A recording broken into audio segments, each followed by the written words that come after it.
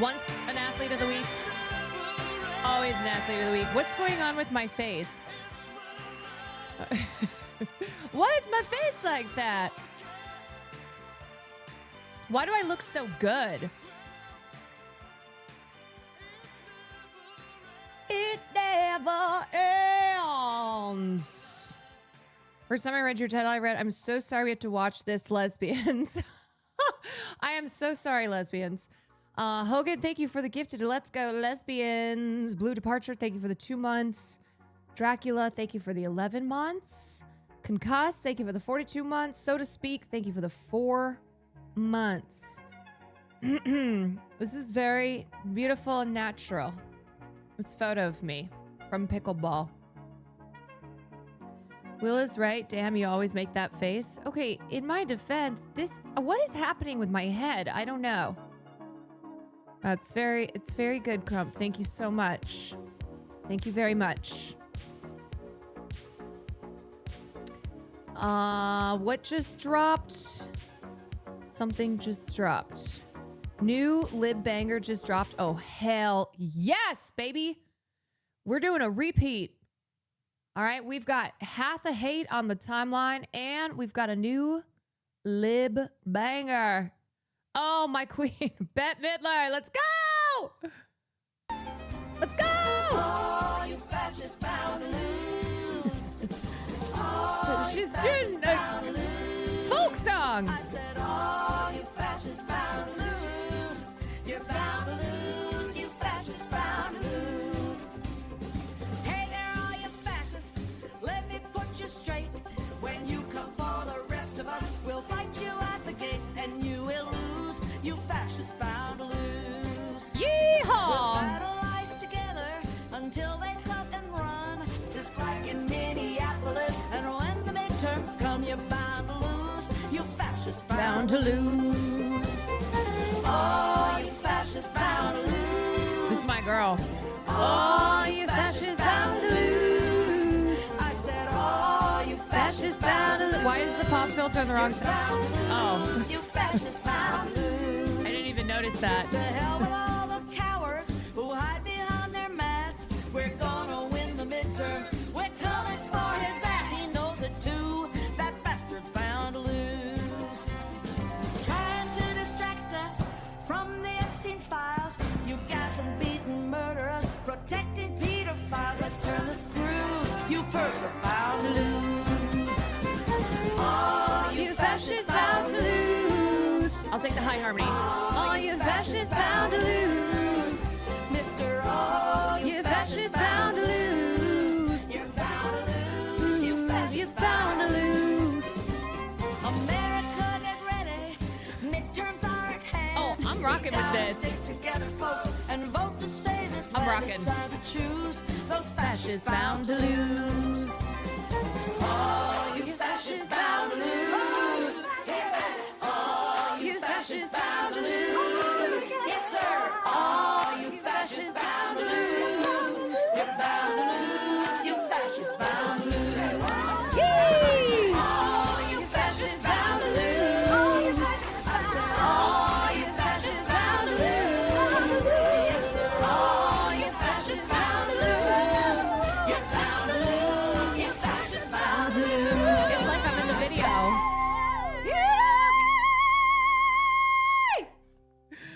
Yeah! Woohoo! Shout out Barbara Hershey. Loved her in Black Swan. Me too. Song of the summer, I do believe. Song of the summer. I will be singing this. Oh, you fascists bound to lose, bound to lose, bound to lose, bound to lose. Oh, you fascists bound to lose. You're bound to lose, bound to lose, bound to lose. Come on, Farley, join in. Yes. Yes. All right. All right. He is loving it. Elon, thank you for the 43 months. I think you'd like these grandmas. Similar vibes. Okay. Oh! Piedmont Raging Grannies. A gaggle of little old ladies promoting peace, justice, social, environmental, racial, gender, and economic equality through song and humor. Let's see. What is their popular... What do they have here? Mr. Tangerine Man. Hey, Mr. Tangerine Man, stay away I see. from me. You are creepy and you are no good for anything. Hey, Mr. Tangerine Man, stay away from me. Hey, currently rewatching Lucifer lately and saw you as the top hat lady. Yep, that is me in a past life. You're a traitor to our nation, 'cause you I love these grandmas. persecuting innocents, distracting from your crimes, when you should be doing time. Get it, Mr. Orange Man? You slime the officials who respect the Constitution. Prefer Tim Heidecker singing about freedom? Look, there's room for all. And when you get court orders, well, you blow them off, defy, and smear the judge with lies. You deflect, attack, deny, and I love her. confusion. I love her with the little ukulele. Hey, Mr. Tangerine Man, stay away from me. You are creepy and you... This is the kind of shit my mother would love, and she's currently recovering from surgery. So wait, I need to send this to her. Hold on. I need to send this to her. She will eat this up. Okay, wait. Mr. Tangerine Man. What are they called? What are these? Piedmont Raging Grannies. Tag yourselves. I'm the queen in the back in the red right here. good for anything. I am lead ukulele, obviously. Hey, Mr. Tangerine Man, stay away from me. You're a traitor to our nation, 'cause you act like a king. You love that ethnic cleansing and support a genocide.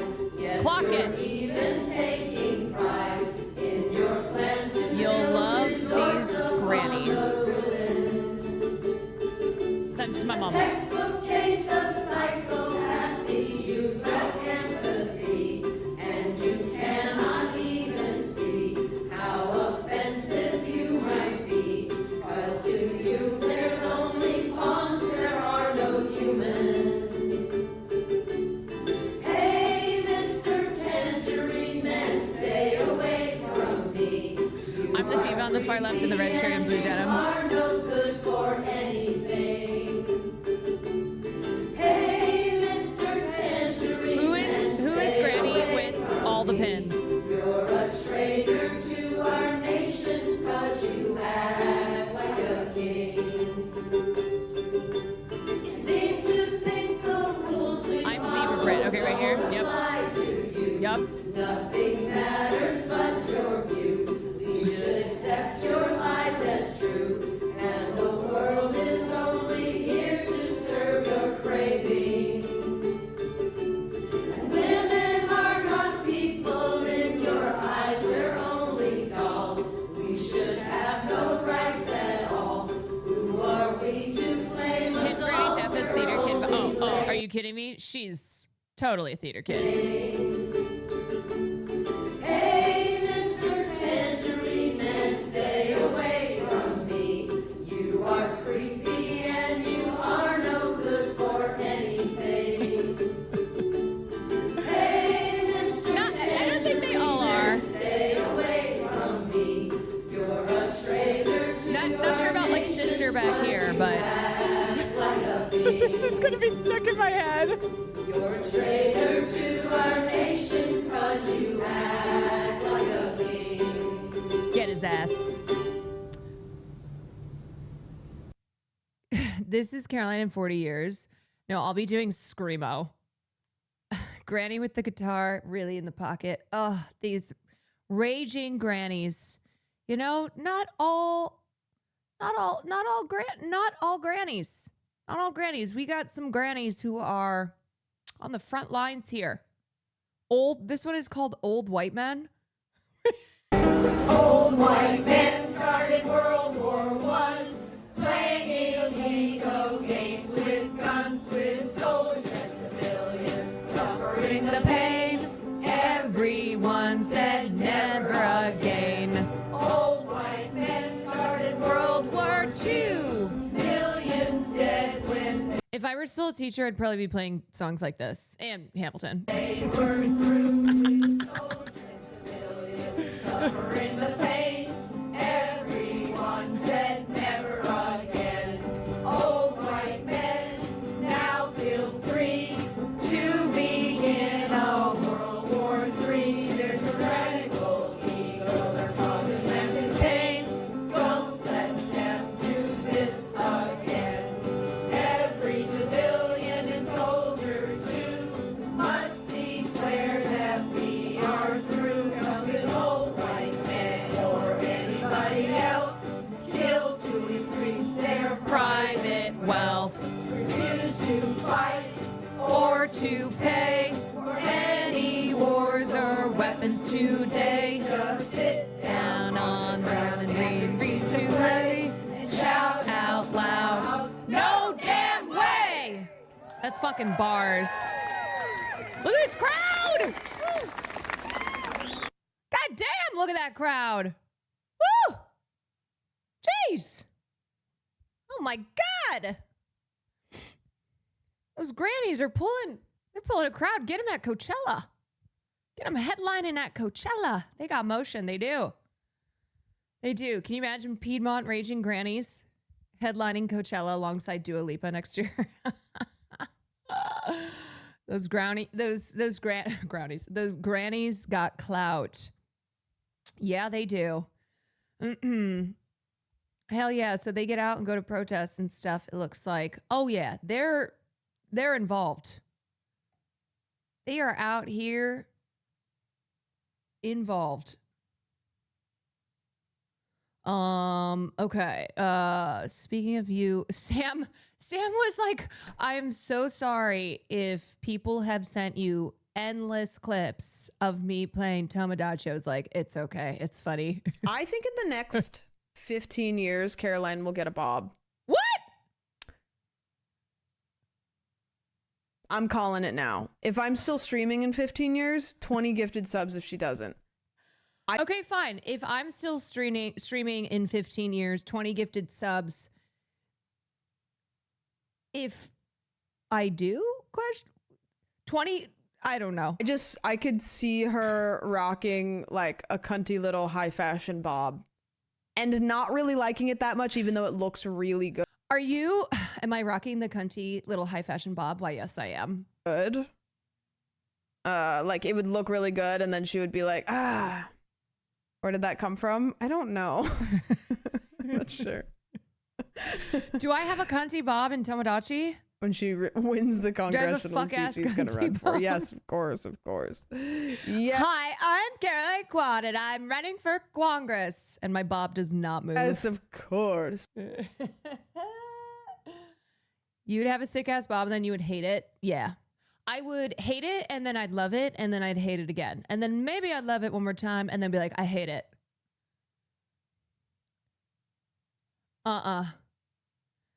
Does Sam know about the Nancy Kwan? I don't know if she knows about the Nancy Kwan.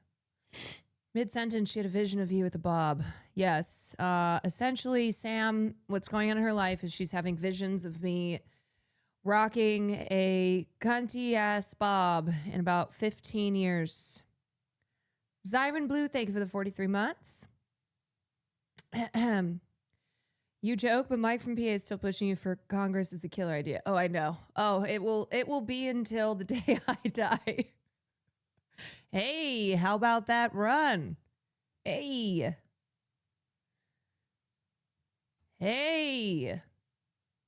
You know, can I just say, I don't think I could run for office because I think I say this and then I don't mean it, but I do mean it. I think I'm tapping out on people's unbelievable ability to be so stupid. I just don't think I could handle it. It's one thing dealing with it on the internet. It's another thing if I were running. If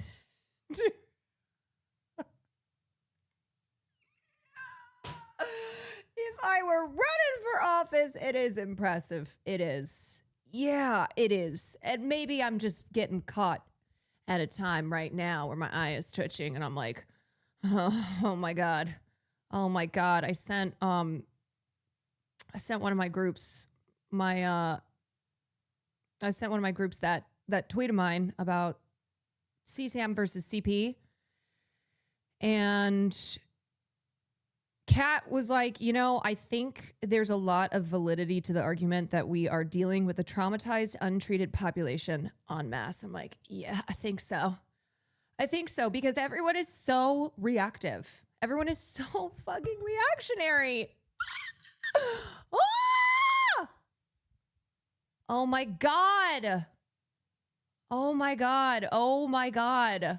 There's sometimes that I tweet something and I'm like, damn, some stupid replies to be expected, but I don't know. And then every once in a while, I forget that it's the internet and I tweet something. I'm like, surely this will not be controversial.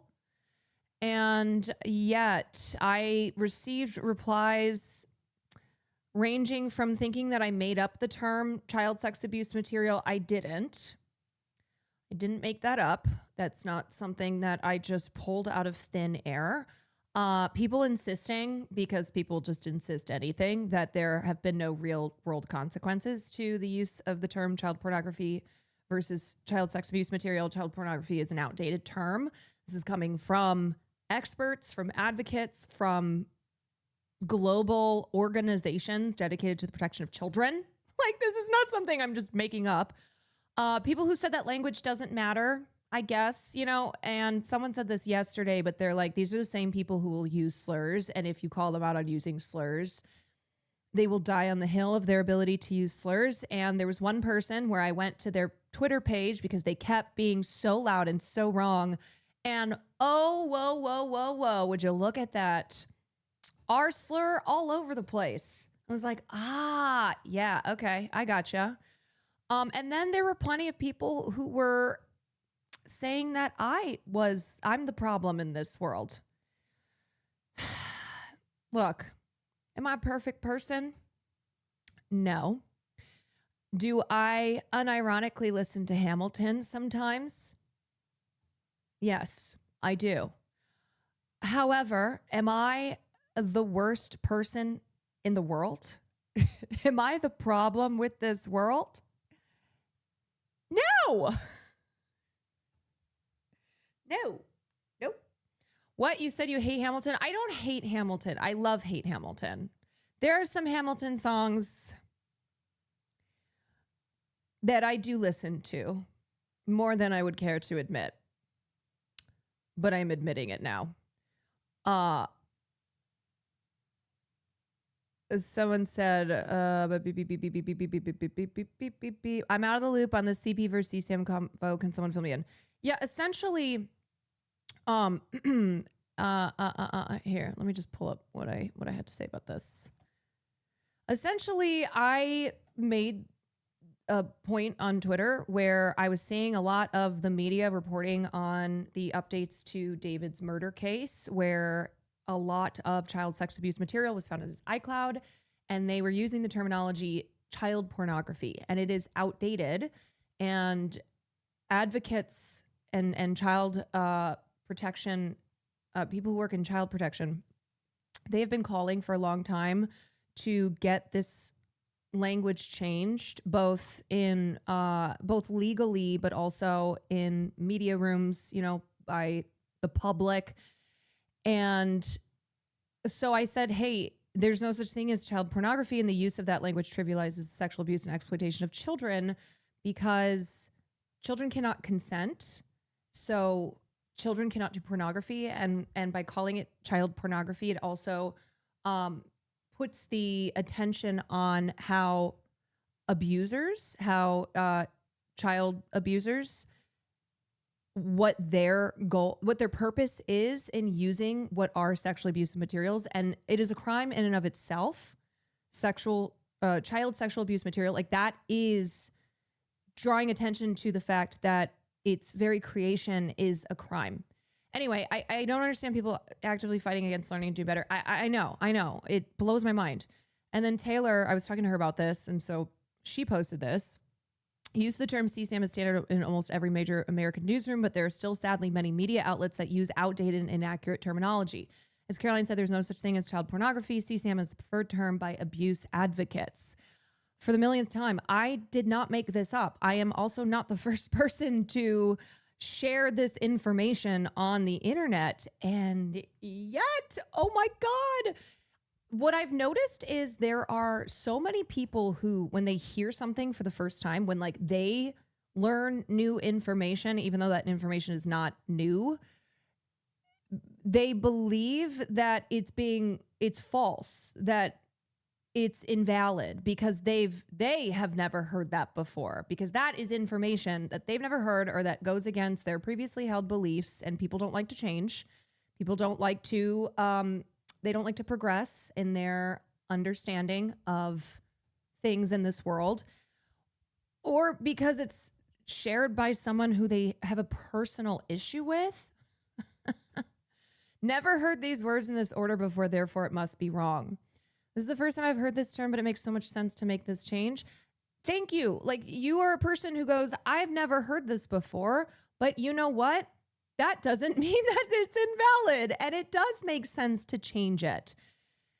And I shared a piece yesterday that goes into detail as to why this is a very necessary change. And there is research that shows the effects that referring to child sexual abuse material as child pornography has had, both in a legal context and also in a societal context. There are a lot of child abuse victims who carry shame around with them into their adult years because of the term child pornography, where they feel that they were participants in it, that it's something that psychologically is difficult to overcome, that it is very dehumanizing, and it's very shameful because they attribute their own responsibility to abuse material that was created of them. Like, that is a crime. That is a crime against a child. Yeah, and then of course, I have his fucking ass blocked, and I've had it blocked for a long time, and yet he's somehow always still saying shit. And I'm like, if I were a sex criminal, I would probably not say anything, let alone anything to do with discourse around child sexual abuse. That's just me, though. But again, I'm not a sex criminal. I'm not a pedophile. I'm not a fucking abusive, perverted piece of shit. I think people have such little mental bandwidth to spare, given the state of the world. They're even less open to sparing thoughts to change anything they don't already feel. It's rough out there. Yeah, and as Kat said, she's like, I think we really are dealing with a traumatized, untreated population en masse. And I believe that's true because of how reactionary people are, especially, I see it all the time, but in a conversation like this, it feels as if people automatically assume that I am the villain towards progress in protecting children from abuse. It's just a very reactive, thing. Reactionary is so correct. My politically frustrating friend who's doing their PhD had a conniption over the term the global south. He didn't want to fathom it was an academic term because he didn't know because he didn't want to deprogram from his right-wing Cuban upbringing. Yeah, it's a psychological phenomenon. There's definitely psychological processes at play that are the reason people outright reject information, because of cognitive biases, because it makes them uncomfortable, because they don't want to be challenged, because in this area of child sexual abuse material, I think a lot of people have had personal experiences and they're very traumatized by it. You know what's similar? It's what's similar is, so I don't know if y'all saw that CNN report about the Rape Academy.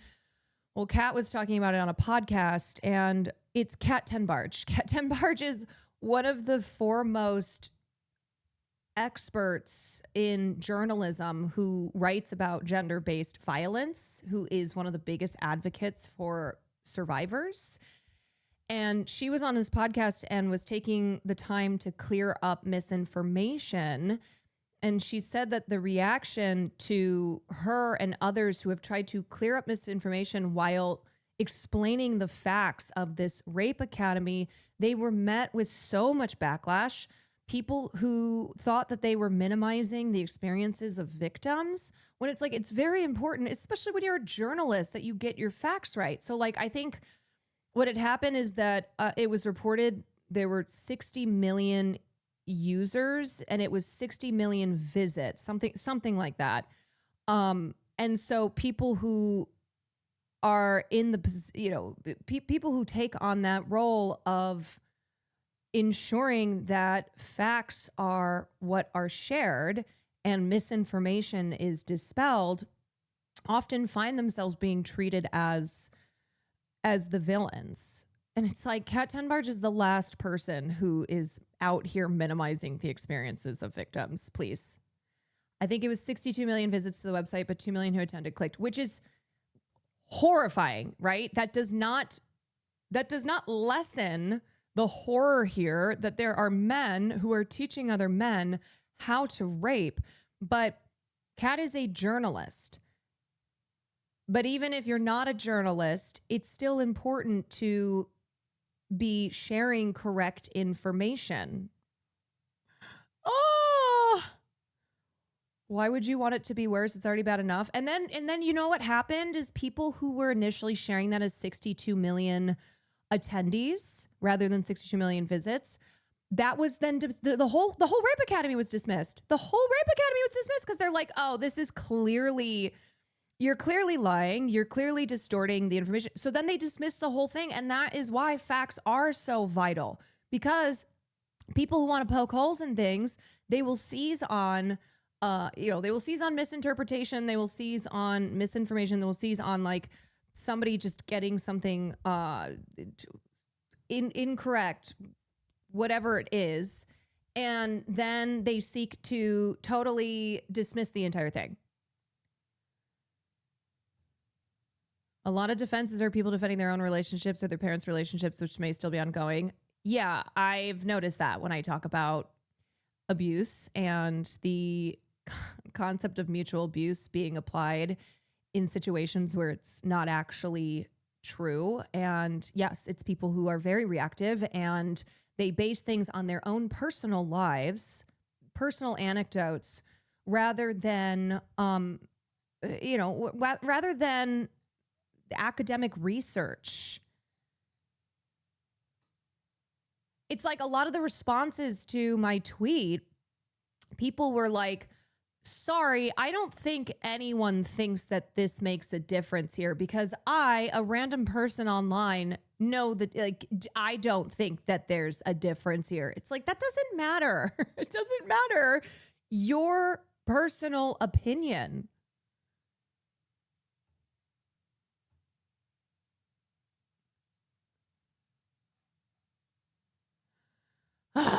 Kiss the Sky, thank you for the 2 months. Loop Milk, thank you for the 5. Canafe, thank you for the 26 months. Hogan, thank you for another gifted sub. Caitlin, thank you for the 17 months. Oh boy. You should honestly talk to Adam Conover on this topic. He talked about so much of the aggressive reaction to his educational show is due to this anti-intellectualism. There's also selfish suggestion because y'all had an amazing collab for the Writers Actors Strike. Yes, that was when I met him. Mm. Mirrors by JT does have shooters and I'm the one. Oh yeah. I retweeted, just discovered that a lot of people do not play When It Comes to Mirrors by Justin Timberlake. That song has real shooters. I also was not aware of this. Was not aware of this fact. But now I know. Okay, in film news, my Possession heads, I don't know if you saw this, but Possession is getting a remake, and it's going to be directed by Parker Finn, who did Smile 1 and 2, starring Callum Turner and Margaret Qualley. And here was my response to it. There is simply no need to remake this. This is a remake that no one asked for. No one asked for, and is very unnecessary. And I don't understand. I don't understand the purpose. I don't get it. This will probably say, "Oh, you need a thing." Possession remake. Let's see.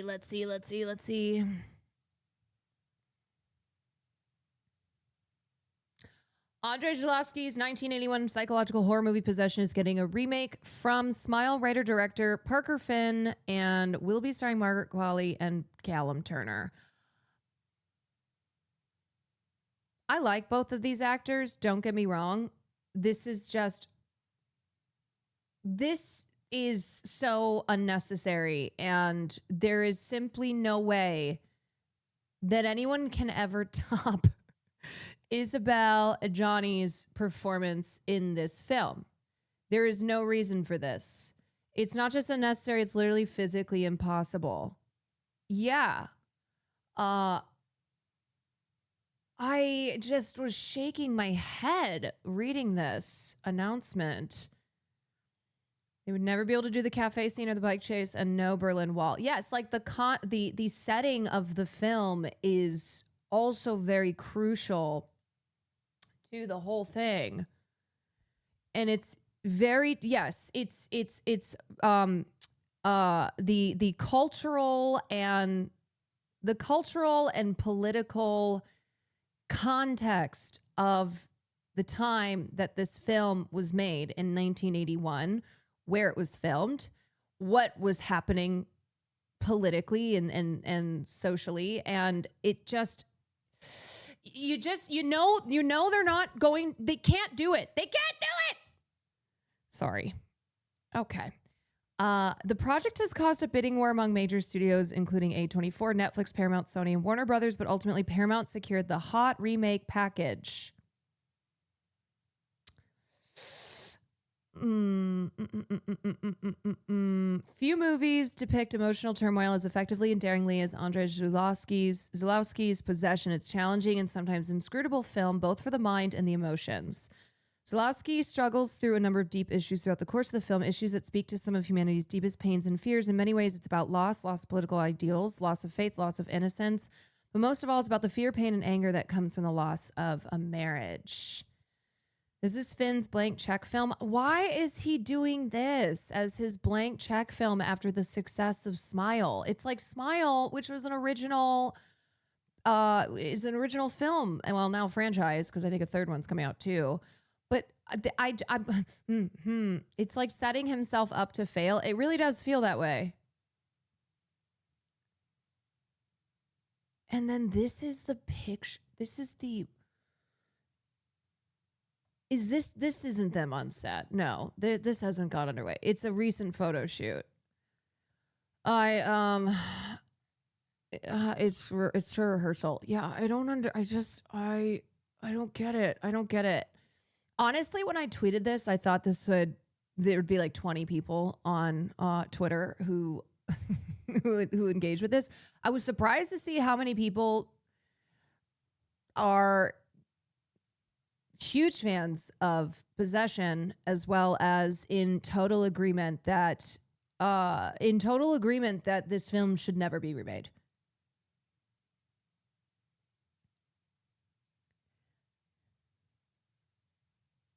People love Possession. Yeah, I was not aware. The tunnel scene from Possession is a film Tumblr staple. Yeah, let me just show people. It's not obviously going to make total sense if you have not seen if you have not seen this film, but I think still you can get a vibe. And this is probably the most iconic scene from the film, and I guess it's all over Tumblr.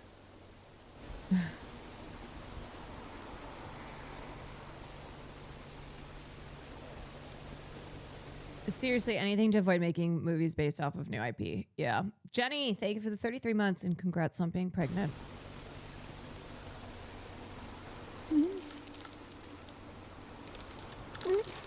So, Isabella Johnny plays the wife of Sam Neill, and she asks for a divorce, and then afterwards begins to show very strange and disturbing behavior.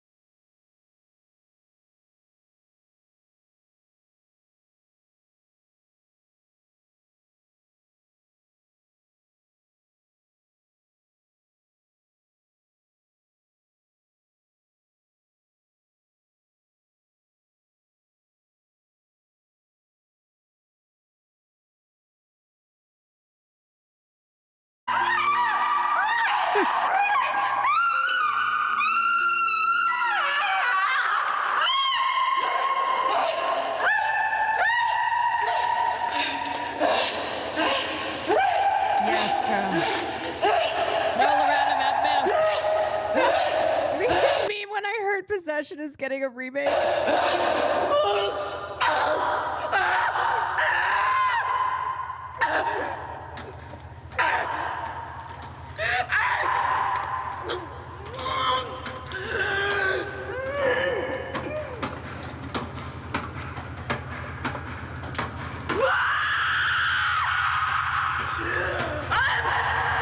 Tradwise when they drink unpasteurized milk.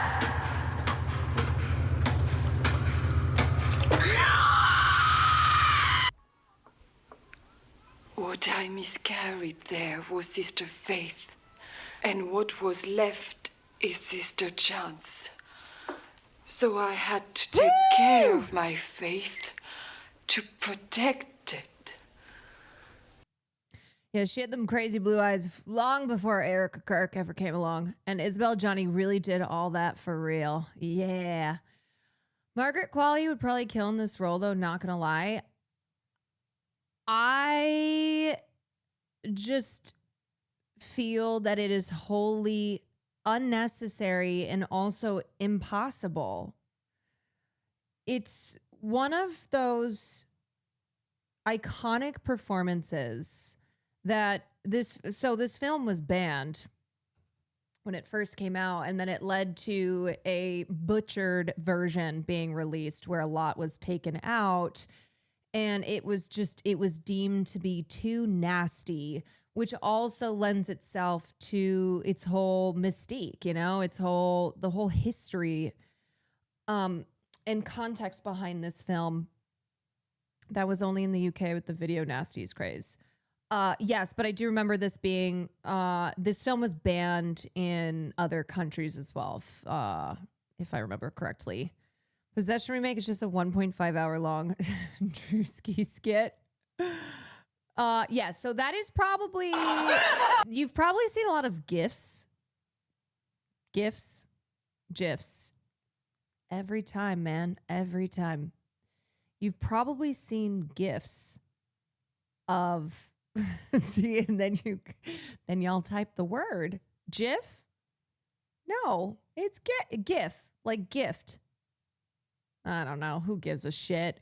You've probably seen GIFs of this scene, and I think a lot of Gen Z, even if they haven't seen this film, they use GIFs of this from this film. The U.S. cut removed like 40 minutes and restructured everything. Yeah. And this subway scene is truly one of the most terrifying scenes from film history, because you're like, what the hell is going on? So you're watching it, and a lot of people in chat who haven't seen this were like, can somebody explain?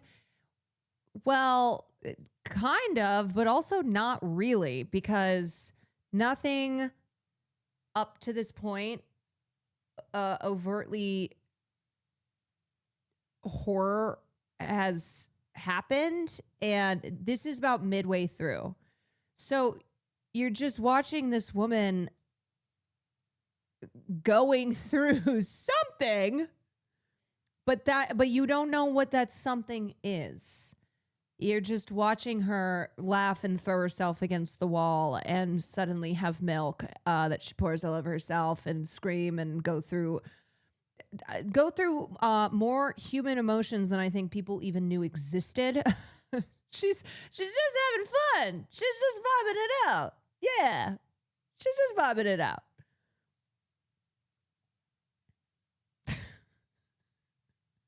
Just vibing it out.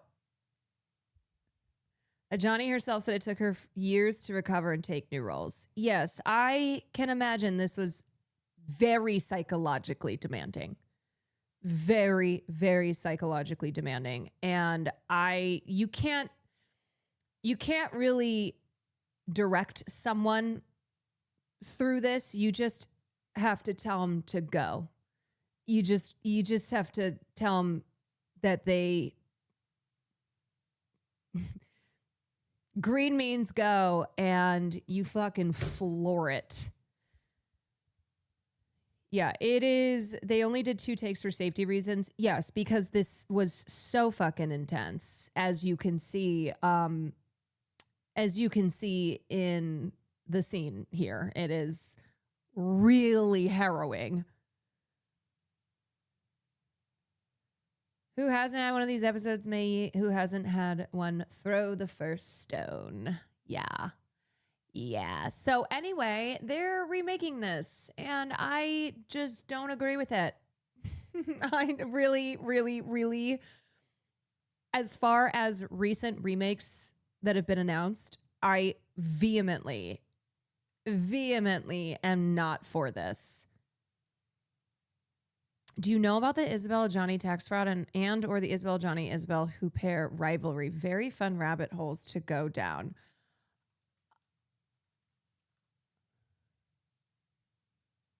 Huh. I think I had heard of her rivalry with Isabelle Huppert, who's a famous French actress. Isabelle Adjani, she's also French. Huppert versus Adjani. I didn't know about the tax fraud.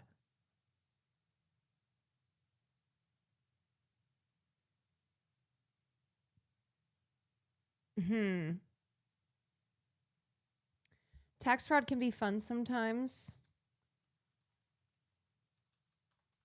Well, don't let the readers of the New York Times hear you say that, because they are currently crashing out over over Hassan and Gia, and I forgot the other journalist, talking about social murder, talking about stealing from Whole Foods.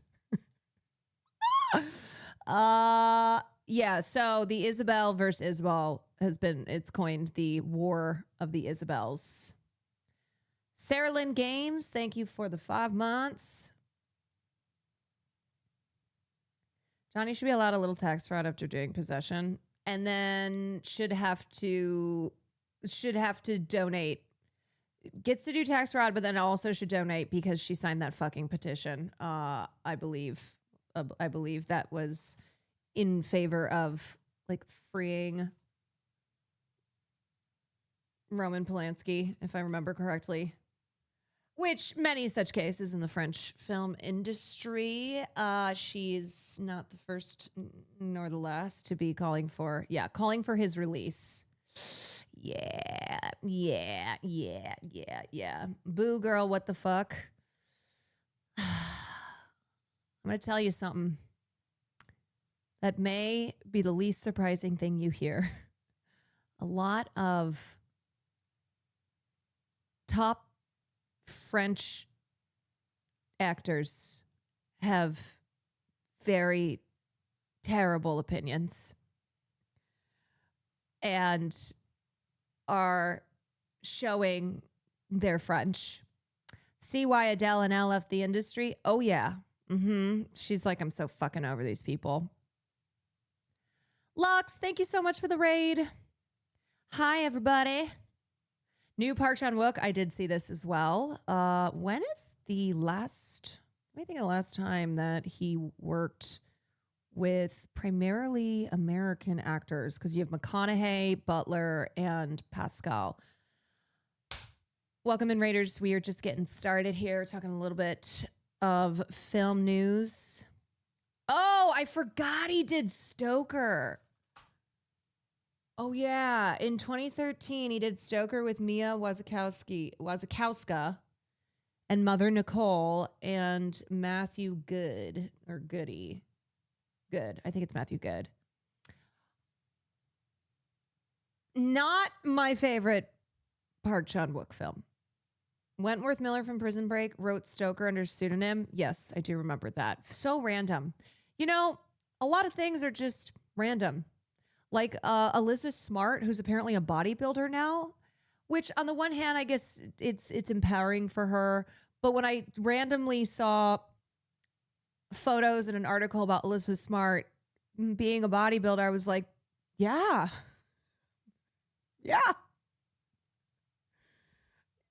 I hear. Let me real quickly. Elizabeth Smart bodybuilding. This is gonna blow your mind. Are you ready? This is gonna blow your mind. Okay. Look. She's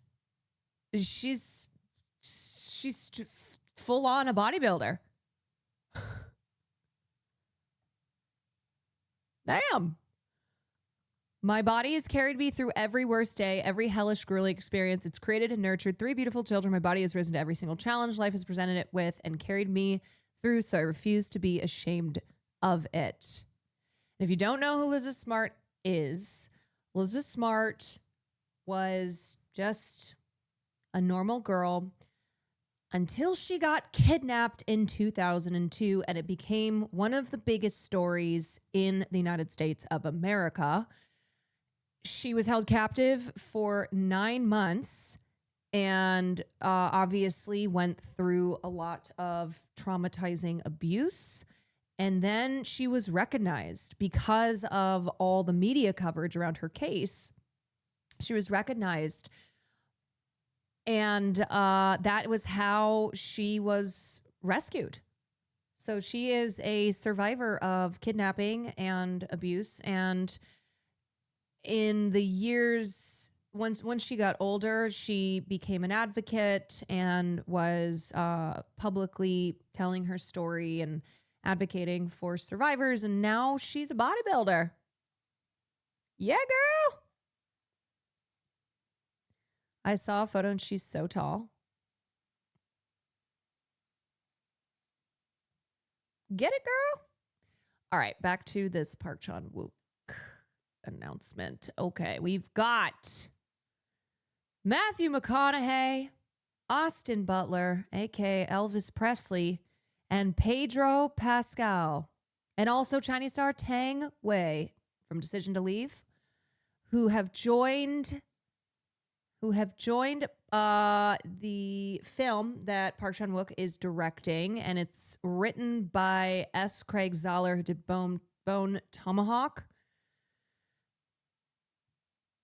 The movie is understood to follow a sheriff and a doctor who seek revenge against a group of bandits who use the cover of a torrential thunderstorm to rob and terrorize the occupants of a small town. The story will alight on themes central to Park's oeuvre of vengeance, retribution, and the consequences of violence and the power of memory and family, but this time in the American West.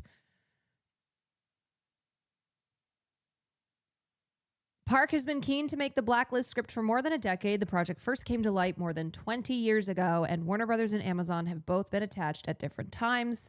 The project now has more impetus than ever. It's a rare package in the indie market for its combination of genuine A-list talent, a beloved filmmaker, and genre. Despite being available for now in the indie space, this project's scope remains impressive, and we hear the budget is being pegged north of $60 million.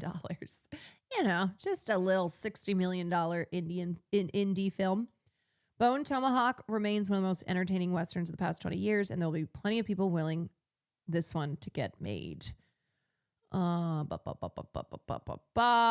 is coming off of acclaimed crime comedy No Other Choice, which was super robbed at the Oscars, per usual, per how the Academy continues to disrespect Park Chan-wook. His previous English language projects include limited series The Sympathizer, miniseries Little Drummer Girl, and Fox Searchlight's Stoker. Yeah, I mean, this already has motion. This is a pretty starry cast. Only one Korean winner a decade. Yeah. We got to have a word worse than disrespect for how they've treated him by now. It's criminal. The Academy should be arrested and sentenced to prison forever. Ong Lee is also shooting a Western next month. Seems everyone's making one these days.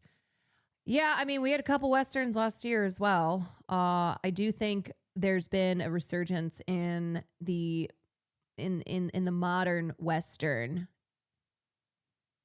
When is the next Twilight remake? Don't know, but we need it. Ari Aster also made one last year with Pedro. Yes, he did. Idondo, thank you for the 3 months. What the hell is this poster? Is that Jude Law? Yeah, that's Paul Dano and Jude Law.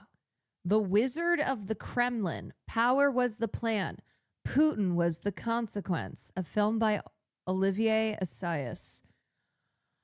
I don't know. This poster doesn't look that great. It looks real goofy. The Wizard of Kremlin? I don't think this is probably very good. It looks AI. It looks like shit. Why does Paul Dano look like he's made out of wax? Why does this look terrible overall? The red, white, and blue font here, it's really cheesy. It's on Tubi. Oh, no. Oh, no, not on Tubi. It looks really badly photoshopped. It's very ugly. It's very, very ugly. I'm sounding like Quentin Tarantino. Well, you know, there comes a time. This poster is very 2000s. This poster is very, it's giving 2000s direct to video.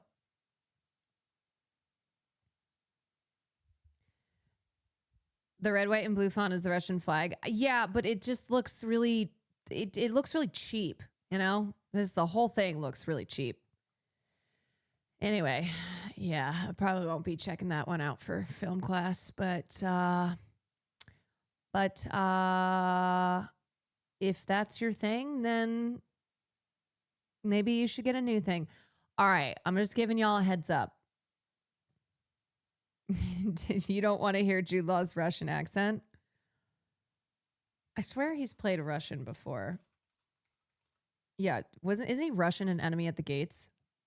Yeah, he plays a Soviet sniper. They're like, let's just run it back. Okay. This is gonna be a hard pivot. So I just want to give y'all a heads up. But I saw this earlier and it definitely moved me to tears. So of course I have to share it on screen. This is a piece that Jake Reiner wrote on Substack that he published today, and it is in memory of his parents. So just wanted to give you a heads up, because, you know, it's kind of how things are on the stream here. I'm like, woo, let me just ping pong your emotions back and forth. All right. Okay. I sent this to Will too, and I was like, oh no, I'm tearing up. Mom and Dad, the center of my life. On the afternoon of December 14th, I was in Union Station at a celebration of life for one of my best friends, Christian Anderson, who died in October. It was at that moment I received a call from my sister Romy telling me our father was dead. Minutes later, she called back telling me our mother was also dead. The 45-minute Lyft ride from downtown to the west side was unendurable. My world as I knew it had collapsed. I was in a trance. The only thing I could focus on was that I needed to get to my childhood home. I needed to get to my sister. I needed to figure out what the hell just happened. This is my story. Romy will tell hers in her own way and in her time. I was robbed of so many things that day. My parents won't be at my wedding. They won't get to hold their future grandchild, and they won't get to see me have the successful career I'm still seeking. It simultaneously breaks my heart and enrages me. Nothing can prepare you for what it feels like to lose both parents instantly at the same time. It is too devastating to comprehend. I still wake up every morning having to convince myself that no, it's not a dream. This truly is my living nightmare. I can't even begin to put myself in my parents' shoes, but one thing I keep coming back to is how frightened they must have been. They're the last people in the world to deserve what happened to them. They deserve to be loved, they deserve to be respected, and above all, they deserve to be appreciated for how much they gave to all three of us and to the world. They should be enjoying the rest of their lives peacefully while growing older together. Instead, that was ripped away from them, from me, from Romy, and there was nothing that we could do about it. To me, my parents are at the center of my life. They are my guiding lights, the foundation of who I am as a human being, and the most giving people I have ever known.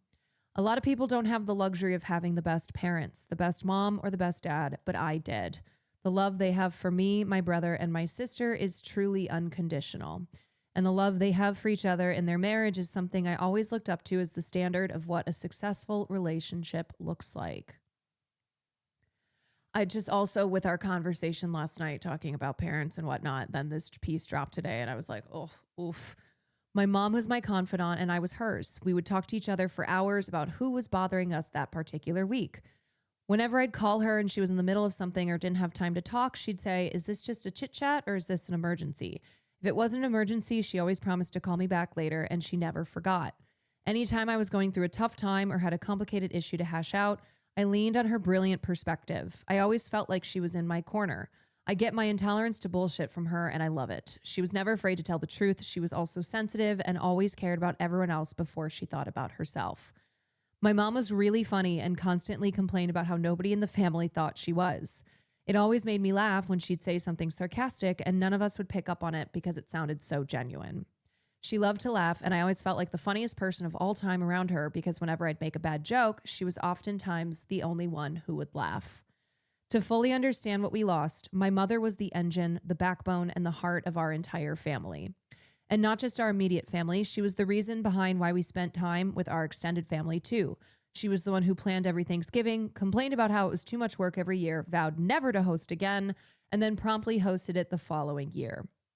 She was the one who planned every trip we ever took as a family, and she always planned it perfectly. She had a passion for life most people wish they could attain. One of our things was going to see musicals together. We particularly loved Les Miserables, and we made sure to see it every time it came to Los Angeles. We used to laugh together in the car ride home because we somehow always forgot parts of the plot each time we'd see it. She'd be in the passenger seat saying, 19 years in prison over a loaf of bread? That's the premise? Despite that, one thing we never forgot were the incredible singing voices. My mom was the one who helped me move in and out of dorms and apartments at Syracuse University and continued to help me move in and out of apartments when I began my broadcasting career. Her support for me never wavered, and I always felt how much she loved me. I feel her presence everywhere, every single day, and I miss her so much. The way my dad presented himself in the public eye was exactly the beautiful person he was at home. He was authentic, passionate, and his sense of humor has always been my sense of humor. My connection with him was first built on baseball. It was my grandfather's favorite sport, passed down to my dad and then to me.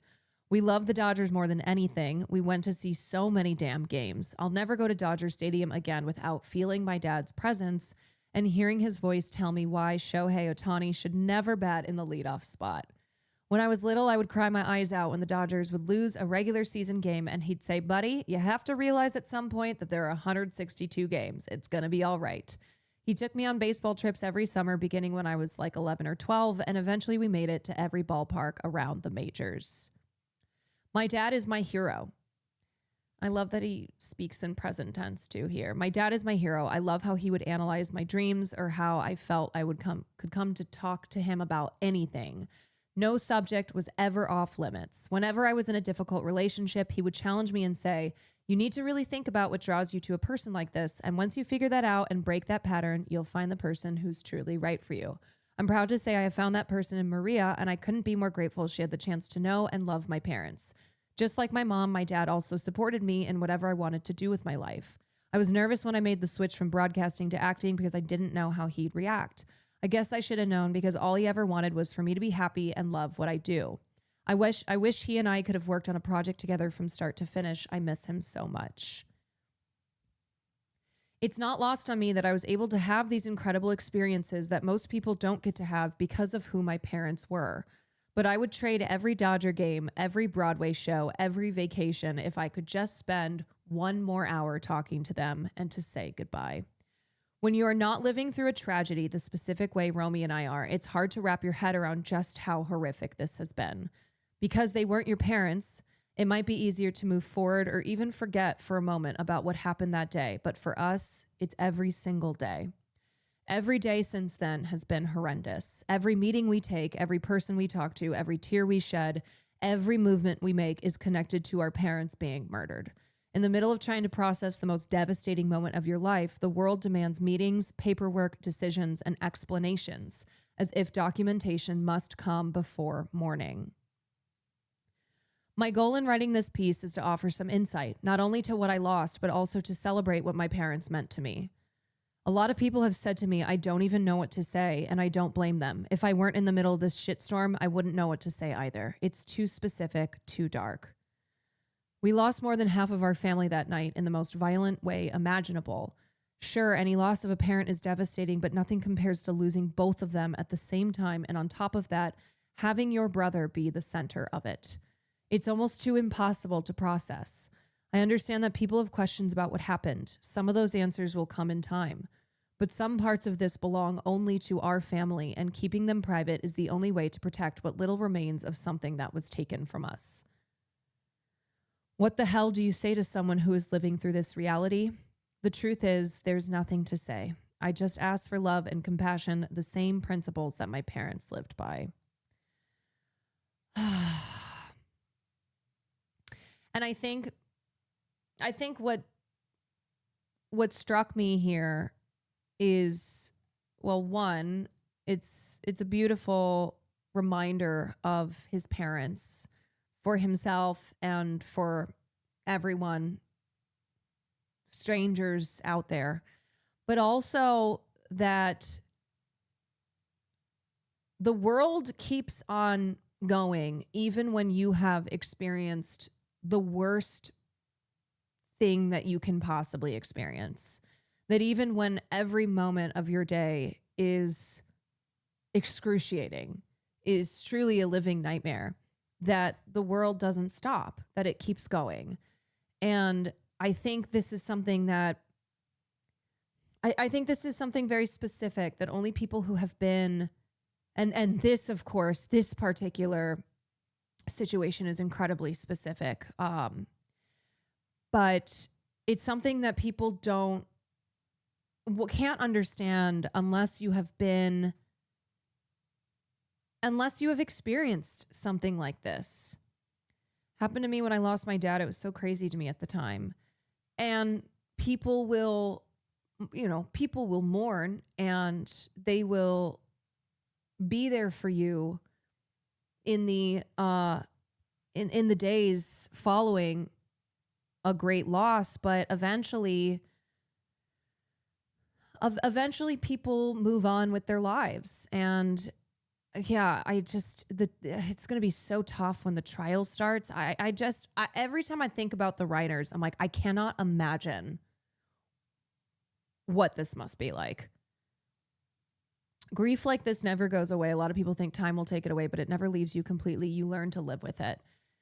Yeah, there is no forgetting. There is no moving on. But I think both the understanding that the world continues to rotate on its axis, the sun continues to rise and the sun continues to set.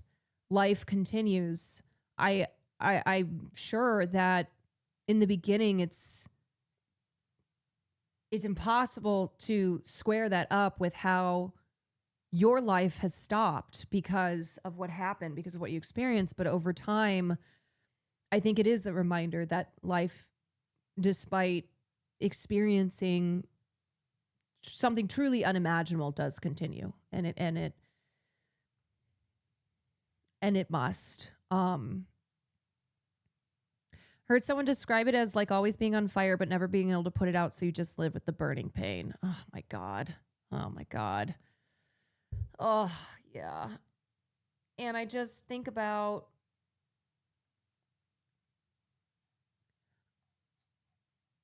I think about his final line here. I just ask for love and compassion, the same principles my parents lived by, because there was that expectation that when this news came out, that we, the public, deserve to know every detail, right? That people just need to make sense of the senseless. But remembering that we aren't owed every detail, and there are private details here that belong to the family and the family alone.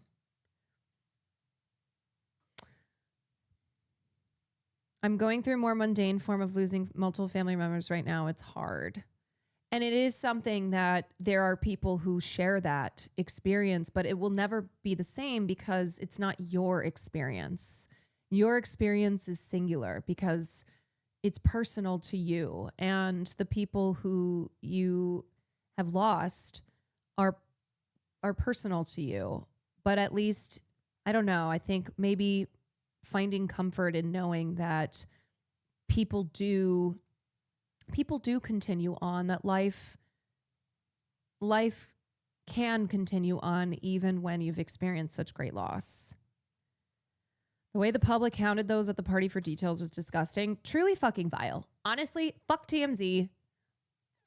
Fuck strangers on the internet. When are we going to learn to be human beings? You know? Vintage checkbook, thank you for the prime. So I don't really have anything else to add. I just wanted to share this. And it had me in my feels again. And this is something that I think about from time to time, and I have no personal connection to the Reiner family, obviously, but it is so tragic, and it is so senseless, you know. It was so violent what happened. And this is far from over because Nick Reiner is facing trial. I don't know when they're going to trial. Let me look it up. He has a preliminary hearing set for April 29th. He's been charged with 2 counts of first-degree murder for the deaths of Rob and Michelle, who were his parents. Prelim hearing is going to determine if there's enough evidence to proceed to trial. And he has pled not guilty. Ugh. A quote from After Sunset that stayed with me since we watched it is, like sunlight, sunset, we appear, we disappear. We are so important to some, but we are just passing through. And they need to attend those. I mean, do they need to? I don't know what their role is going to be. I don't know if they'll be witnesses. I'm not sure, but man, how it's so heartbreaking. It's really so impossible to imagine, because as bad as you imagine it is, it's so much worse. The ball in the box grieving metaphor is pretty accurate. Yeah, we've talked about that one. Grief does not disappear over time, but rather the person grows around it. Initially, a large ball fills a box, constantly hitting a pain button. Over time, the ball shrinks, so the box expands, meaning the pain hits less frequently, though it remains just as intense when triggered. Yeah, and I think the phrase time heals all is misleading and unfortunately one that's been popularized. And I think people mean well when they say time heals all as a way to encourage people to keep going. But I don't think that's necessarily accurate. I don't believe that the phrase time heals all comes close to describing the journey of living through pain. Yeah, I mean, they don't know what else to say, so they lean on cliches. Yeah, I know. Their 2 kids needing to go through trial because he's pleading not guilty is so shitty. I believe Romy will have to, because she found her parents' bodies, so it does make more sense that she would be a part of the trial. I mean, I'm sure Nick then would go, or Jesus, Jake would go to support her. But yeah, I haven't really seen her post anything about this yet. And he said, my sister will tell her story in due time, but this is my story. Can't imagine the conflicting feelings they have about their brother. Yeah. I mean, I think that's something that obviously most people have not experienced what the Reiner children have experienced. But I think a lot of people have experienced having a family member who caused harm, and the difficulty in loving that person while also being terrified of them. something that my mom experienced. She had a brother who was undiagnosed paranoid schizophrenic, and it was very hellish growing up, and that's tough. And then later on he died. And I've talked to her about that, and she's like, yeah, I mean, it's difficult to square your feelings of having loved this person because they were your family member, but also constantly being terrified. After that story, we could use a laugh. Will and Sarah attempting to mix. Yeah. I'm like, woo! I told y'all, though. I told you that it was going to be. I already have anxiety. It was going to be pretty heavy. It's going to be pretty heavy. The whiplash today, I mean, that's how it goes on the stream here. I do try and give heads up when I'm about to drop something real heavy on y'all. So moving on to the next thing, we're going to talk about Erin Moriarty. Erin Moriarty is one of the stars of The Boys and has also been nonstop targeted and harassed by not just people online, but people like Megyn Kelly. They will not leave this woman alone. So that is why today I am coming out swinging. I am coming out swinging and saying, leave Erin Moriarty alone. This poor girl has asked to be left alone, has had to open up about the autoimmune condition that she has because people won't leave her alone and still won't leave her alone. Okay, so let's explain what's going on here. Erin Moriarty, so last year she opened up about having Graves' disease, and Graves is an autoimmune condition where the immune system produces antibodies and it attacks your thyroid gland. And I think that this is something more frequently affecting women, I think. And the symptoms of this include weight loss, issues with heartbeat and blood pressure, sweating. There's something with the eyes. It's like something with your eyes bulging. Anyway, yeah, it causes hyperthyroidism. Yes, it causes hyperthyroidism. And like many autoimmune conditions, it's first of all, it's nobody's fucking business. But second of all, it's very misunderstood. And it's one that there's still just not a lot of education around, and you don't know what is happening with someone because you are not privy to their private medical history. And when that someone is in the public spotlight, like Erin Moriarty is, and has experienced physical changes that she is attributed to having Graves, you especially, like, that doesn't give you the right to then be saying whatever the hell you want to say. She also revealed on IG the other day that post-filming episode 4 of this final season, it hit her the hardest and she lost control and strength of her legs. Yes, she lost control and strength of her legs. It's been very difficult to do her work as an actress. So, okay, I want to watch this interview with David Desmalchian, aka Seer.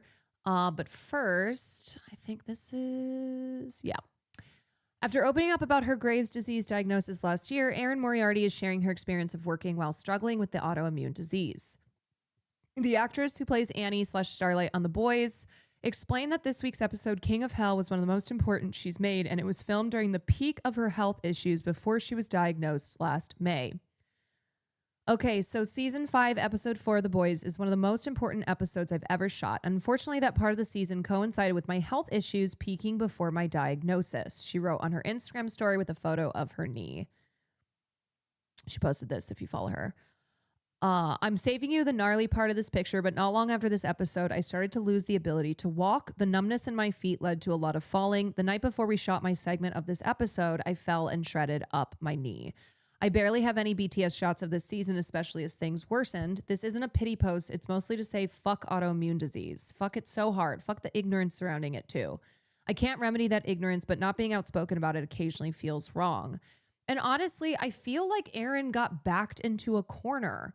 She got backed into a corner, and I think she hoped that in sharing this medical condition that she has related to her immune system, that people would back off from her, that they would stop harassing this woman to no ends.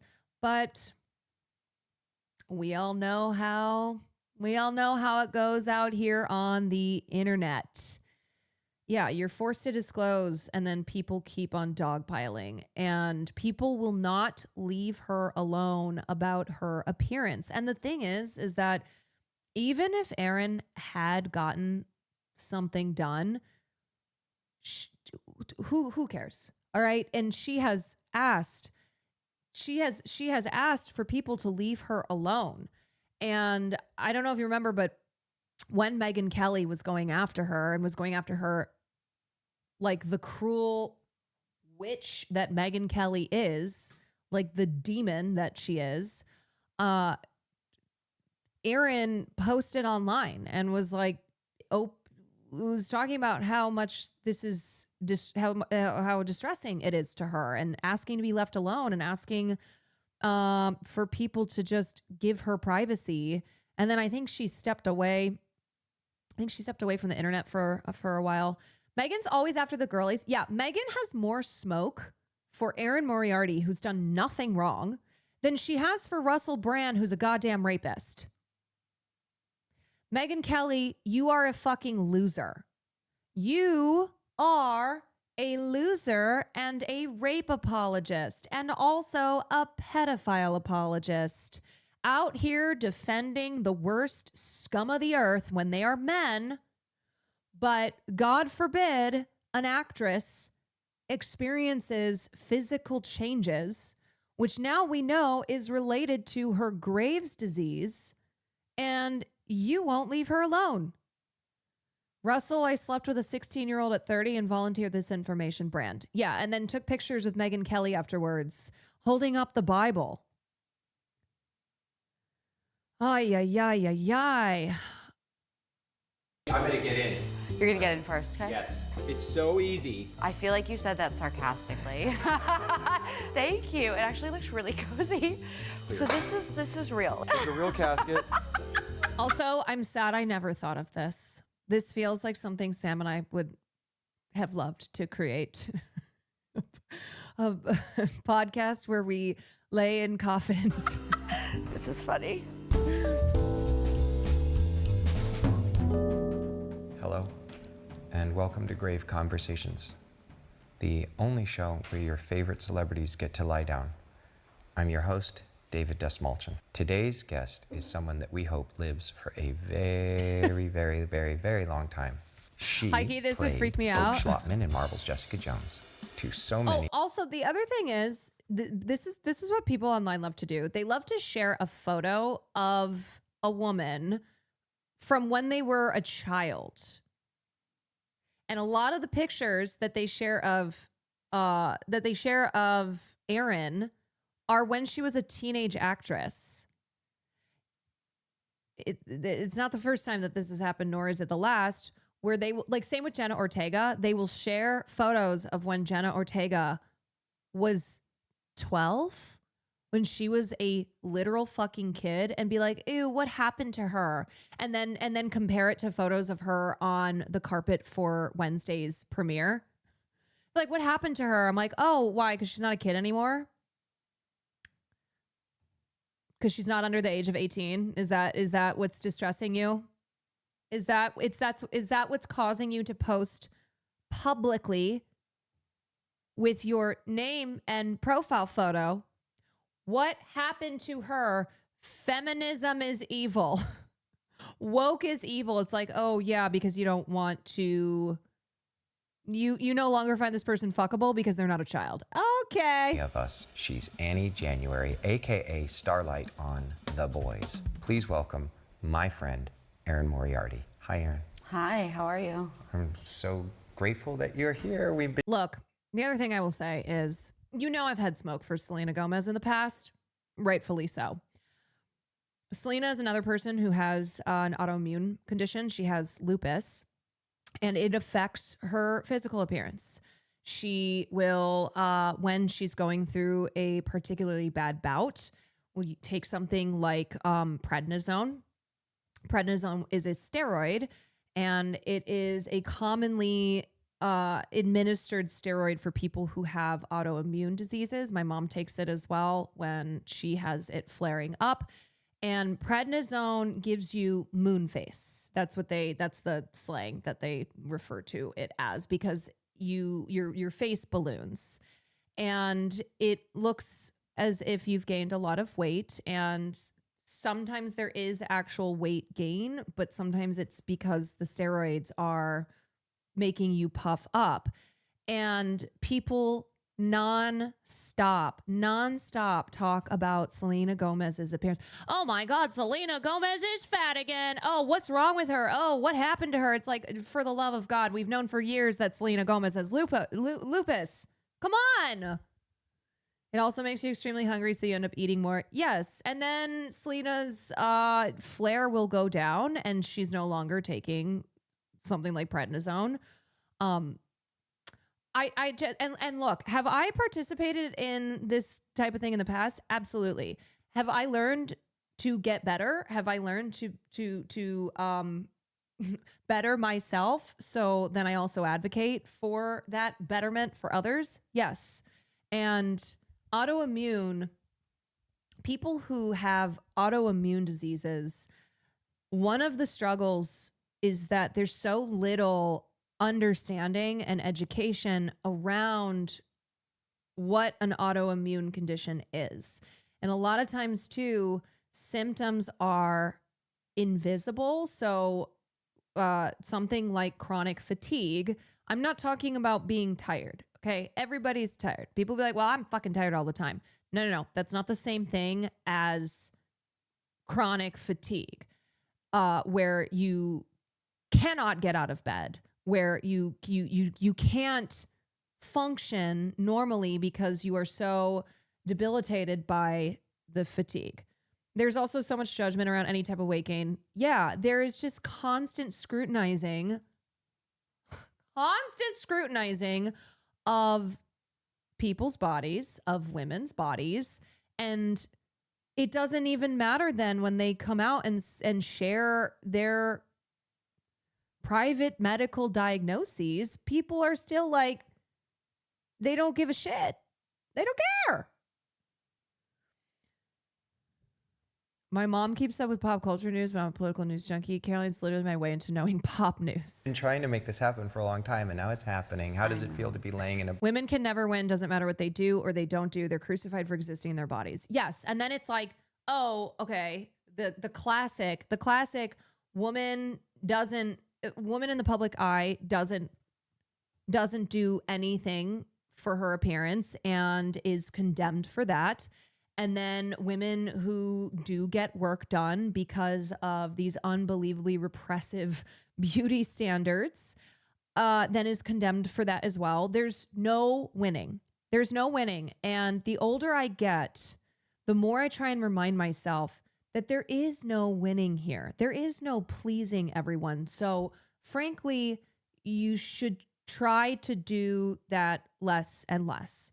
I am not going to sit here and pretend like being a woman in society, it's very easy to tune out all of these expectations and norms and standards.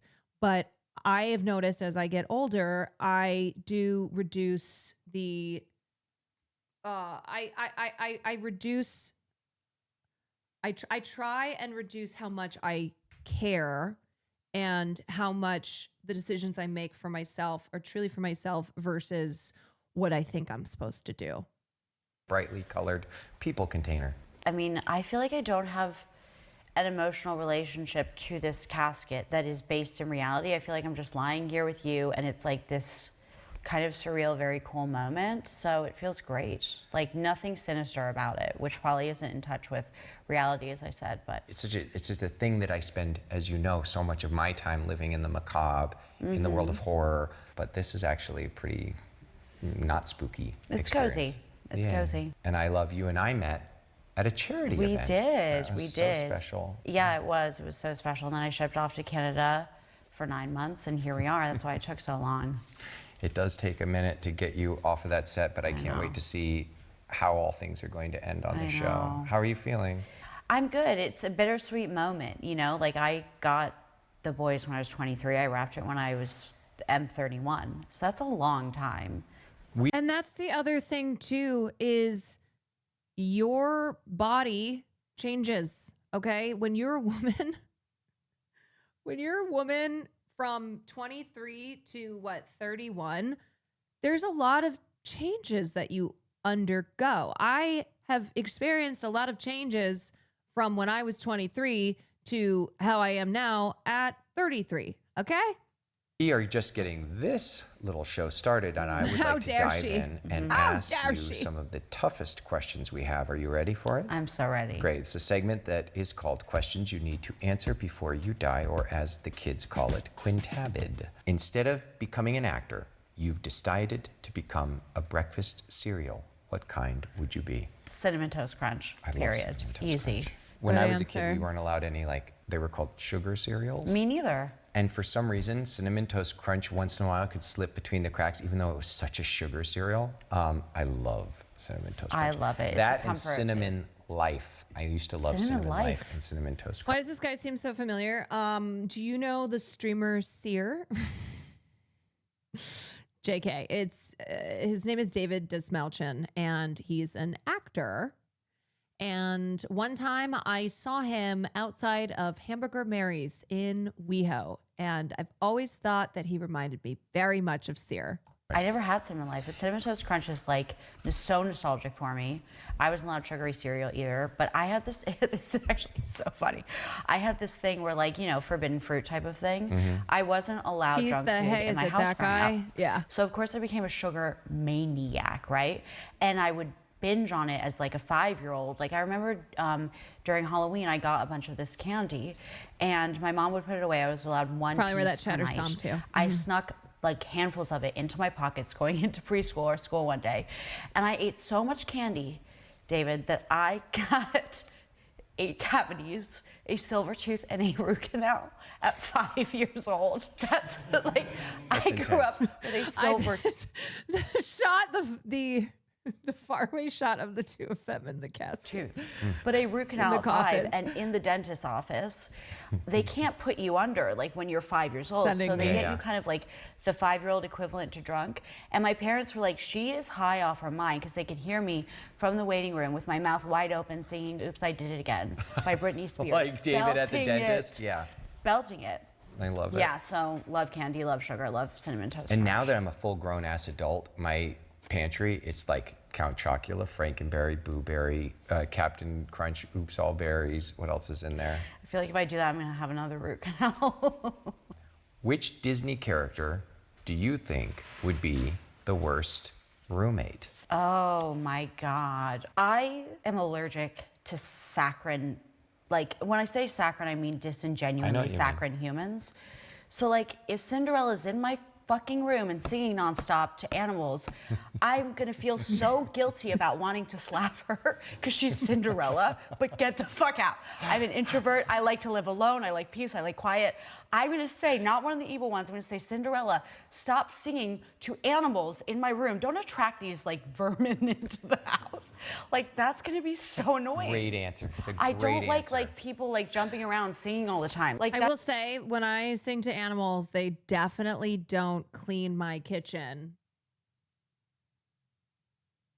Farley. that's like, no, I wouldn't Great be well. answer, Erin. Thank Yeah. you. I love that. Which historical figure do you think would thrive the most on TikTok? Oh, I'm I always don't know if catching they're strays. historical It's because we don't fine. know who they are, and this is really dark. But I feel like if you just transfer the genre of true crime onto TikTok and take like the Zodiac Killer.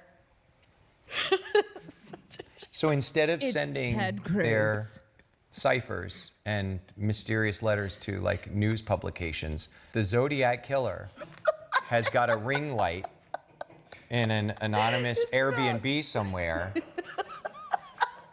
and is delivering manifestos to the TikTok nation. Who would win in a battle? Starlight or She has your lap. Ariana Grande as Glinda? Starlight. My bias is especially like sharpened right now because I'd say goodbye to her. Do you know what I Yeah. mean? Like, David Desmalchin looks like the men who appear in my dreams. What's happening in those dreams? I don't get to play her anymore. So I have a certain kind of like nostalgia-induced like emotional attachment to her at the moment. So I'm gonna say Starlight, but that's 100% through the lens of. Yeah, I think she talks about it in the upcoming sections here, which is why I wanted to watch this interview. But she felt not able to be present in filming because of her health struggles. And she talked about how that was really difficult because she felt like she was letting down the character, letting down the fans. I think it was season 4 specifically, when she was experiencing really terrible symptoms because she recently got diagnosed. It takes years sometimes to get a diagnosis and be put on the right medication for, I mean, not just autoimmune diseases, but health issues in general. So she was diagnosed with Graves. That is a condition where your immune system produces antibodies and it attacks your thyroid mistakenly, and it then the symptoms of that are weight gain weight loss, issues with your heart rate, sweating, bulging eyes. It takes decades sometimes. Yeah. Your body hates your thyroid, which regulates a ton of stuff in your body. So you can imagine that it's not a pleasant experience. Bias. I had Graves and it was awful. It messes with you physically and emotionally. I had surgery in January to fully remove my thyroid after my anti-thyroid meds proved ineffective. I'm doing so much better now. My anxiety and irritability has gone down. I'm no longer tired all the time. My rapid heart rate is normalized. Yay!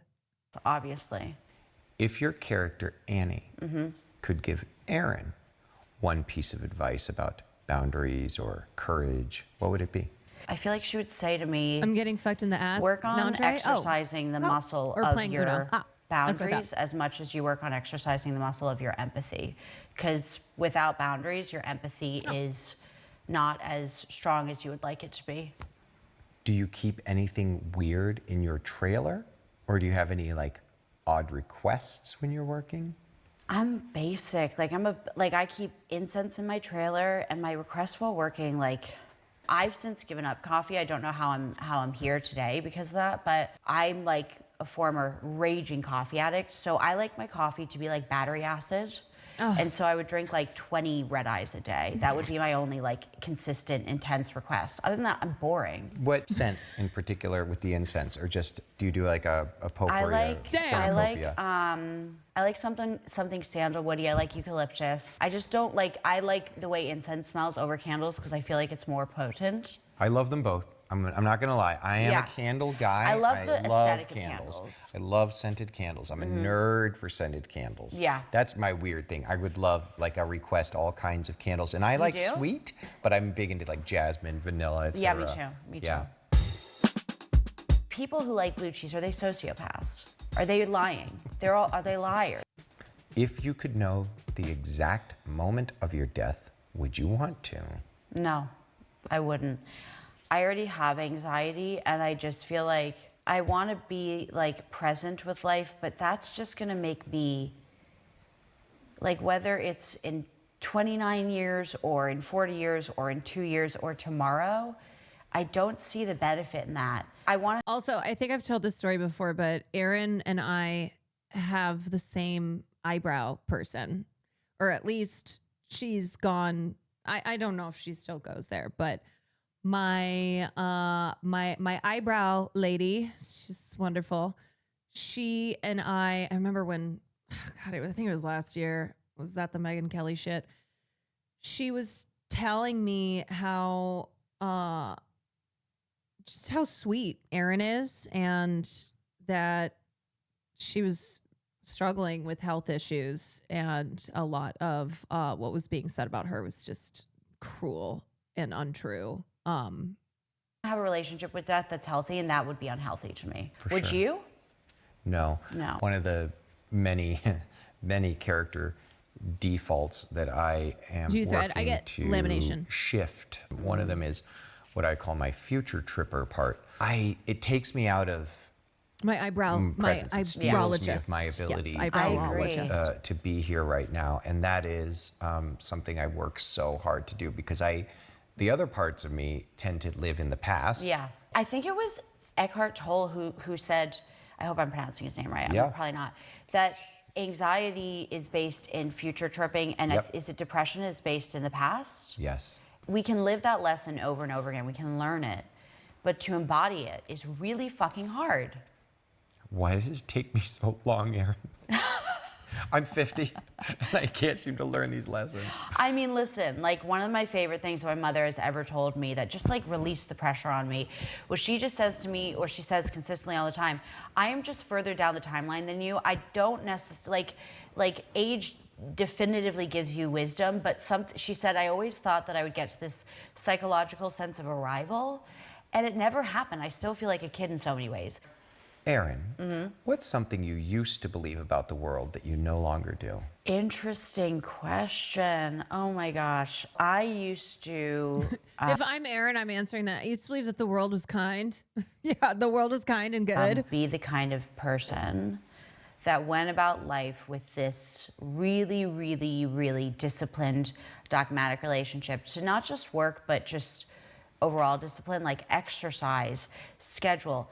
And it was so tightly wound that if I betrayed my schedule, which is how I looked at it as a betrayal, if I didn't adhere to this really unrealistic, or these unrealistic expectations I set for myself, I was the kind of person that was like a no days off kind of person, right? And that sent me into a space of just physical and mental lack of wellness. You know, they say like, don't let perfection be the enemy of good. I let perfection be the enemy of good to a really, really extreme degree. And now I'm just much loose. My grasp on life, my grasp on the wheel of like professional stuff, personal stuff has loosened, not in a way where I am way more lax about not meeting my responsibilities, but I've just become way easier on myself. But I treated my body and my brain and everything in between like it was a machine for so long, and I was so brutal on myself. And it was this self-loathing type of thing. It took a lot to get to the other side, but it's so much more comfortable here. I'm so happy for you. Do you think that we leave an energy behind in the places that we've been? I do, and I don't know how. I don't know if it's a tangible energy. I don't know if it's just via like our presence in people's minds and through our memories and the memories they possess of us. Imagine the I think so one much of the actors these, lurks or in so chat. many of these things are such unknowns, and that's what kind of makes them cool, and that's what allows some of us to exist with less anxiety. But I do in some way. I don't know how, but I do believe that, yeah. If you could ask the universe one question and get a clear answer, what would it be? Wow, that's that is such a profound question. I like this isn't Smile on earnest his because face. like if I really thought about this for a month, I'd have an earnest like, and it's not even like do people who like blue cheese, are they sociopaths? Are they lying? Are they liars? I'm serious. Hey, let Do you me like tell it? you. It's an acquired taste, I will say, as someone who previously despised blue cheese, and now I love Something. it. Let me tell you something. Do you like blue cheese? I like blue cheese. I'm a Cobb salad guy, and I like a Cobb salad with blue cheese in it, and I like blue Can I cheese ask a stuffed question? olives. On behalf of like blue cheese likers everywhere, I want you to represent them right now. Like it tastes like mold. I don't. It I actually think you're all is. lying. It is mold. I think that you're all lying. Cheese is like mold, really, but But, like- blue cheese is such a strong, pungent, powerful. But here's the thing: But I'm the a little good different kind than of you because, like I mold. said, I love the incense that smells sweet. I like a little I like incense savory. that smells but I sweet. also, something weird about me, there's certain, like sometimes a really musky, strong smell, I don't mind. Like a really strong cheese doesn't offend me. I like it. I get Something into it. about that, like, I think that's like, if you like blue cheese, it's a personal red flag to me. Can we still be friends? Yeah, we can. We Okay. can. We I can. will never eat blue cheese in your presence. I'm gonna try and eat it later today now. Have you ever it's done so any like planning or ever think good. about like, okay, if I died, this is the funeral that I would want. This is the Erin Moriarty funeral of choice. The only thing that relates to death that I've really thought about has been how I want to go, and I have never thought about the funeral itself. But I'm the kind of person, like, I don't like parties centered around me. I don't like I've always thought like I will do a city hall wedding. So I'm not the kind of person that would envision a funeral. I have thought about certain elements of my life, and like I have gotten introspective at times and thought, at the end of the day, what do I want Have I been watching the newest season of The Boys? Yeah. people to think about me? And so I guess you could say, Oh, also, sorry, Gen V watchers announced that it's over. They are not having a third season. But they're doing a fucking prequel in 2027 that is the origin of Soldier Boy and Stormfront. Not sure about that. what people would say about me at a funeral, but the actual funeral itself, I think at the end of the day, I just want like a celebration of my life. I'd want it to be, Yeah, Vought Rising. I don't want to say positive because that's a reductive way of putting it, but celebratory with obviously space for people to mourn. Do you know what's one of my biggest grievances with The Boys? Tell me. That I never got to be on it. And that you didn't get to kill me on it, because at my funeral, I want a reel playing of all of my death scenes. And then I thought, since you're gonna die, This man does die all the time. All the time. In way films after I and do, I'll be shows. long gone before you die. But I would have created a really great tape for them to play at your funeral of you killing me. Oh my God. And that well, would have been my... listen, the universe is expansive.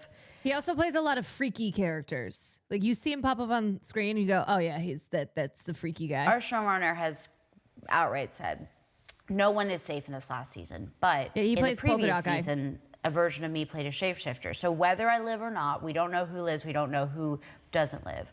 But the universe is expansive. There are more spin-offs happening. There are opportunities for my character and every other character to come back in some way. And so I'm manifesting that for us, for your funeral. Thank you. Of Does course. does Starlight think about death and dying? Does she Yeah. ever get scared? I think when you're in that, Denis Villeneuve contacted him and said, dude, I have a cool death scene for you. He's like, hit me. You know that's what I'm best at. world, you have to. I mean, she thinks about dying way more than I would because she is in life or death circumstances in ways that I've never been in. You know what I mean? And I think, thus far she's had to take really she's had to have moments where she's okay dying to sacrifice herself for the greater good. I mean, not to get once again saccharine on us, but that's kind of what being a hero is, and is where she's like one of the few only real heroes on the show. And I remember really, really seriously contemplating who I was going Well, thank you for opening up. When you're born looking like a serial killer, cannibal, capitalize on it. David Desmalchin definitely has that born to be a character actor, and character actor who's probably villainous. Us today. Let's talk about things that are happening in our lives outside of the casket. All right, What this are is the this is when she talks about her health journey. things going on in life that make you think about your own mortality?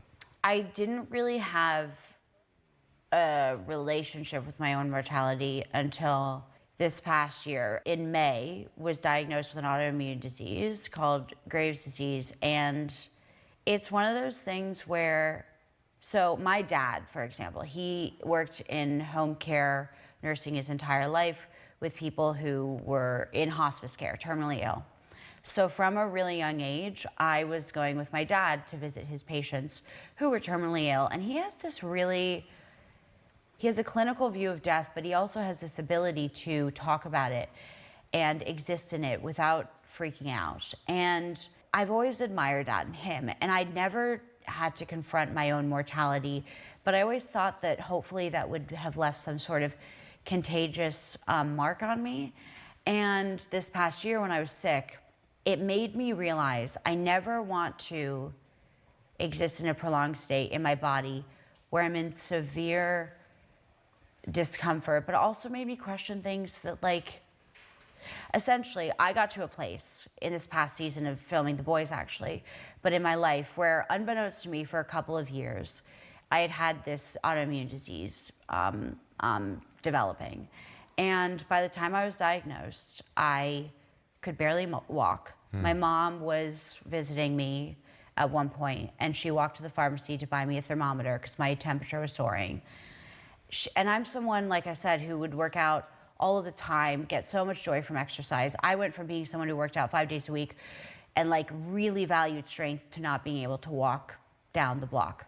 And I'm just saying this to kind of relay the severity that some autoimmune diseases, the way they can manifest.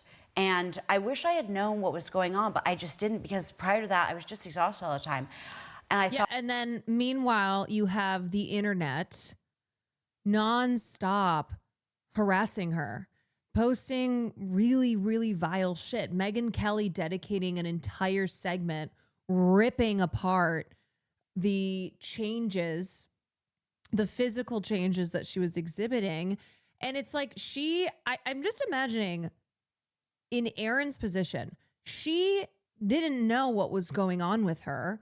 So it's not just that she has to deal with the internet's cruelty and people, God, they continued to be so cruel, of course, but was also dealing with not knowing medically what was happening to her. And that is not anybody's business either. You know, you shouldn't be forced to divulge what is happening to you medically. Shouldn't have to do that. But she shared, and then once she found out, when she was diagnosed with Graves, then she talked about it last year. She shared her diagnosis, and still, because now we're in the new season of The Boys and people are talking about her appearance again. Not that I was stressed out, but I also would see the doctor and I would sort of communicate something was going on. Something happened, which kind of, I'm still metabolizing the way it impacted me, which was the disbelief that you can sometimes see in people's faces when you're going through something that is, in that moment, life or death. Anyway, I remember like going to work and trying to figure out shirts that were appropriate to wear without a bra because I couldn't clasp my bra because my hands were too weak. Wow. It was so severe, David. It's something that, like, to this day, to put myself back into that state or like really go there mentally is hard for me. But I remember you're a public figure. You have everyone's looking at you. Plus, you're going to set. Did anyone in the cast offender? Yeah, a bunch of them did, and then the Boys creators. Boys creator, Eric Kripke, who's the showrunner, he came out and was like, leave her the fuck alone. So everyone's looking at you. The day revolves around you. I have to be on screen. The day needs Erin to be at 100%. She's not only just an actor, she's playing a superhero, and you're unable to even like reach behind your back and clasp a thing. Yeah, exactly. Just to remind you. Erin Moriarty. And Just she's to remind 29 you. years old. Oh, yeah. Mind you, she's here with what's his fuck? Loser, whatever. They're all the same to me. Michael Knowles. Yeah, Michael Knowles. Beautiful actress. That's about where the positivity ends from Megyn Kelly in this segment, about the actress who stars in The Boys. As a result of Megyn's segment, where she criticizes, just putting it lightly, Erin's appearance, Erin has decided to leave Instagram, but not before posting this response to Megyn's segment, in which she writes, "I'm horrified, and I felt that I deserved to take a second to address these things, calling the segment disgustingly false and ironically misogynistic." She's decided to completely change her face. This is a picture of her before, which I think was relatively recent, within the past year or so. It's not. Erin writes that it was taken about a decade ago. Yeah, this is what I mean by these losers will constantly use photos from when they were kids. Before she was of legal drinking age, as an example, maybe do some research. That would take 30 seconds. Actually, funnily enough, Both Megan and Erin are wrong. I looked at like, oh, what's the banner behind her? Yeah, so I figured it out. It's from the Captain Fantastic premiere from 2016. So yeah, so Erin just turned 22. It was in June 2016. Yeah, so about 7.5 years ago. Very beautiful girl. So beautiful that Truly, if I look at photos of me from 22 to now, it's a huge she was becoming a difference. very famous Hollywood actress, put on camera and on screen and on multiple shows and movies. Now look at her. And then a lot of them too will use photos from when she was in Jessica Jones, when she was an actual Look at that. teenager. Erin says of the recent photo, I got my makeup done that day, and it involves major contouring. I remember leaving and feeling pretty. And even that day was an immensely stressful day for me. I came running to those girls. I showed up in tears after what had happened that day, and I left feeling better simply because I felt like they had reduced my lack of sleep and worked their magic wands. Who did that to her? Who is the surgeon who said, yes, I will keep going. Yes, I will stick all sorts of crap into your cheeks. She's got the Kim Kardashian lips. And it's also like, Megan, really? Are you going to fucking be one to talk? Really? Come on. It made her nose so skinny, it looks like a pencil now. She's got like what appear to me to be cheek implants. You know, you like huge, the cheekbones are like out to here. I saw the comments, scathing enough to just turn my comments off, but this is becoming harassment. This is becoming false news. Apparently it's real. She's done this to herself. Look, I'm not against plastic surgery. This is something else. This is like a mental disorder. This is extreme. How utterly misinformed, inaccurate, clickbait-seeking people who we follow and consider to be informed is appalling. Look at, she looked like a nice, beautiful, natural gal. And I'm sorry not to pick on this Moriarty gal. There's no excuse for the words that have been spoken directly to me or about me. Shame on you, Megyn Kelly. Thoughts? I'm not... Oh my God. Women can never win. Doesn't matter what they do or don't do. Crucified for existing in their bodies. Get bullied for their natural body. Get bullied if they change anything. Yeah. And even speaking about it now is like, I'm so glad. And it's like, also, Erin works in Hollywood. Erin is an actress in the most superficial industry that we have. It is especially in the way that women have had very, very narrow, narrowly defined beauty standards. It's like you take what is already narrowly defined beauty standards in society, and then it is even worse in Hollywood. To be, because it's cathartic for me, and it feels important as well, because obviously I had no idea. Megan never talks about the Mar-a-Lago faces. Yeah, Megan never talks about all the MAGA women. What was going on. I knew that I'd taken the test to find out if I had Graves' disease, Yeah, but the Republican makeup. at that moment I was waiting several weeks to get the test back, and I was lying in bed at one point, and my temperature was soaring. I was sleeping most hours of the day. And I remember like really, really seriously contemplating who I was going to reach out to that night to please ask them to take care of my dog if I died that night. Because I was like, I'm done. I'm done. And I just thought, if this isn't Graves' disease, then the doctors were like, you're gonna need to see a neurologist, because this is like, I couldn't walk, but my hands were numb and like all of these things were happening.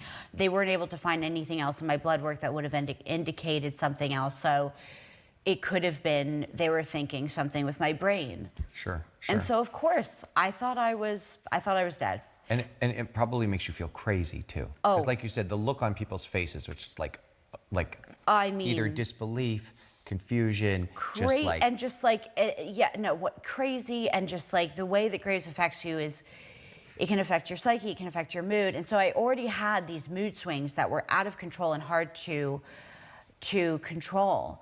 But I mean, I remember once again lying in bed, because I was lying in bed constantly during that time, unless I was at work, and thinking, what matters to me, and this was a wild thought to have at that time, because I had lived for work. I've worked since I was 15, really 11, and everything has been about work, and I've loved it. And I don't regret anything. But I remember lying in bed and thinking, if I die tomorrow, what matters to me is I've navigated life being a kind person, and that taught me so much.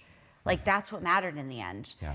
Like, I've gone about life with this earnest, like, innate, and it's not like a moral holier than thou disposition. It's because I think that when you're a kind person, the world in return is easier to tolerate, because you're kind of, I like to believe everyone's kind unless they prove otherwise, and I like to go about the world with a level of kindness because it makes it safer, right? Yeah. But that's what mattered to me. Not the work accolades, not anything that I thought would be the tangible sources of pride at the end of the day or at the end of my very last day. It was going about things in a way that felt honest and with a level of integrity that I associate with being a good person. But I think going through that, I didn't have any frame of reference. No one my age was going through anything that I could compare that to. Not to like employ terminal uniqueness, because I'm aware that people are going through horrible things and at any age, but I thought I was done. And I just remember thinking, like, it would suck to go now, because I just thought there's so much more of life that like I want to experience, and that would make me sad. But I don't have control over this if it is going to take me out. If I wake up tomorrow, or if I get a diagnosis next week and I'm able to come back and Erin is able to come back, because I was gone. I was buried deep inside myself. I was gone. I'm going to implement this lesson that I've learned, which is we all just need to be, and I know this is so simplistic, but just be fucking kind. Yeah. Just be kind. They've proven that altruism is something that is as good for yourself as it is for others. So even if it's a selfish motive, just be fucking kind, because life can be so hard in ways we don't have control over. And that was what had made me happy in the end. I thought I can go tomorrow knowing that bare minimum I can say that about myself, that I have tried, even if I haven't succeeded. Yeah. You know, you know the saying, it costs nothing to be kind. I think going along with that, it costs when you are unkind. There is a cost to being unkind. And I just think about how this woman has been through her share of very, very unkind people. People still who will not stop harassing her over the changes in her appearance, despite her sharing her medical issues. As someone diagnosed with Graves in the same age as Erin, this hits home big time. Yeah, I'm sure. And yet she's still talking about how when she went through that period, that it reminded her that if she were to go, that what she would leave behind is how she had treated people, because that is what we leave behind. Everything else is writing. Everything else is just, a Wikipedia entry, accolades that, okay, sure, I'm not saying there's not importance to that, but it's the way that you treated people in life. Truly.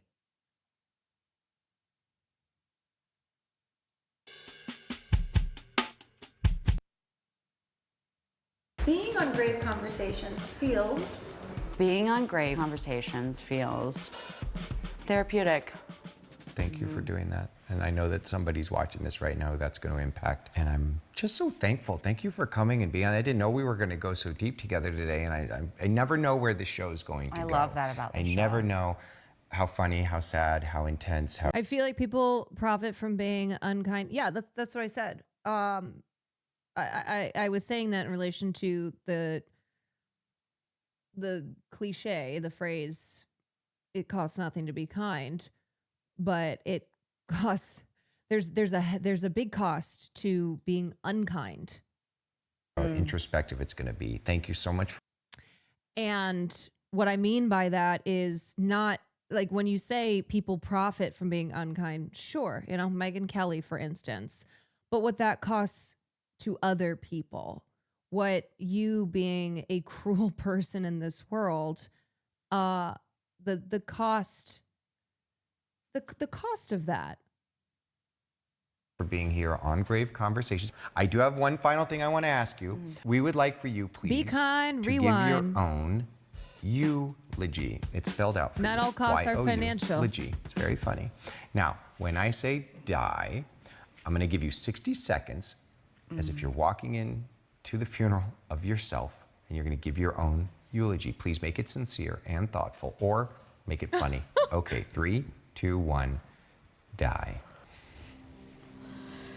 She tried her fucking best. She really did. And it's hard to try your best, but she tried her fucking best and still died thinking that people who liked blue cheese were sociopaths. I can't. I mean, that's it, period. Period. She tried her best. Sure did, and you're doing amazing. I'm so excited to see all that's up next for you. We are so excited to see the final season of The Dang Voice, techno. and even more Thank you for the 5 gifteds. to see what you do after that, and after that, and after that. But for now, I must sleep. But now I'm Bye. asleep.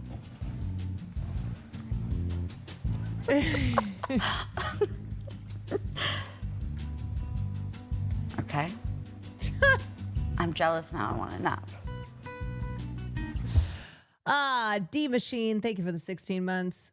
The Boys, either intentionally or unintentionally, has cultivated a subsect of fans that will make fun of someone for a condition they have, the type that somehow doesn't realize Homelander is the bad guy. Yeah, the ones who are like, is this fucking play about us? But then still don't get it. I was saying in my Insta, think not of the cost to yourself of being kind, instead think of the cost we would all bear for not being kind. Yeah. It is simple, but true. My boyfriend said unsavory things about her surgery because he hates the idea of plastic surgery. His graves too, so I wonder how he will feel. Well, the other thing is like, look, there are obviously criticisms to have for the plastic surgery industry and for the very narrow beauty standards that exist in our society. However, there always seems to be this there seems to be so much condemnation that is thrown at women, and this kind of gets into the larger conversation of gender affirming care. Cisgender people who constantly will participate in gender affirming care. And yet when trans people do that, they're trying to make it illegal out here. But also that men don't have the same societal condemnation put on them when they are also adhering to restrictive standards of beauty. Now, I will say, obviously, the culture today with looks maxing and men having eating disorders, like, yes, that is true. The all of the language that I'm hearing these days around with young men, you know, and if you look a certain way, then you will have value in this world. Certainly that is that exists, and it's something that I try to push back against. But the way that women are crucified, no matter what they do. If women have gray hair, if they decide to grow out their gray hair, and they are chastised for that. If women decide not to get Botox, not to address the wrinkles that form on their faces, they are they are rejected for not maintaining their youth, because youth is beauty, and that is what women's value is tied to. In our society, women can't live and age in peace. And then when women do things to address aging, especially in industries that are incredibly superficial and artificial and all about how you look, they are crucified for that as well.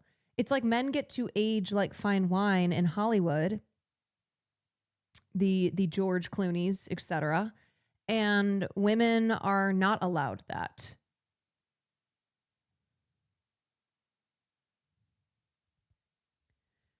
And obviously, before you go, well, how about this person or how about this person? Yes, of course, there are always individual instances that are true. And that doesn't change, though, the broader societal pressures and how that applies depending on your gender. I only know him as Amal Clooney's husband. George Clooney, aka Amal Clooney's husband. They believe in looks maxing purely because they are entirely vapid humans who only value women based on appearance. So consequently, they see no possible way they can value themselves outside their looks. Meanwhile, every woman out there is like, be nice. Yeah. They're like, that you're lying. Women are lying. When women talk about wanting to be with kind partners, people who treat them as human beings, it's like, oh yeah, no, they're just lying. Women be lying. Certainly listen to me, a 20-year-old man, on what women actually want. The double standard of attacking women getting lip fillers or Botox or Brian Johnson doing blood transfusions with his son is still insane to me. So many people are like, no, I think it's cool that he's trying to find the secret to immortality. Who cares? Who cares? He's a billionaire who's not, I don't know, creating or pushing technology that's like being used to blow people up.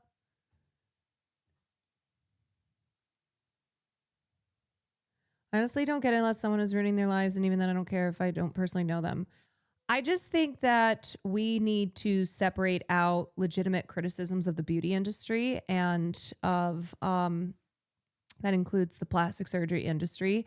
Separate that from misogyny and the pervasiveness of sexist behaviors and attitudes. And a lot of people don't know how to make that separation. And so it does just end up being misogynistic screed and perpetuating beauty norms, right? Perpetuating like restrictive gender ideals. The thing with that billionaire's regimen to stay young is it leaves no room for injury. It hinges on him being able to do the same thing every day, but injuries will happen, come for him. It's inevitable. Yeah, God, that guy is a real fucking weirdo. And if I have to see him and his girlfriend post about fucking one more time, talk about the details of their sex life on Maine, I don't know what I'm gonna do. Oh yeah, sorry if you weren't previously aware of that, but those two are real weird.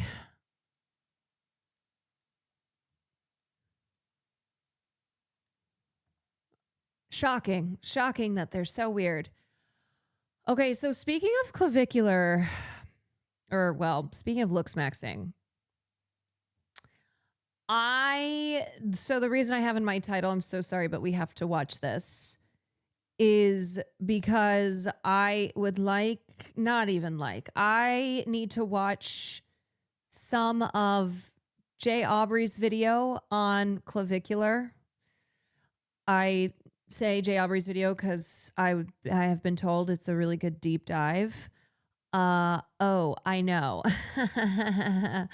Well, here's the thing. Matt Bernstein reached out to me and he was like, hey, you want to do another podcast episode? He wants to do an episode next week that is a postmortem of clavicular now that in recent events, clavicular has overdosed, has been banned from YouTube again. And because we talked about clavicular in the episode, the incel to ice pipeline that we did with Matt, myself, and FD Signifier, he wants to get, I thought you meant he died. No, not yet. He wants to get the gang back together and talk about all about the clav. But yeah, I mean, I think it's trying not to just like rehash everything else that has been said. But FD was like, I don't really know much about clavicular, and Matt was like, oh, it's okay, Caroline and I know plenty. I was like, well, I mean, I know enough. I know enough. So to give Clav some, we're just gonna watch some. Okay, we're just gonna watch some. I know another problematic person, but did you see Andrew from Channel 5 said Peter Thiel is the one funding clavicular? Yes, and we'll be sure to bring that up, that he's being funded by Peter Thiel, that it all goes back to Peter Thiel. It really does. Please tell me you saw the Lux Maxer that uses his tears to texturize his hair. I did. Yeah, I did. No, don't Google him. Well, he's not going to have to Google him because he's going to hear all about clavicular. God, I'm sick of the evil gays. Well, I know between Sam Altman and Peter Thiel, I'm like, no more evil gays. No more. The thing is, though, they're evil billionaires, right? They are evil billionaires who are gay, but they are evil billionaires. Sam Altman is gay. Yes. Clav has mentioned being invited to a Teal party. His friends reply that anybody with that much money has mental problems. No, Clav is not a billionaire. No. I don't know his actual financial situation. I'm not aware. But if he's being funded by one of the most evil billionaires on this planet, then potentially he has a lot more funds than we were previously aware of. I watched an hour-long video on Clav a couple months ago when I couldn't sleep. It broke my brain. Well, apologies. I did say in my stream title, I'm sorry, but we have to watch this. And by we, I mean I just need to brush up on knowing more so I can be prepared for doing a podcast episode. So let me see what else I had. I did want to talk about that Mr. Beast lawsuit. And okay. I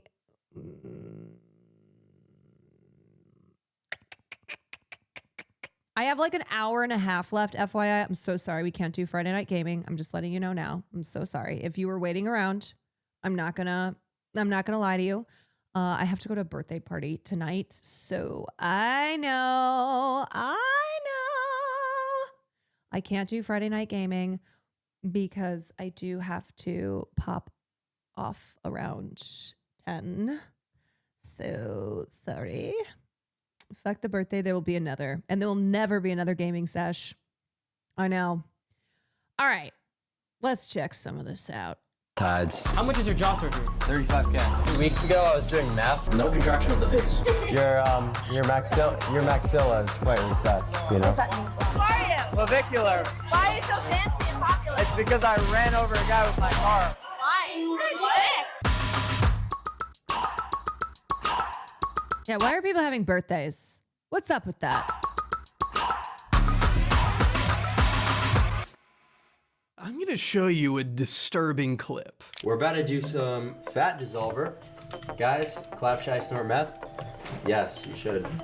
right, let me see. This is clavicular. Clav, should I snort meth? Yes, you should. At first glance, he may look to be about 35 years old, but in actuality, he just turned 20. He was 19 when this clip was taken. In this clip, we see Clavicular using a needle to inject the fat-dissolving peptide Aqualix into the— I saw somebody tweet and they said, I've seen more clips of Clavicular in the last year than I've seen my own parents. cheek of a 17-year-old girl live on stream in front of thousands. One fun fact about Aqualix is that it hasn't yet been FDA approved in the United States. If you live in the UK, you might be able to get a prescription for it, but if you're Clav, as his adoring fans know him, you might as well just buy it over the internet the same way you get all your other steroids. No doctor necessary, as he's happy to— I think this was the first clip of Clav that I saw, and as far as people asking how is this allowed, well, it's Kick, and they do crimes on Kick, like actual crimes, torture and other crimes, hitting people with cars. remind his chat. This is a fat dissolver. You could easily buy it online, yeah. After all, Clav has been around the block. He first began shooting black market testosterone years ago at the age of 14 and has remained on a fairly steady regimen of various steroids, supplements, and appetite suppressants to maintain his chiseled physique. To hollow out his cheeks, for example, his amphetamine of choice happens to be crystal meth, which he prefers over cocaine because it's apparently more fun. Models will do like coke to get like their appetite to go away, but meth just lasts a lot longer, you know? And that's when he isn't tripping on a combination of pregabalin and baclofen to replicate the effects of alcohol with— Also, what I think is important for people to know, and maybe it seems like, well, yeah, duh. He is an addict. Like, he is fully consuming a cocktail of dangerous substances. I know, again, it's like, no kidding, right? But I think people thought, maybe not now, but in the beginning, I think they thought that it was a bit. It was like, oh, he's doing this. He's doing this for attention. I mean, yes, attention, but doing it for attention, but he's not serious. Like, he's not actually doing. Yes, he is. He's doing so many things that I, in my 33 years, have never even heard of or didn't know people were consuming to get high. Without having to deal with the bloating that often comes with drinking. So he isn't exactly lying when he reassures his friend here that he isn't a rookie. I'm not a rookie. Did you make sure to mix a little bit of meth in the Aqualix? In fact, he might just be more qualified than a real medical professional. This might be a little bit egotistical, but I would say I'm probably much more qualified than your average PA who's doing it, you know? After spending a good few minutes trying to determine if applying injectable lipolysis on camera is even allowed on Kick. Is this allowed on stream? Chat? I think it's allowed. Do we check if this is allowed on stream? Let's check. My only thoughts are, where are his parents and why does he remind me of Nate Jacobs season 1 of Euphoria? In answer to your first question,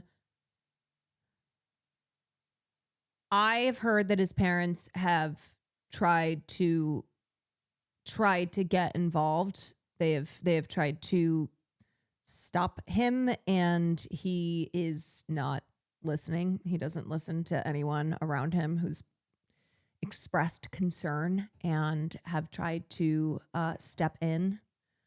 I know they were trying to stop him early in his career. Yeah. So I don't know much else about his parents, but I have heard that they are very aware, and they have they've tried to step in, but he's not listening to anyone. Yeah, look it up. Are we allowed to do fat dissolvers on stream? Moderator. Dad left after failed intervention. Yeah. TMZ's learned the streamer's own father flew across the country to stage an intervention and got completely iced out. This was after the OD. We're told Clav refused to even see him, saying that he was busy and still planning to hit his already promoted club appearance at Baccarat Club, the same event he'd hyped before landing in the hospital just a day earlier, where he was spotted partying with Blueface. Despite Clav telling viewers on a live stream, I wanted my dad to come because he was here, but he didn't come. Our sources say that's not the full story. His dad was never supposed to hit the club. He was there strictly out of concern after the OD scare. Instead, we're told the situation got so frustrating that Clav's father left Miami without ever getting the chance to say what he came to say, flying back to Jersey, deeply worried about his son's health. Yeah.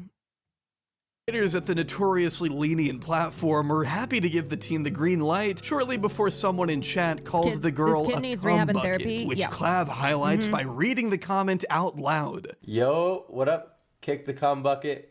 Yo, you're crazy. Because this is unfolding on kick.com after all, the chat is about as depraved and unmoderated as you could imagine, with Clav doing nothing to mitigate comments being flashed on screen like her cheek. That's also why his PR person, Mitchell, just left the team because he was like, I am not going to work with you until you get help. And he's one of the few people, too, who has tried to do something about this. But Clav is surrounded by people who are the ones he's listening to and ones who are encouraging this, participating in it, exploiting, all the bad ones that he shouldn't be.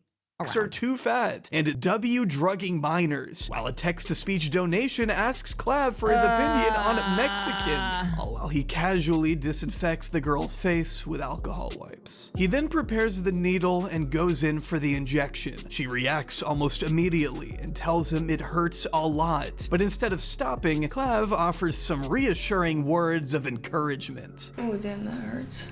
Yeah, it'll hurt a bit. Oh my God. That hurts a lot. Is that meant to feel like that? Mm-hmm. We're ascending.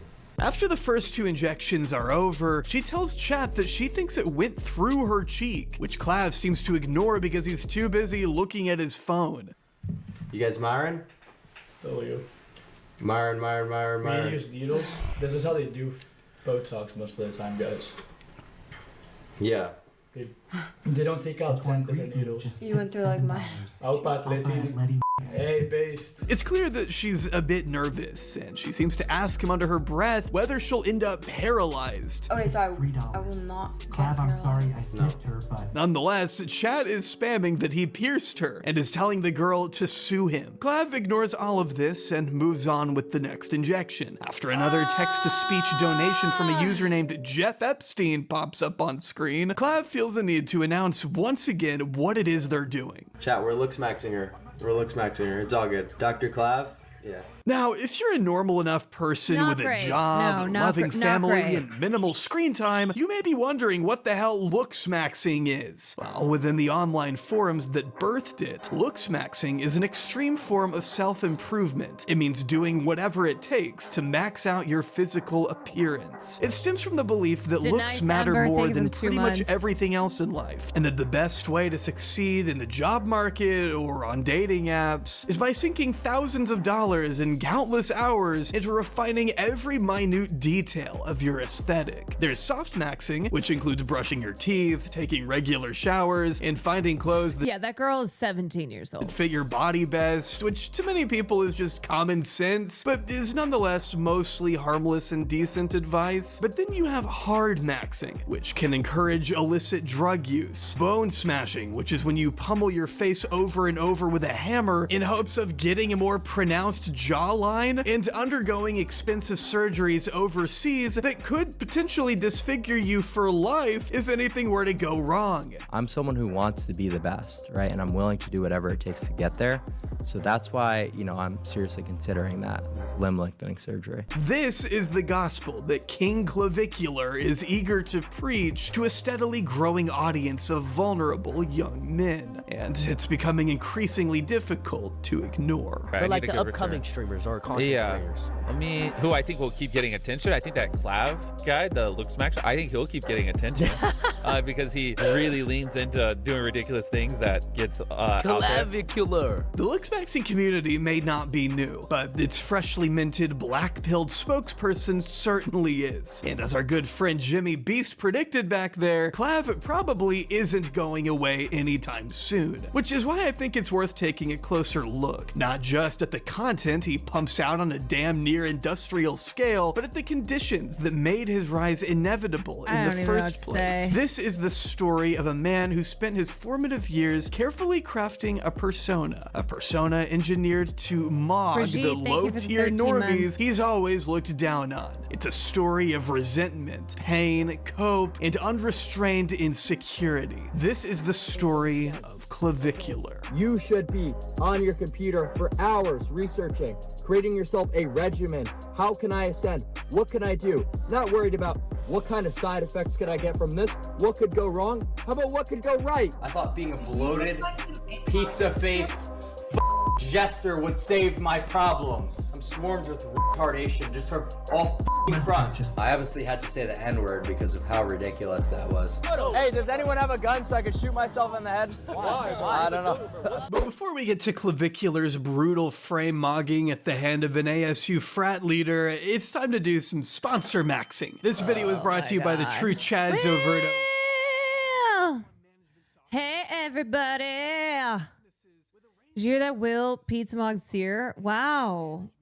We actually just watched an interview with Sear and Erin Moriarty from The Boys.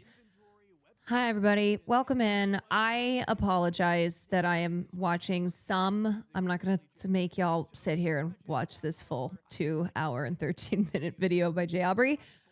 But I'm watching some of this because my friend who I've done a number of podcast episodes with reached out and was like, hey, let's do an episode that is, well, he used the word postmortem, which Clavicular is not dead, despite overdosing and despite all signs pointing to that potentially being in his future. But yeah, I have been asked to do a podcast episode that gets into the Peter Thiel funding rumors that Matt Bernstein's podcast. Yeah. A Bit Fruity, which I've done a number of episodes at this point now. And the Clavicular ODing, and just was also recently banned on YouTube again. New chatter here brought to you by A Bit Fruity. Oh, hell yes. So I'm just giving you a little sneak peek into... There's a link to my second channel, Jobry, where I recently started posting shorter videos that are... And he wants to get, he wants FT Signifier, myself, and him to get together again for this episode. We previously did one that is quite as the dense as what we tend incel to to discuss over on ice this pipeline, channel. They're not super and we did polished, mention but if you looks want more maxing in frequent Clavicular uploads in that in between episode, these so he's longer like, let's do a projects, follow-up to then that. please consider And FD subscribing, does and not even if you don't know wanna hear me about ramble, Clavicular, subscribe anyway, so because I Matt have was two like, very don't hungry worry, children who will starve without Caroline using and their I will muscles. handle They're it. wasting away, as And you I can said, tell. everything Now I that we know got is that against all my out of the way, will. Truly, everything I know about Clavicular is against my will. I cannot escape. None of us can escape this. But you know what? Good day, ladies and gentlemen. Welcome back to another lesson. This is the first time that it's still against my will, but I am putting on a video that's a deep dive into Clavicular so I can learn more. We're going to be talking I'm so happy for the people who just came into chat and are listening to this having no idea what you're talking about. Well, now they will. about blood pressure management, rather. Hey, what's going on, guys? In this video, I want to go in depth on lateral thumb pulling of the mid-palatal suture. Today we're going to be talking... Ask FD if he has anything to say about your age's comment. Wait, what did your age say? I have to acknowledge Will Neff's attempt to try and get me to win his hot sauce, but the game is still rigged. The game is always rigged. The house always wins. The hairline comment. Wait, your age said he has a massive forehead? Shut up. Did he have anything else to say on FD, or he just had to say that his forehead is big?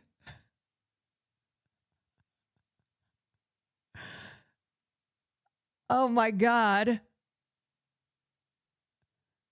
He did, and then he claimed his was also. Okay, so he said he has big forehead, but also I do too. He said that they both share They both share the BF, the big forehead solidarity. I've never noticed, but I guess your age has. About softmaxes that you could do to improve the appearance of your nose. Talked a little bit about baclofen. He said his kids prom watch him and Rage said that's cool, but he's still got a big forehead. Videos. We talked about blocking glutamate via pregabalin in previous videos. For 3 days, I spammed. Oh my God, I didn't even realize I got a double raid. Excuse me. Will Neff and David Dismalchin. Will Neff and Sear Raid, thank you so much. Thank you for the double raid. They are definitely not in here still because they're probably hanging out. But hello to raiders from both communities. And I am apologizing to both communities as well as my own that I am playing this right now. A combination of Adderall and methamphetamine for appetite suppression. I literally went on a 3-day fast and stayed awake the entire time, and I lost 5 pounds. That's starting to hurt, man. Let's do a little bit more. Braden Peters was brought into the world on December 17th, 2005. He was raised in a moderately comfortable neighborhood. 2005.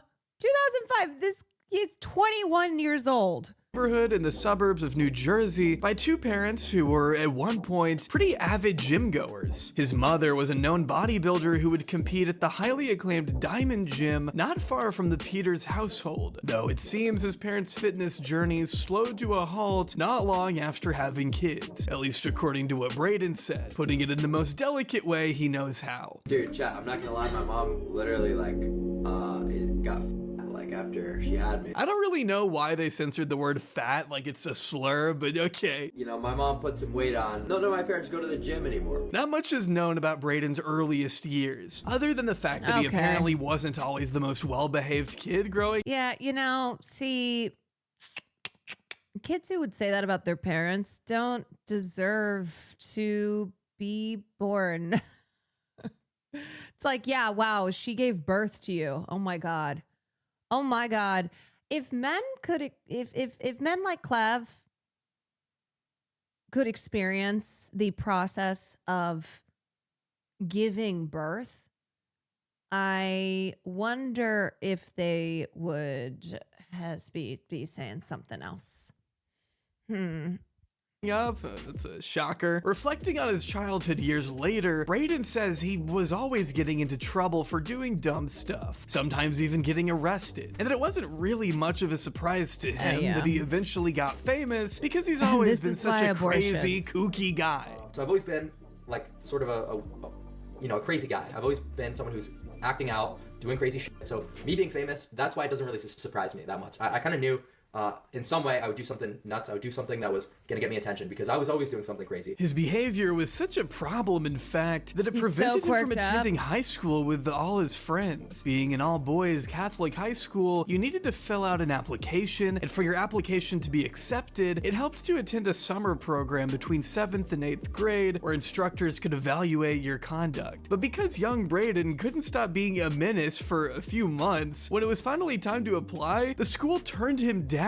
Luckily, his mom had planned ahead and decided to sign him up to a different Catholic school, one much further away from home. Braden says she filled out the application on his behalf without telling him, taking the liberty of writing his essay herself to make extra assurance that he wouldn't be denied. It worked, but that wasn't the end of Braden's troubles. My mom, thankfully enough, applied to another high school, which is where I wound up going for me, because maybe she anticipated my stupidity, and she actually did the entire application, wrote the essay, because I wasn't doing that shit.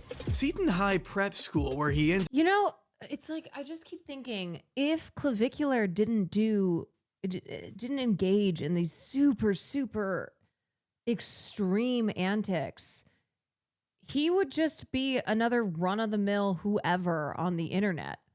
That's the thing. It's like it's not as if he's particularly personable or funny or have anything to offer aside from these ridiculous extreme behaviors.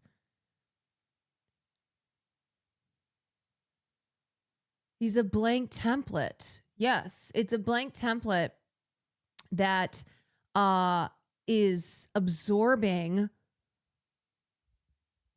how to essentially go viral online. And that is through spectacle. That is through acting in very extreme ways, you know, ranging from the asinine to the very dangerous. ended up attending may have technically been the more prestigious option, but it was also 45 minutes from his house. For 5 days every week, Braden would have to roll out of bed, trudge almost a mile to the nearest train station, board the train, get off the train, then hike another 1.5 miles to the school. And even once he got there, the experience was less than desirable. Being the only student traveling from outside the county, Braden didn't know anybody his freshman year. All the friends he grew up with were 45 minutes away, laughing, hanging out, making high school memories without him. This was also the year 2020, and if Braden already had trouble socializing as an awkward, autistic teenager uncomfortable in his own skin, those social burdens were about to be made even heavier by the logistic hurdles brought on by COVID-era precautions. Between the isolation. And what's fascinating to me is you would think somebody who is socially anxious, on the spectrum, struggles in the way that Braden, aka Clav, has, that the last thing that they would want to do is be a personality on the internet, you know, be live streaming. Now, I understand there are many people who are content creators, who are live streamers, who are on the spectrum, but it's the way that it's the content that he does, where it's not like he sits there and plays video games. I think the stimulants help. Yes, one major reason that he does so many illicit substances and does things that no one should be doing at all, like huffing tire cleaner, is because that's what gets him through these streams. That's what like allows him to, or enables him to be performing for the camera and do these 14-hour IRLs. That came with social distancing and the regular Zoom calls in place of a normal class, COVID proved to be the ultimate detriment to this part of Braden's life. That was probably the worst time to go into high school was in 2020 at the dawn of COVID. Because think about it, you're wearing a mask, you don't even really know, you can't read people's lips, you can't have like big discussions because you can't fucking hear anything. So it's not exactly easy to socialize. It sounds like hope, but it's legit. There's lots of Zoom bullshit. I didn't get to graduate 8th grade and have the cool shit. And I go into high school, more Zoom. You know, I went into school I think for 2 hours a day, and then the rest was on Zoom. It was like weird bullshit, and they cancel it when there was like an outbreak, and it was just, the whole thing was a fucking shit show, right? So socially, it makes it pretty difficult, right? It makes it very difficult to socialize, and especially when I didn't know anyone. So this was really bad timing. I would speculate that the COVID thing was probably what detrimented me the most. Feeling out of place among his peers, Braden shied away from traditional school activities and was never big into school spirit, he says. He did well enough with his grades, but there was just nothing at school to fulfill him otherwise. So he began to look for that fulfillment elsewhere. For a while, he even leaned more into Catholicism, being confirmed into the church at 17, an experience he now sees as a weird and unsuccessful attempt to improve his morals. That got baptized, yeah. Maybe some of you guys have seen the photo that got leaked, and confirmed to the Catholic Church at 17 years old. That was a kind of a weird experience, the whole Christian thing. I mostly knew it was cope to a degree, but I was like okay with that. I was like, well, I'm just looking for something, right? I'm looking for some way to kind of bridge the gap, maybe improve the morals a little bit. So that was a bit of a weird era that I had, the Christian era. That was junior year. Over the summers, Braden worked as a bouncer at a club in Massachusetts where he managed entry, verified IDs, maintained safety, and de-escalated conflicts, as stated on his LinkedIn. The same LinkedIn that has his current job listed as a professional looks max coach. So at least we know he's kept up to date with this thing post-internet fame. Also, it has his SAT score at 1570, which is pretty when's he gonna have his not on the internet era? impressive, actually. Unless, of course, his mom somehow took the SAT for him, too. With grades that high, Braden could have become a lawyer, but I guess singing about Hitler... The thing is, though, is that if clavicular disappears, there's other claviculars. There's there's other claviculars right now. There's ones who will gladly step up to fill that space. At a nightclub with accused rapists and sex traffickers was the better option, huh?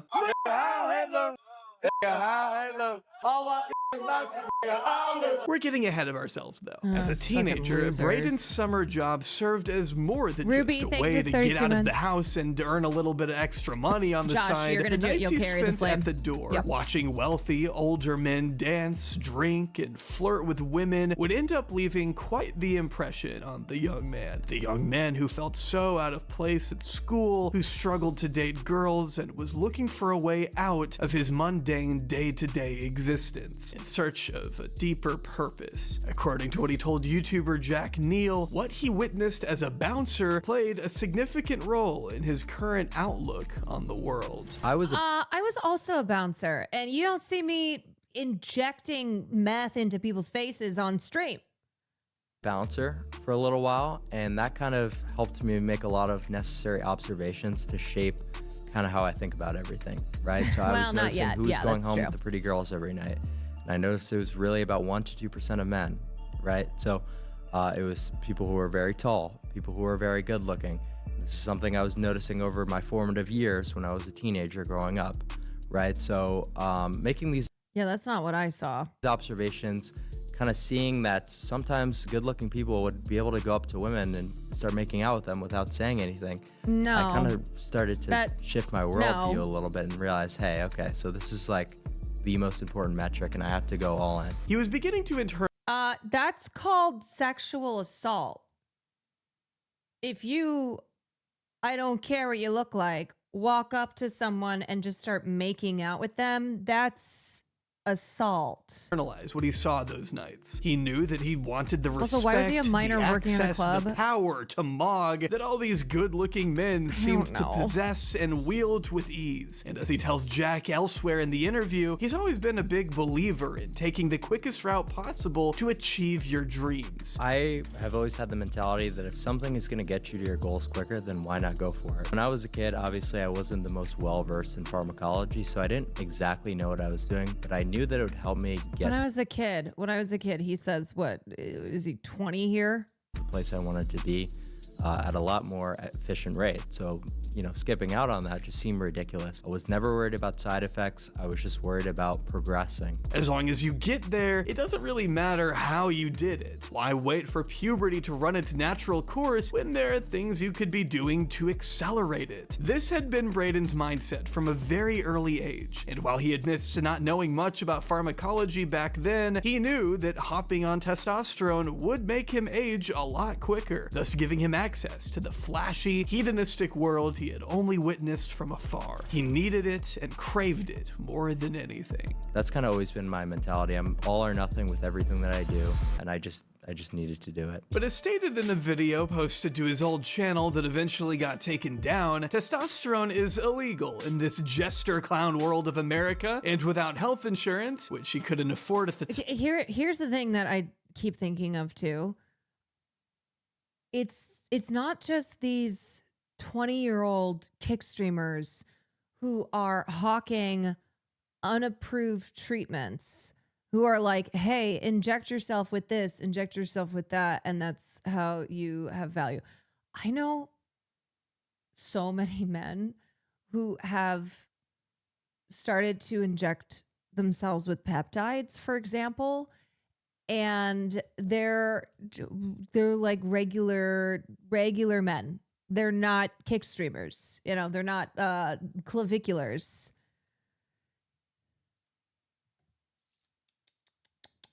It's like they're just getting it on the gray market. There was no way for him to get his hands on the steroid without Watch an Good Works extremely vid. jester prescription. Obviously, those are his words. And unfortunately, in this jestered clown world of America, that's illegal. Testosterone is illegal, guys. You're not actually allowed to do it without a extremely God. jester Robert, thank you for the prescription 24 that I can't months. afford. I don't have health insurance. Jester maxing is another term from the looks maxing community, and I hate that I've started using it. I had a nose surgery. The nurses who took me to the OP room were talking about taking peptides. Yeah, they are exploding in popularity. In my own vocabulary Deacons, as think of of it, late, 32 months. developing a steroid Just a habit regular at such a man young celebrating age 3 may years. not have been surprising considering his past behavior, but of course it was a cause of concern for his parents. When they found their 14-year-old stash of testosterone, they were beside themselves and did what they could to confiscate the drugs before eventually caving and giving them right back immediately after. Yeah, great discipline, guys. My mom allowed me to have the steroids to begin with, so it was kind of her fault. What was she gonna say? She took them away for a day, and I was like, dude, and then she just gave them back. So. Though according to Braden, his parents knew that nothing they could have done would stop their child from getting his hands on the underground gear. Having the drugs shipped to a P.O. box rather than the house for easier access meant Braden was pretty determined to juice by any means necessary. I'm just someone who, is willing to do whatever needs to be done, so I would just reorder it to a P.O. box instead. A lot of people will come after my parents for the things that I did, but realistically, no one was stopping me. I was committed to my goal. This is where the Looksmaxing community becomes especially significant to our story. Founded in 2018 by a user named Sergeant Incel, yeah, that's his real name, Looksmax.org is an online forum geared towards men seeking to improve their appearances in hopes of attracting women and moving up in society. Of course, the idea that looks matter more than anything else has been associated with incel culture for years, immortalized most vividly in the ramblings of mass shooter Elliot Rodger, who railed against women that rejected him for what he felt was his inadequate physical appearance. And sure, while looksmaxers aren't technically the same as incels, it's hard to deny there being some considerable overlap, especially when you learn that Sergeant Incel also created incel.is, which prides itself on being the largest forum in the incelosphere. On Looksmaxing, Honest opinion looks better before he did all that because he's scarily unhealthy. He's pumping substances into his body, mixing them all together, and he's been doing so since he was in puberty, it's really dangerous, and he has already overdosed on stream. And it's because he looked like a normal kid. Yes, he looked like a kid. .org, men are encouraged to post photos of themselves for other users to rate using what they call a PSL scale, which ranges from 0 to 8, from severe deformities all the way up to perfection. To give you an idea of these guys' standards, Chris Evans is listed here on the forum as a 5.5 PSL, along with Cristiano Ronaldo. Timothy Chalamet is even lower than that at 5 PSL, and Tom Holland is all the way down at 4. Which is so funny given how many women are obsessed with Timothy Chalamet. It's like they will hold up Timothy Chalamet as a major male crush, and then men will be like, Timothy Chalamet is soy beta. 0.5 PSL. Shia LaBeouf at 4. We could go on. Even Sydney Sweeney isn't exempt from the looksmaxing wrath. I would say Sydney Sweeney is very attractive. I would say that she's pretty malformed. Her upper maxilla is extremely recessed. At the end of the day, it's She's not got what's attractive the to eyes women. of I know. doom with no infraorbital support. She's really not that much of a looker in her face. Braden will tell you that the rating system is actually kind of what got him interested in the community to begin with. Inspired at the age of 16, he set up multiple anonymous Instagram accounts where he would post photos of girls from his school, creep shots he would take himself, calling them troglodytes and giving them similarly brutal ratings to what you might see on the forums. So what I always used to do is I would make alt accounts on Instagram, right? I made one called, the town I was living in. Wait, did you hear Club C is stopping her Substack? Shut up. Because people don't care about Timmy anymore. Well, she's also moved on to Connor's story. Rates, right? It was called town_rates. Oh, what I would do is I no. would take pictures of the girls from my town, and I'd post them on the story and give them a rate. This was when I was first starting to get into. I was really into rating. As one would expect. Okay, Mark Zuckerberg. This sparked massive town-wide outrage. While nobody from his hometown could quite prove it was him, they had their suspicions, and it wasn't long before Braden would be called in to meet with his principal, who, by Braden's account, was a pretty based Republican administrator. Whole town-wide controversy. People posted about it on Facebook groups, bitches' moms and shit. Then they emailed my school, and I had to go meet with the principal, and they're running through this shit. They're like, they sit down, and the guy's pretty based. He's like a Republican administrator. He's like, so you're putting pictures of girls and giving them ratings? Is that what I'm hearing? And I'm like, nah, man, I got no idea about any of that. Meanwhile, I like totally did it. And then he was just like, okay, well they sent in an email here, quite disappointed Definitionally about some of the based. language you used. I'm like, oh, I don't really know anything about that. Like, what did they say? And he starts reading through some of the screenshots of me calling people like abominable troglodytes. He got off the hook then by lying through his teeth, but it wasn't the only account he had made. On another account, he'd pen lengthy essays about the looks of people at his school, and admittedly incel traits. And then I had another alt account that I would do on Instagram, where I would just post pictures of people and just like write essays, like looksmax.org to your things, and like just talking shit. So I was always a peak hater, I was like incel. I was like retarded. It was in this world. And yet, when that 60 Minutes Australia journalist asked him about his connection to the incel community, he threw a fit and behaved like a petulant child and then stormed out of the interview. And he was like, I'm not an incel. I'm not an Extreme incel. beauty standards, Not an incel. brutal rating systems, and anonymous edge posting that Braden Peters would metamorphose into clavicular, posting regular life updates on the forums and exploring more radical strategies to boost his PSL. In a later post made at the age of 18, he lets us in on his experience with one of the more extreme forms of hard maxing, bone smashing. Like I mentioned earlier, it is about as brutal and ridiculous as the name implies. This is an OG bone smash. I used to look like this before I went to work every day, and people would always ask me, like, what the fuck is wrong with you? I was like, shit, I don't know, bone smashing? In July 2024, Clavicular wrote on the forum, I hit hard as fuck a few days ago, to the point where I looked like this. I literally lean my head against my bicep while I'm laying against the wall and just punch the fuck out of my zygos for like 1 minute. I don't punch at 100% power, but maybe like 60% is good. I just hit with high intensity knocks for a minute. I'm gonna disprove you copers that think— Wait, is Matt Bomer one of their gods? Is that why he has Matt Bomer's profile Bone photo? Smash isn't legit. As you know, one could look at a side-by-side of Clav's transformation from an acne-ridden middle school boy with a baby face to the chiseled true Adam Giga Chad behemoth he is today, and come away asking, would he still have turned out looking this way if he hadn't repeatedly bashed his face bones with a Home Depot hammer? Isn't that just how puberty works? it's And while I puberty! would be inclined to answer yes, Clav would probably argue that it did in fact play a defining role in his physical development. The truth of the matter is that we will never really know just how much this stuff affected him for the better, but we do know it affected him, and not just in the physical sense. After graduating high school in 2024, in case you wanted to feel old, Clavicular enrolled at Sacred Heart University in the fall, which he, according to his LinkedIn, attended briefly before transitioning into independent research and full-time digital content work. And while that sounds like a nice, clear story, it leaves out a pretty massive detail. In one video published from around this time in 2024, Clav revealed that he had been kicked out of college after someone on looksmaxing.org made an archive of his posts and sent them to his school's public safety department. University officials searched his dorm room to find his stash of testosterone tucked away, hormones and peptides, all of it. And after just 3 weeks at college, his ass was out for roid maxing, in his words. As far as Clav was concerned, the move was entirely unreasonable. Yes, the title is true. I was kicked out of uni for essentially roid maxing. It just seems utterly brutal and ridiculous to expel someone for wanting to optimize their health and, optimize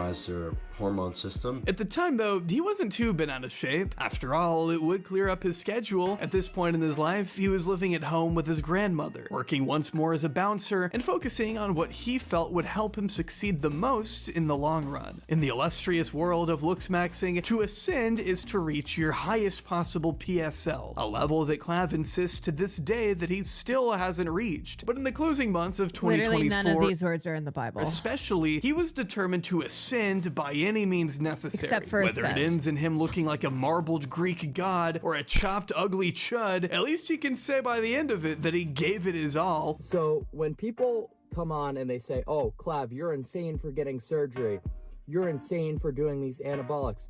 Well, at least in 5 years, whether I am a Frank Tufano botch job or the next Giga Chad, At least I could say that I gave something my all. Many of the videos we've You need to translate for us essentially ugly or hot. been looking at were posted to his original channel a little while back, a channel that has now since been deleted, though some videos remain Clavicular on the N-word.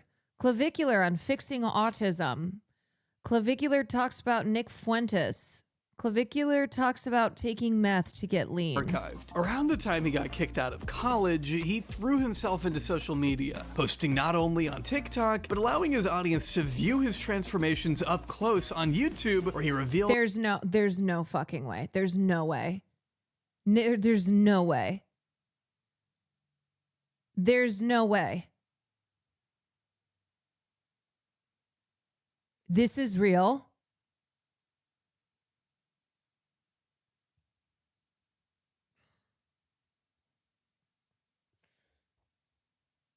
How do you not know this? Because I, for a long time, tried desperately to keep myself from this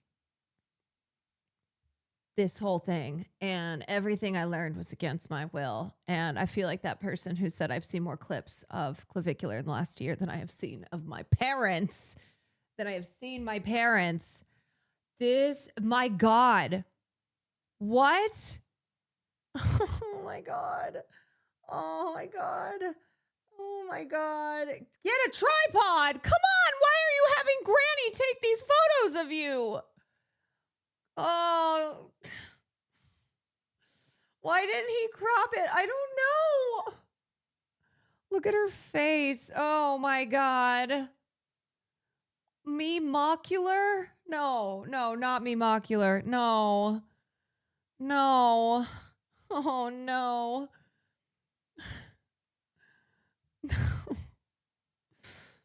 Oh God. Grandma. Oh. Why not just take the pic yourself? I don't know. I don't have answers here. Oh, she's probably gonna outlive him. Probably. And she's probably eating like, I don't know, her meatloaf and classic nightly meatloaf, and Graham's gonna outlive all the tips and tricks to ascending. A lot of these videos were of him either standing in his kitchen, monologuing over a pile of supplements, or sitting down at his computer explaining how to lose face fat. Or maybe he'd throw in a quick vid on how to naturally increase your IQ with synthetic peptides. Not sure how natural that is. We're gonna be taking a look at a new type of nootropic, dihexa. So this isn't just some dopaminergic stimulant or some temporary boost in focus, but it's actually going to rewire your brain for long-term cognitive enhancement. Or here's another example of him sharing the best strategies to achieve forward growth on one's face. So how I'm gonna laterally thumb pull my maxilla and try and widen it, I'm gonna brace my head. This is a practice that's included in bone smashing. You know what I need to know? I need to know at what point he started to get views. Because it's like, okay, this stuff looks older than, I guess, clips that I have become aware of. Older. I mean, he's 19 or 18. So was he making this content and no one was watching, and then suddenly he just blew up? He got views because of the Kickstream clip farms. That's my understanding. Like, I swear to God, it just went from no clav to clavicular everywhere. Which, that's why the Peter Thiel of it all is the thing to look into here. The bracing of the skull. I'm gonna take my two thumbs. Obrigado, thank you for 11 months. Toe roof and position FPS, them thank you on for the bone, 2 not on the months. tooth, and I'm gonna show you guys my thumb pulling. I swear this was just last year.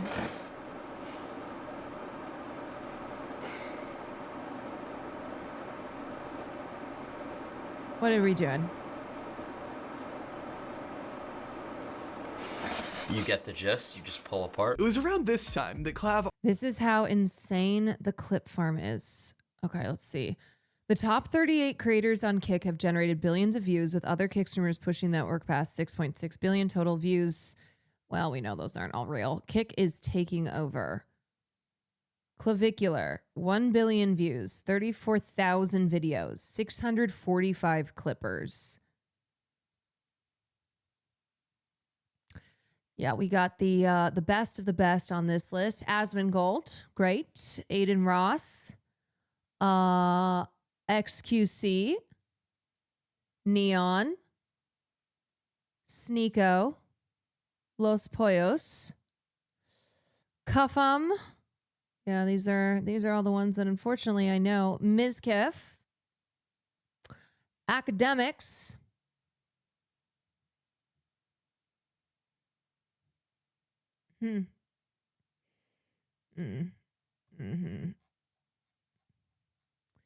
Yeah, all scumbags. I've also touched on another All long-coveted scumbags. art of looks maxing, the art of penile extension. What's going on, guys? Today we're going to be discussing an interesting topic, for sure, which is going to be penis enhancement, right? It's going to be a touchy subject. Oh, God. A little embarrassing, but someone's got to talk about it. So right off the bat, I'm going to start with the most effective method for enhancement, which is going to be the pump. I'm sorry, but what the hell am I even watching here? He's got the cadence of Chills telling boys how to stretch out their penises for ultimate dit maxing. Number 15, place your meat in the device. He's like 19 years old here too, telling his likely younger audience to hop on Cialis. Unless you're an expert, I would just stick with pumping at a high frequency, low volume regimen. Pair that with Cialis and 99.9% of people are going to be good to go. We're at a rough point in human evolution when The Peter Thiel thing makes sense to me. It's highly NRX, body politics, sexual ranking, contempt for weakness, body optimization, status competition, and anti-egalitarian masculinity. Yeah, fascism, like Peter Thiel. Like the fucking fascist that he a is. college-aged dude has to go on ED pills just to feel normal. But the medication somehow isn't even the craziest part. 12 seconds into this thing, Clav pulls out the literal air pump he owns and presumably uses on his penis. So let's talk about my regimen to make the most optimal gain. So like modern training regimens, pumping really does favor high frequency, low volume. Yeah, What that no, this is all, of course this is all bad. This is all, he's not a doctor. He's not a medical professional here. He's just saying shit in an authoritative way and going, yeah, this is all scientific. Yep. It's all good. It's all good.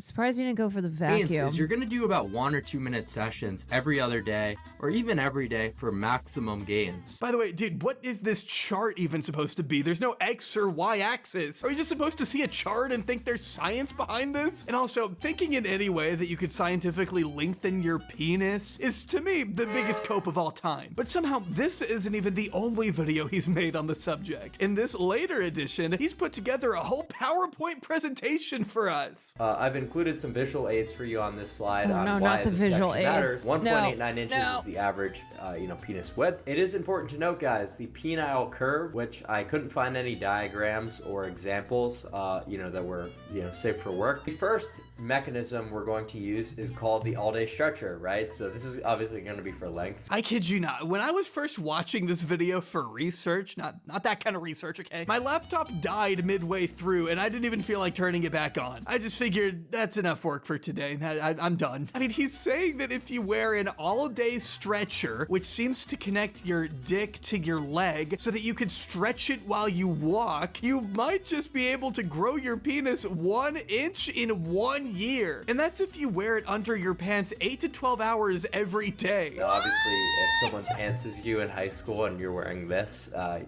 you might as well just already start packing your bags and moving to a different state. But this is quite the effective mechanism for stretching, but this is something that has to be unfortunately done for a long period of the day, which isn't necessarily an issue, right? Because it's a passive stretching, movement. So we're able to, grow about 1 inch within the first year realistically. if you're staying consistent with your usage. Or you could just find someone who loves you for who you are. I don't know. I really do think he's 100% serious when he says all of this too. And while it may sound Yes, I believe this as well. I believe that he believes these things. Does it matter if I say, as a woman, who cares about size? I don't. A lot of women who I have talked to this about do not care about size. Okay. You don't need penis pumps and all day stretchers to be lengthening the size and widening your dick. Okay.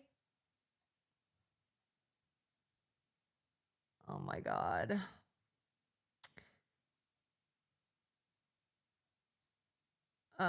Insane and hilarious to a normal person. It's not for you. It's for the bros.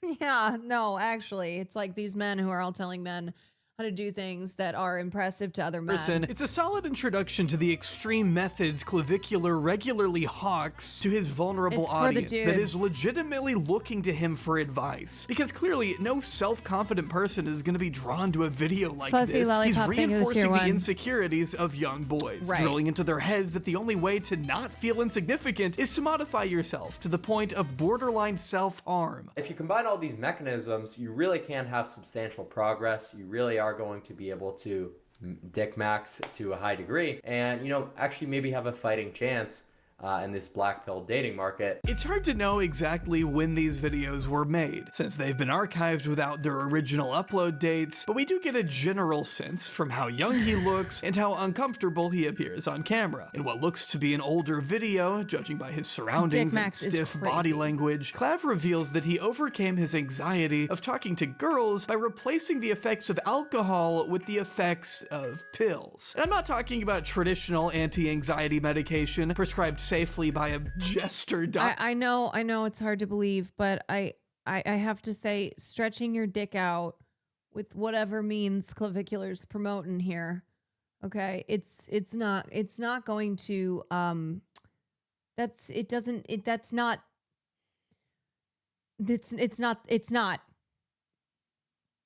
it's not going to make you, as they say, a high value man to women.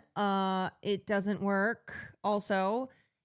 And it's not going to address your needs.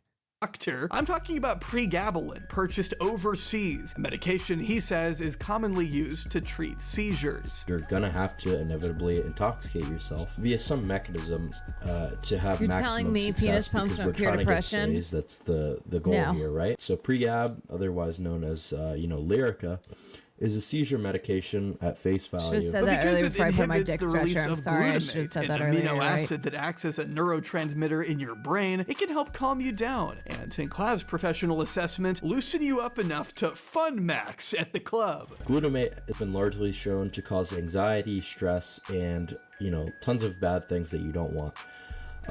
Especially for clubbing. Which just reminds me of this tweet that I saw too many times on my timeline a few weeks ago. Clavicular realized that jester maxing at the club is actually peak fun. Clavicular just cracked the code. Jester maxing at the club is officially the new meta. Forget the mysterious guy in the corner trope or the stiff arm drink hold. We are entering the era of high energy, zero ego, chaotic fun. If you aren't the reason the floor is laughing, are you even living? I don't think a person wrote that. At least I hope not at this point. But there you have it. Clavicular's brilliant life hack for talking to women at the club is, shockingly, just popping a few pills you got from some dude online. He says it's better than drinking alcohol because it allows you to pretend to be sober if you're approaching a woman in the daytime, and that you'd be better off taking it on a Friday or Saturday when you know you'll be more likely to go out and socialize. I think this is very good because sometimes you want to pretend to be sober if you're approaching during the daytime.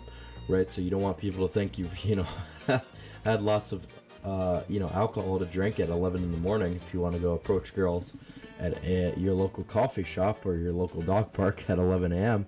Pregabalin could be the thing that you need. Unfortunately, pregab causes receptor downregulation, so this is not a drug that you could just abuse permanently. This is something that you have to pick the time that you really need it. I think that taking pregab... It really is like, hey, want to learn how to score with women?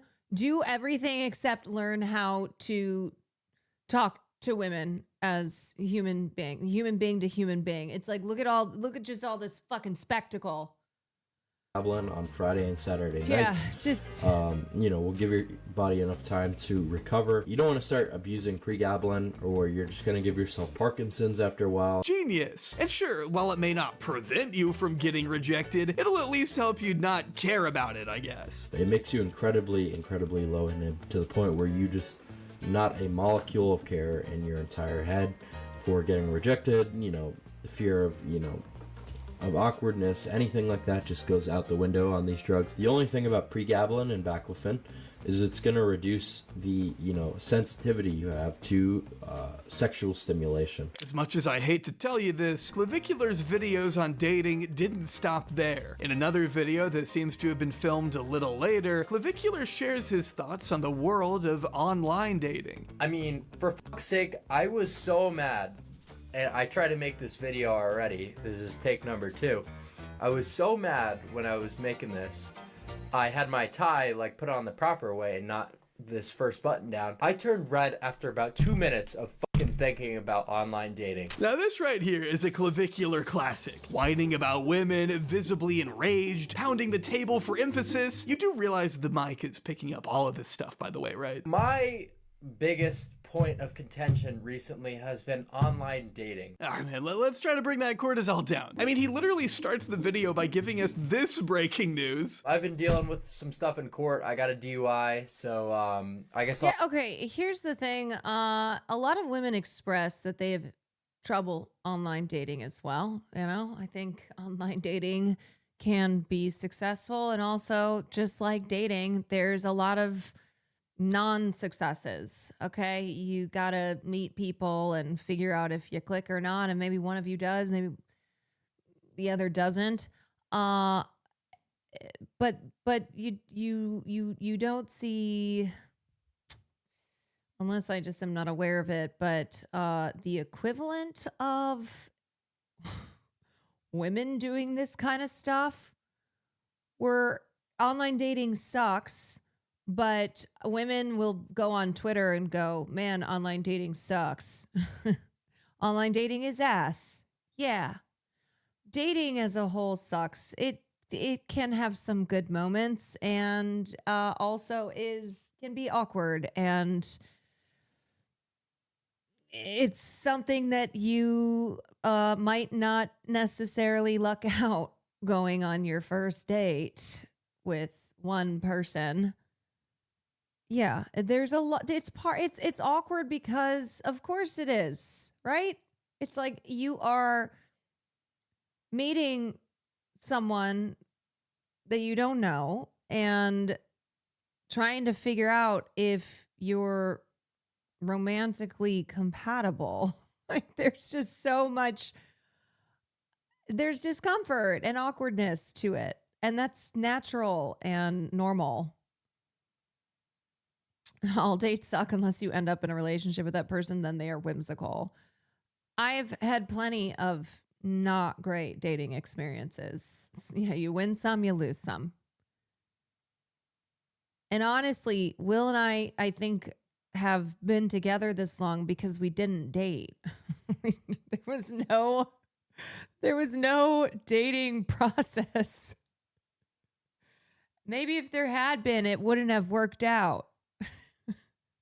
We had gone on a first date, it would not have led to success. I don't know. What do you mean you didn't date? I mean, we were friends one day, and then the next we were just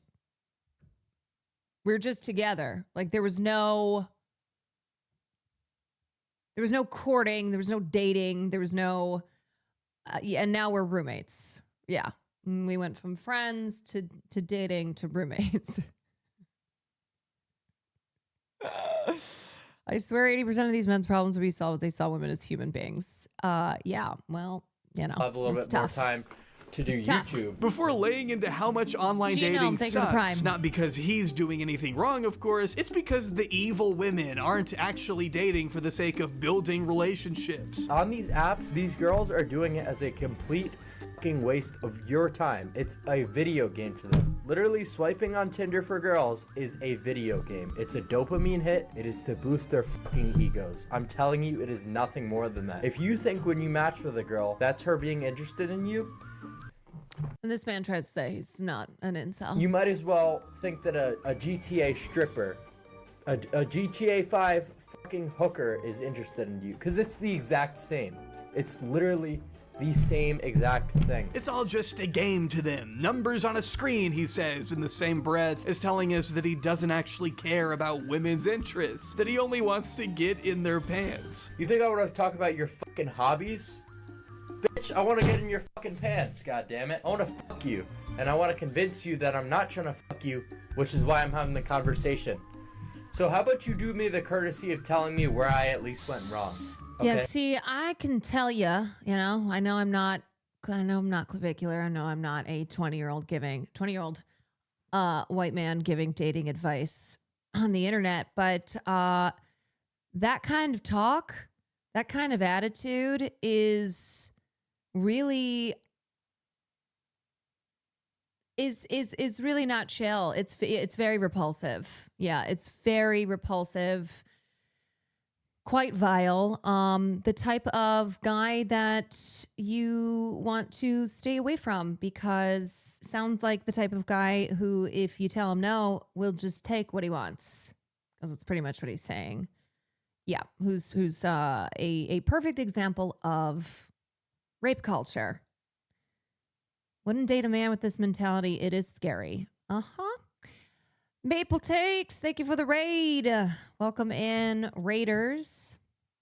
I am going to repeat what I told my last group of Raiders. I'm sorry for subjecting you to this video on clavicular. This is Jay Aubrey's video. I am sorry that you are learning things against your will, as has been the case for, I think, just about all of us who are now way too aware of clavicular. But I am doing a podcast episode next week. And so I was like, well, I have to brush up on my understanding here. And yeah, she subjected us, and now she's doing it to you all. We only have 1.5 more. Oh, yeah, no, we're not watching the full thing. I promise.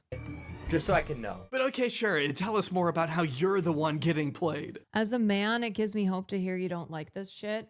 Look, they may find individual examples of women, okay, who they'll point to and say, see, this is how all women are. I am telling you, no, it's not, okay?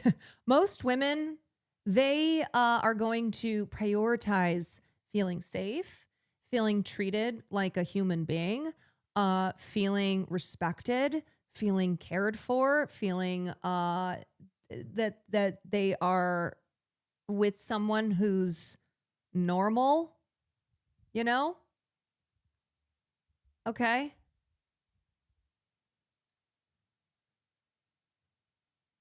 I do think the worst things people can do is look at the algorithm on any site. Reddit shows you the biggest, worst people dating AI posts. Yes, they hyper focus. They hyper focused on the most extreme examples.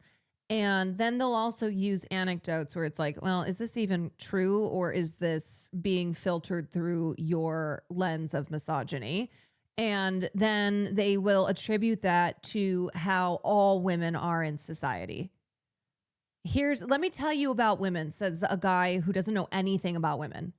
Nothing.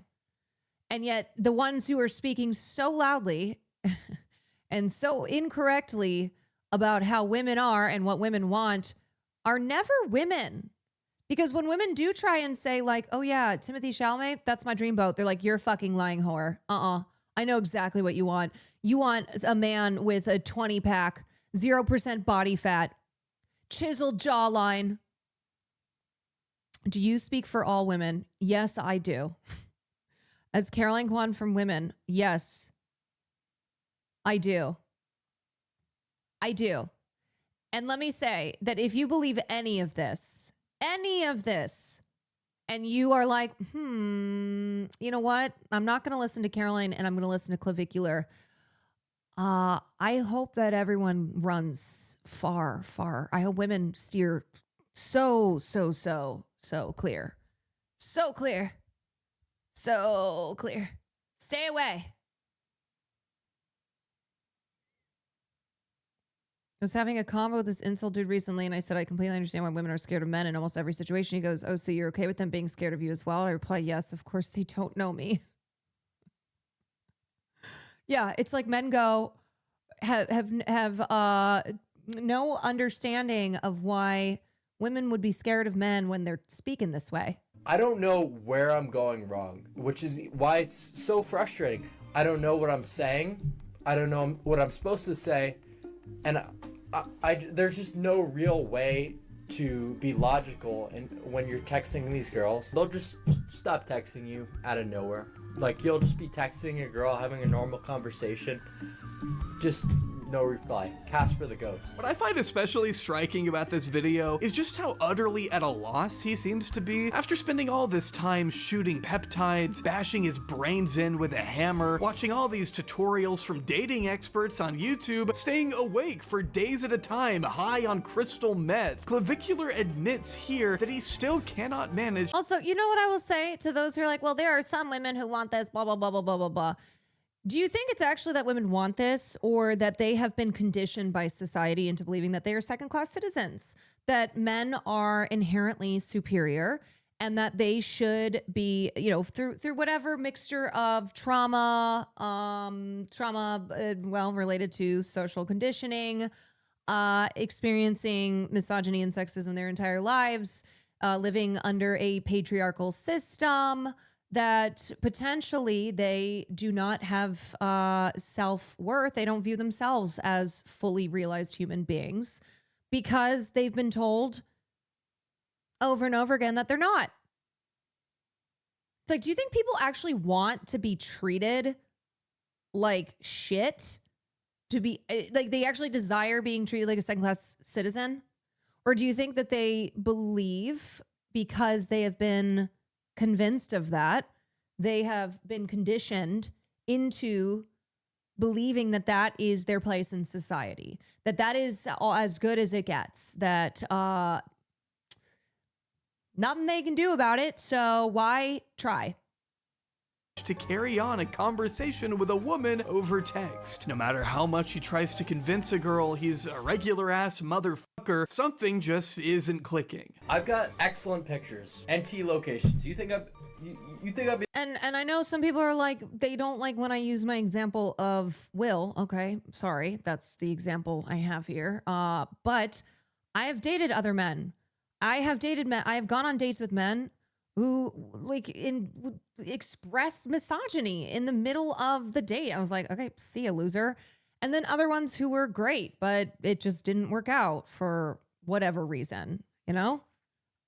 So I do have dating experience outside of my roommate, and I am offering my experience as a woman and telling you that it is important to be treated as a human being, to be treated with decency. Now, does that translate to you're going to end up with you're going to end up with any person who treats you that way? No. And if it doesn't work out, guess what?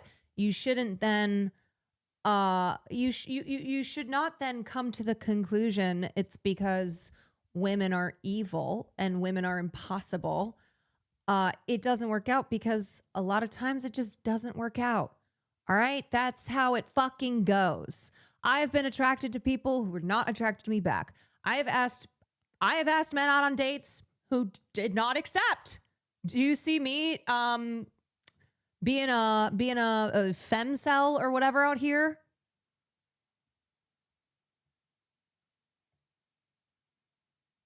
It's not easy to find a good roommate in French Polynesia after all. Yeah.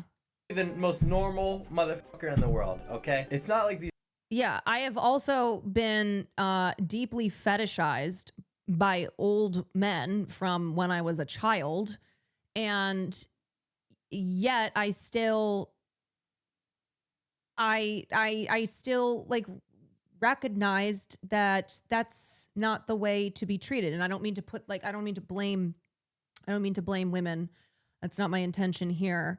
More so saying that I have had those experiences and it's taught me what was acceptable and what is not. There are girls I went to high school and college with, they end up in abusive and dysfunctional relationships because of conditioning and low self-esteem. Clav's thing is all reheated PUA shit from 25 years ago. Crazy that the same shit is still being sold to young men. I mean, yeah, it's like pickup artists, you know. This is just a new iteration of the same shit, right? Same shit, different day. Maybe looks a little different because of the internet, because of I don't know, the culture of live streaming.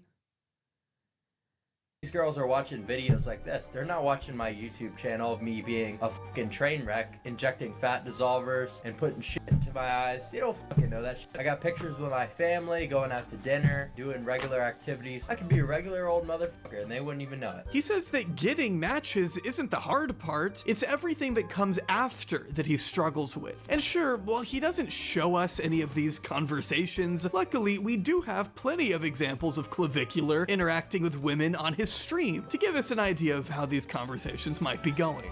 They're the only fucking bitch in all of the United States that could be in a fucking 50th story penthouse, everything paid for, going to clubs, and still fucking bitch every second of the day. Your fucking skull is full of cum. Dyed hair, piercings. God damn, I never seen red eyelashes. Motherfucker, you're really fucked up. And we got tattoos. You fucked up. I don't know why you don't just make yourself look like a normal person. God, chat, she's like I'm sorry, Clav is saying this? Are you in fucking sentient? I mocked you to death. So you like Hitler? No. What do you think about Hitler? Hitler, that's not a topic of discussion. Give me a Roman right now. A Roman? Yeah, give me a little. Also, let me say, when I use the term femcel, I'm specifically referring to a subsect on the internet of women who I think it's like an irony in that term, because they are, let's say, Nick Fuentes fangirls who love to refer to themselves as femcels. It's MAGA women. No. It's the example I just used. Nick Fuentes fangirls. You pointing out that some women get accustomed to the idea that it's as good as it gets is pretty depressing. Women get swamped with offers, easy to move past many decent options because of one flub that would have been forgiven in a different instance. I mean,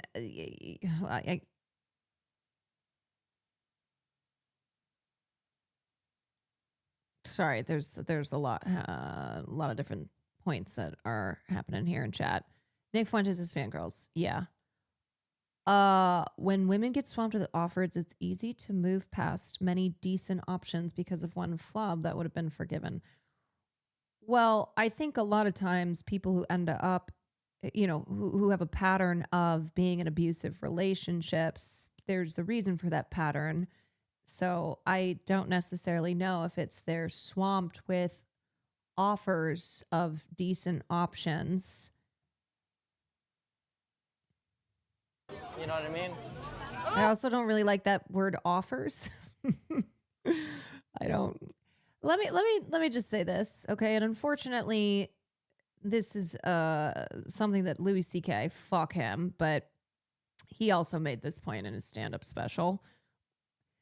The fact that women will still go out with men, straight men, straight women will still date straight men because all of their experiences should, not all their experiences, a lot of their experiences with men in this world should dictate that they shouldn't go out with men, and yet they continue to. It's like continuing to choose to pursue relationships with men despite their experiences in the world. Someone said that not all men are part of the problem. Are the not all women people part of the problem? Oh, we doing not all men? Did I miss that? Did I miss in chat? We're doing the not all men. Okay. What? I'm just kidding, you don't know what I mean. I mean, you got the rack. It's good.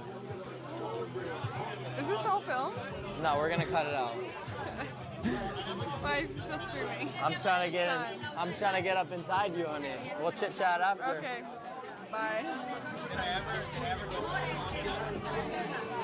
If you are a Not all good-looking men, but guy always matching mad. with girls on Tinder, oh, it must be in her head. This is what she's thinking. Oh, it must be a fake profile. It's a guy trying to kill me. We did not all women earlier. We have to There's compensate. never any. Oh wow, this guy's good looking. You know, I want to go on a drink with him. No, in their head, it's a guy who's trying to kill them, who's not the guy in the profile. Yeah, it's really hard to imagine why girls would want to be cautious on dating apps, what with dudes like this running around. In the pink should have been drop kicked in her fucking jaw. She Dude. made literally no good points and yapped away her ginormous ass mouth. Dude, that bitch in the pink, man. If that was LA, what I would have done is I would have said, "Hey, I'll get you an Uber back to your place." I would have said, "Hey, I apologize for being mean. I'll get you home." I call her a Waymo, and I would put the spawn point off of the Golden Gate Bridge. That motherfucking self-driving car, I'm sending that shit off a cliff, my G. Okay? My How about we G. do the fucking society a favor? That would be the one thing, my favorite usage of, self-driving Ubers is to send stupid hoes off of a fucking end of the Santa Monica Pier in a self-driving car. But hey, I guess that's just the species we're dealing with here, huh? So this is just like the species that we're dealing with. To Clavicular, these are all just straightforward, objective truths about society, and he's fully convinced of it too. Being the delusional, young, meth-addled visionary he is, I've never seen someone snort meth ever in real life. I literally witnessed Clav snort meth. Literally. Witnessed it. And I didn't know how to feel. You really can't tell him shit. I blocked my mom because she kept fucking texting me while I was So trying to many get jump high. scares. Well, it's just so annoying when In this environment, how would you recommend raising daughters to be aware of things like this? I mean, I don't know. I'm not a mom, but I would say you raise your daughters to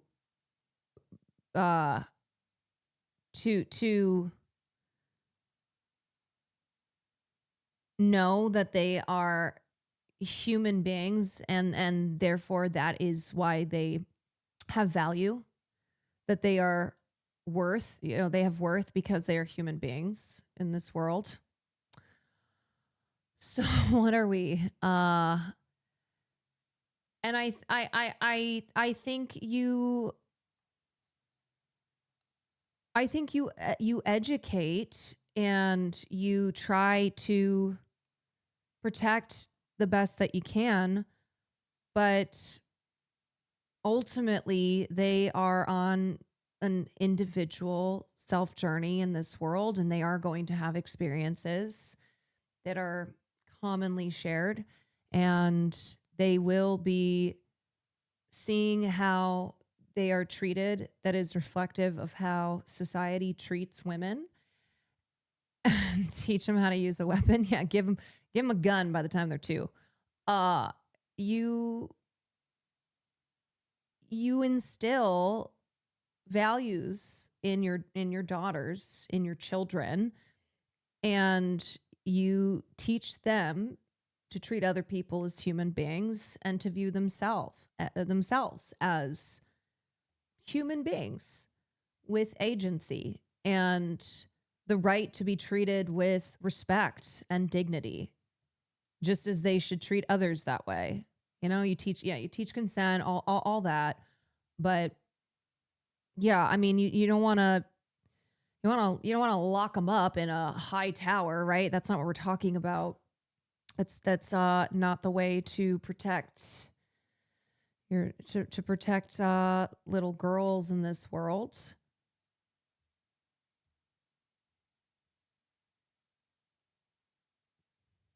I'm trying to point those things out, prioritizing consent and their value at all times. Yeah. Yeah. I think you surround them with good examples, with healthy relationships. You show them this is how people should treat one another, and this is how they shouldn't. And if somebody treats you this way, you let me know, and I'm going to beat the shit out of them in the parking lot behind the school. Just kidding. Just kidding. But honestly, sometimes I feel I should not be a parent, because I do fear if my child were to tell me that they were being bullied or whatever other mistreatment they were suffering, I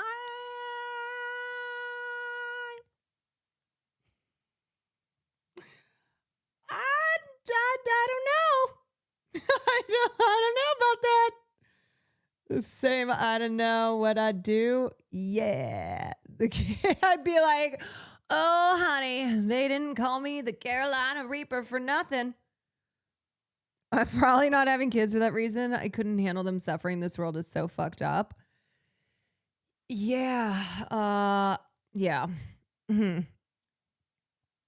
I'm calling my husband to tell him to get the bail money ready. Yeah. I mean, I think of even my flashes of memory of my mother's rage when she found out that something had happened to one of her kids. And I just remember her going nuts.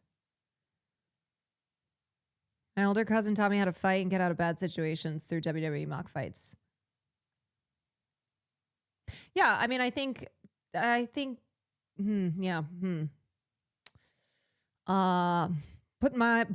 all my kids in karate. They're gonna be black belts by the time they're 5. People say, "Oh, don't do drugs," and you're making like way more money than. Teach your girls to be loud, brave, and confident in themselves. So many little girls are larger than life, but then are told to be quiet and just be seen. Then these little girls make themselves small. Yeah, that's a beautiful point. I think teaching girls that they should take up space, that they should exist publicly, and that they should not be treated a certain way because of their gender, because they're girls. You know, it's like encouraging kids, and not enforcing really restrictive barriers. Not being like, oh, well, you're not supposed to do that because you're a girl. Well, you're not supposed to do that because you're a boy, you know? Don't ever apologize. Yeah, that was one thing that I remember growing up, is that I was never told, aside from like, I don't know, if I was acting out in church, I was never told to be quiet. It was not a, societally reinforced thing that my parents were doing, where they were like, oh, you're a girl, you should be seen and not heard. Actually, not seen and not heard. I was always encouraged to pursue my interests, to be loud, to be singing all the time, to be outgoing, to be taking up space. Them like to do drugs. It's like, I'm getting paid. I can never forget Emma Vigeland explaining that she went to a girls' school where she was encouraged to always speak up and allowed to grow. And it makes a difference. It does. For this shit. It's ketamine. You can't even overdose on ketamine. Yeah, I wonder how many. That is kids, like, not true.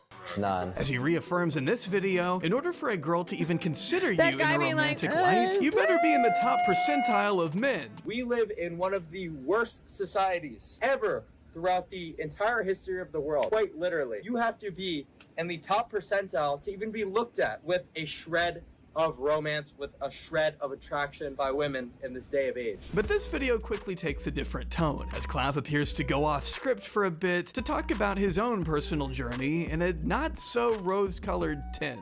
Do you think that I'm doing this shit as a fucking form of entertainment when I have to stay up for 3 days in a row, high on crystal meth, trying to suppress my appetite and get hollow cheeks, right? Is that You don't have to do that. You know that, right? supposed to entertain you? You know this that? is real shit, all right? The fact that I even can't, I can't even talk to people without some sort of fucking, version of benzos. I need fucking alprazolam just to be able to have a conversation like a normal person. Is that supposed to be entertaining to you? Just because I'm ahead of the times now doesn't mean I'm crazy, right? I'm not fucking crazy. I might be a little bit over the line in some ways, some of the stuff that I do. I mean, he straight up admits here that while he may be over the line with some of the stuff he does to himself, he rationalizes it by arguing that he has to do it, what with the burden that women as a whole have placed on him. I am just trying to deal with the burden that women in today's hypergamous dating market have put on me. The strenuous nature of women in 2025, it is absurd, and I really can't deal with it. So that's led me to... And again, it's only the men that I see who are saying all this shit, though.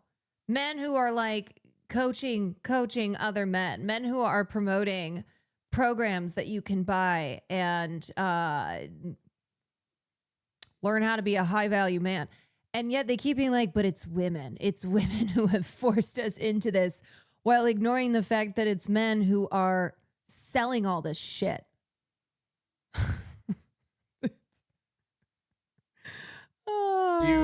Unreasonable things. It's a pretty incredible admission, and it tells us a lot about how Clav sees the world. He says this is why he has to do unreasonable things, although in another clip he tells Jack Neal that everything he does is in fact reasonable. Because the difference here in a patriarchal culture is that men are taught that it's women's fault.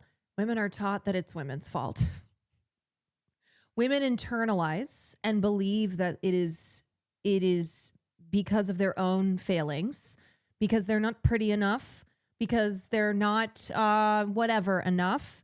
And men are being told by losers like this and other losers out there that it's women's fault, that their failures are because of women.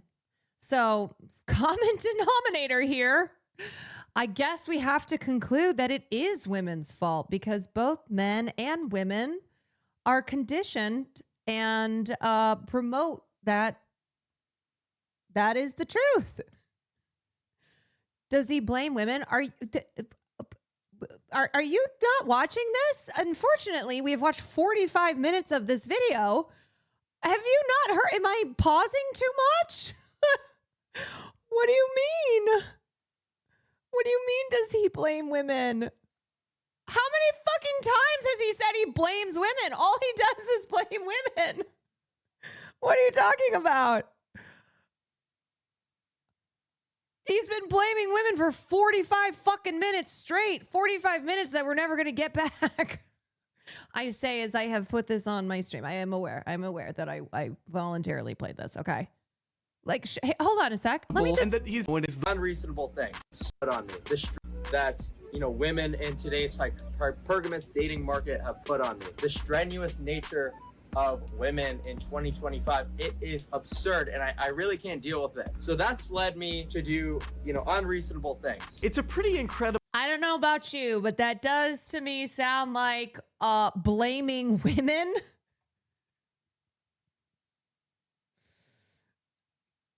I don't think I'm reading into that too much. I think he's literally saying that. Admission, and it tells us a lot about how Clav sees the world. He says this is why he has to do unreasonable things, although in another clip he tells Jack Neal that everything he does is in fact reasonable and that he's actually a very rational guy. So while it might be outrageous at first thought, if we look at actually what's going on in the world, you start to find it quite reasonable for the times. Why doesn't everyone do this? Just because of the money? I just don't really think that people are logical. I think that people want to live in fantasy. No, I disagree with that. Okay, you are You are objectively so fucking incorrect. You are this is not oh, I think that and you think that. Yes, he didn't play. Oh my god. Oh my fucking god.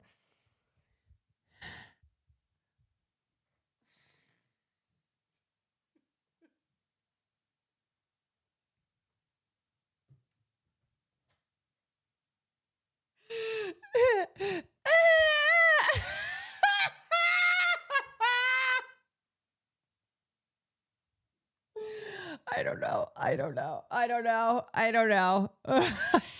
don't even know. I blame women. Like, this is what's incredible. A man can say, I blame women. And they will have defenders like this chatter going, no, he doesn't. He's not saying he blames women. After he literally has said how many times that he blames women.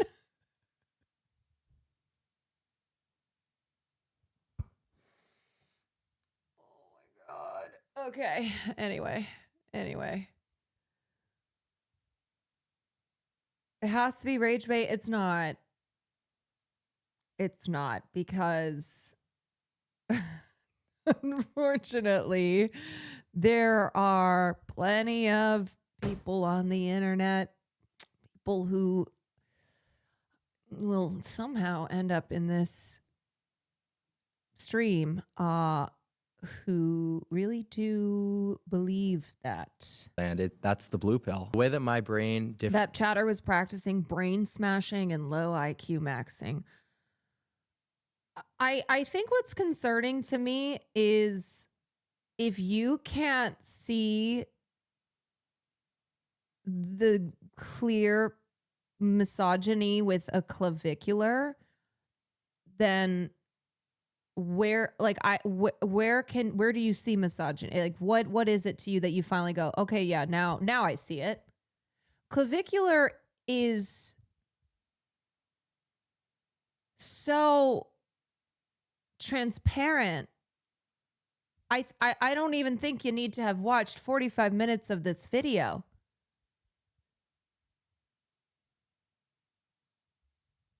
Seidels, thank you for the tier 1. Crease, thank you for the 17 months. Mad Bunny, thank you for the 3 months. Oh my god.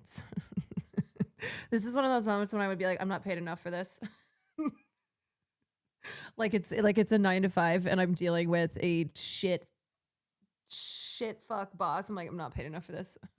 differentiates from that of a normie is just how hyper logical I am. So which one is it? Are you acting reasonably or not? Clav likes to put all the power strictly into looks and says here and in his interview with Jack that no girl will ever be able to look at an ugly guy, no matter how rich or charismatic they are, and truly love them. Unless you are a Chad, you will never experience what it's like to have a girl look at you and be truly in love. I see so many people, they're making all this money, they've got all these cars, but they've got a face that only a mother could love. I'm not telling you not to money max, but I'm telling you that until you maximize the looks along with it, you will never know what that's like. And that's a horrible reality to face. It's truly sad. And most people won't get it. They'll cope their way around it. Oh, look at all these girls.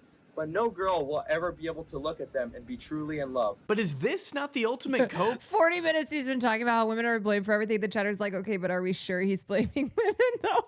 You would tell yourself after you've injected yourself with all these peptides and spent all this time bone smashing? I shouldn't have to say that every part of this worldview is built on shaky ground. It's built not on logic, but on feelings. Feelings of inadequacy. Feeling like you aren't good enough the way you are, and feeling like you have to artificially change yourself with thousands of dollars worth of gear and surgeries. Clavicular doesn't want to be faced with this reality, but to him, it's a reality nonetheless. And to further justify it, he lashes out at women in general, treating them as some conniving monolithic group that's forced him into this fucked up predicament. He argues that history will vindicate him, and that before long, looks maxing will be just another thing that everyone does. Cosmetic surgeries will become more commonplace, and that in order to keep up, you'd better start modifying yourself right now. 5 years from now, you come back to this video when I am the first one. I am the pioneer of mainstream plastic surgery for men's aesthetics.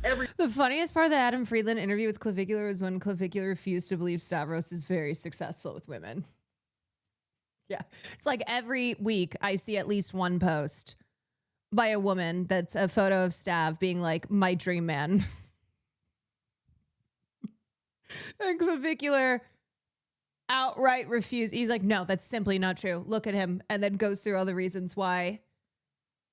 The reasons why that just can't be possible. Every motherfucker will have some sort of titanium implant in their face, some sort of osteotomy go down. Rhinoplasties are being handed out like it's fucking food stamps. You might as well get out ahead. Because once everyone has the titanium implants, that's just raising the bar and raising the percentiles, raising the average looks level. Stop your whiny ass copes and do the work that's required so that you at least have a little bit of time to compete. But does that mean he'll just have to keep doing this stuff exponentially? Where is the natural endpoint? Because to me, this feels like an endless death spiral of insecurity that will never be solved until you learn to accept yourself for who you are. And that's not something that can be bought with kick donations and a quick trip to Turkey for a $35,000 double jaw surgery. I need double jaw surgery. I need it yesterday. Look, y'all, I get, we all want to feel our best, okay? You know, you want to, I am not denying the role that looks play in our society, but you need to be a person, okay? You need to be a person. That's not something that you can go into the doctor and get, all right? If you go get a nose job or Botox or hair transplant or whatever it is, that's not making you a person. That's not giving you a personality. Can't get surgery for that. And I'm getting it. What is a There's double no jaw normie, surgery? There's no amount of cope that can convince me otherwise. He's been talking about getting this surgery for a while, by the way. It's one of his main goals and is necessary to ascend. But whether it'll actually happen or not depends on when his parents decide to give him back his passport and birth certificate, which they confiscated. Like, maybe let's do some hobby maxing here instead of double jaw fucked shit, whatever. Did an attempt to block their son from leaving the country and getting the procedure. No, so my parents took my passport, but I just got a new birth certificate in the mail, so I'm gonna get it now. What the hell? Why did they take your passport? Because they don't want me to get plastic surgery. Why? Because they're blue-pilled. And now that he's started streaming more, taking copious amounts of ketamine, getting kicked out of events, and being called a drug addict by his own parents, who knows when the surgery will actually happen? But when it does, will it make him feel better? Because towards the end of that outside rant video we were just looking at, Clavicular gets unusually honest for a second and says this. I'm not a character. I'm not a well-developed character. This is a fucking horror story, right? I wish that I wasn't a fucking autist doing this rant right now. I wish I was walking around the dining hall like a normal kid, like a normal motherfucker, hanging out with my buddies in college, right? Even if it's cope, even if college is the dumbest fucking thing known to man, I wish I had that experience, and you guys took that away from me. So this is what you get. This is not character development. This is a horror story of what the fuck happened. So I'm just going with the flow. I'm not gonna sit here and fucking complain about it any more than I am right now, right? So that experience got taken away from me by you guys, right? That experience I will never get to live. Who's you the guys? Normal life of a normal kid. So I'm gonna try to mug. I'm gonna try to basically do whatever the fuck it takes to mug, and that requires extreme measures. And just you still can. You still can. You are 21. Okay. You are so young. You're 21 years old, but you need help. You need rehab. You need therapy. You need to not be on the internet. You can still have a life. You don't need nor should you be doing all of this. Where exactly did those extreme measures get him? Clavicular. All right. I think I was about to use the term maxed out. Maxed out on this. I only made it 50 minutes in. Yeah, wait. I was gonna raid you after I finished stream. Man, thank you so much though. Thank you for the raid. Thank you for the raid. I think I just need a break from that, and I'm thinking about the podcast episode that we're planning to do next week. I'm like, oh no, oh no, oh no. Anyway, Wake predicted when you'd be done with the video, and he rated at the right time. He knew I was going to stop it at 50 minutes and 41 seconds. Anyway, hi, everybody. Oh, Jesus. Another hour and 20 minutes. And this video came out a month ago, and there is so much that has happened since then. Preparing for the FD brain breaking. I know. I feel bad subjecting him to this, because mine and Matt's role on the podcast app is supposed to be we're the historians here. and FD is just responding. Are you going to continue it on stream? I don't know. Maybe. We'll see. This is one that I'm like, I need a break. FD was a teacher. Yeah, I know. We shared our previous teaching experience with one another. Is Matt okay after watching untold amounts of Clav documentation? I don't know, because I had texted him this and I was like, hey, there is a 2+ hour Jay Aubrey deep dive vid if you want to brush up on your clavicular knowledge.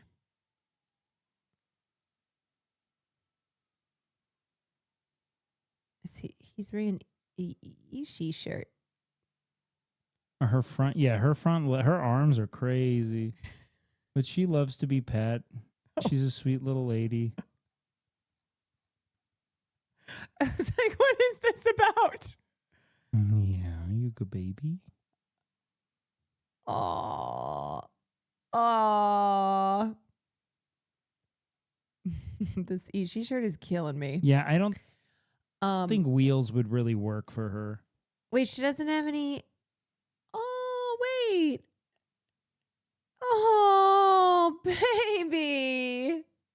It was like being up high so she can like sniff at things. Oh. Like, would you ever get a pet? I think I'm better at being an uncle. You know? Where did this cat come from?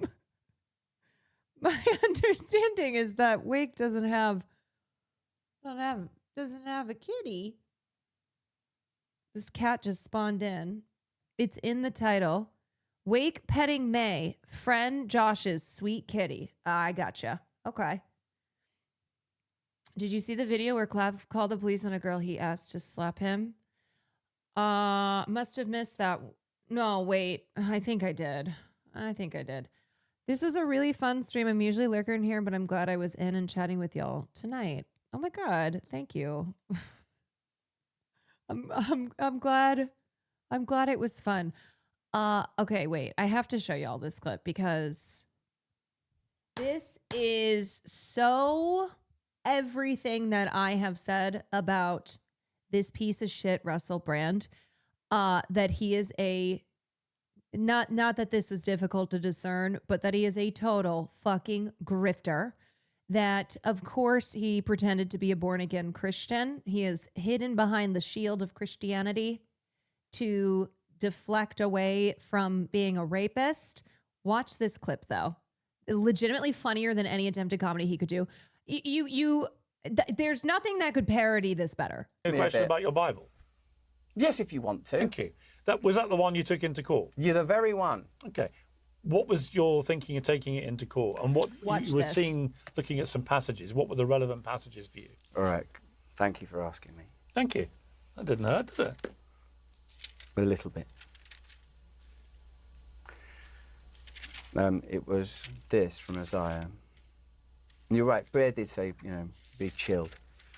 Sometimes I lose the chill, man. It's pretty...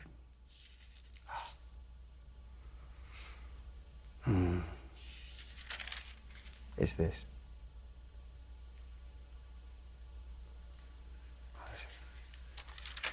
They don't like that, do they, in the old gallery? But remember, you just said it's a hired spot.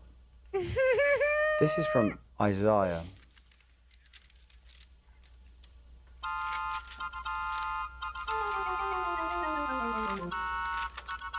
Excuse me.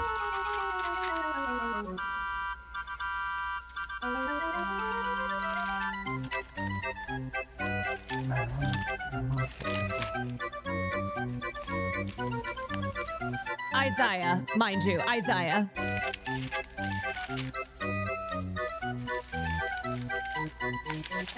It says here.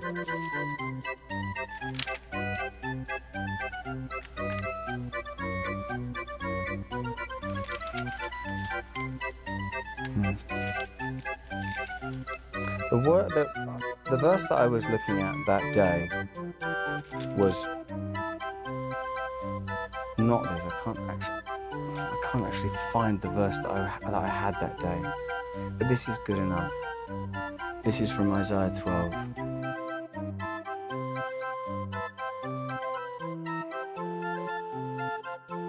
What a fucking joke. What a joke. This is 2 minutes. 2 minutes of him.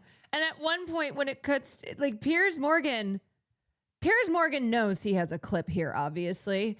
And he's just sitting there. He's not saying anything. He's just sitting there quietly watching him, waiting for him to find literally any line of scripture. He could have just read off any line of scripture and be like, ah, yes, this one. Ah, yes. But he's so bad at bullshitting. He's so bad at bullshitting.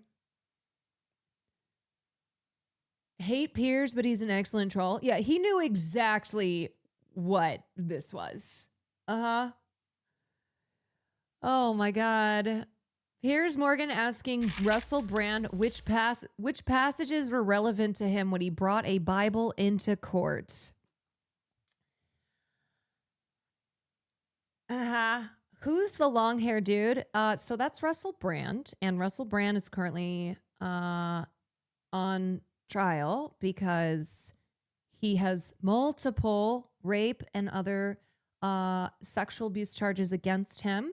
He is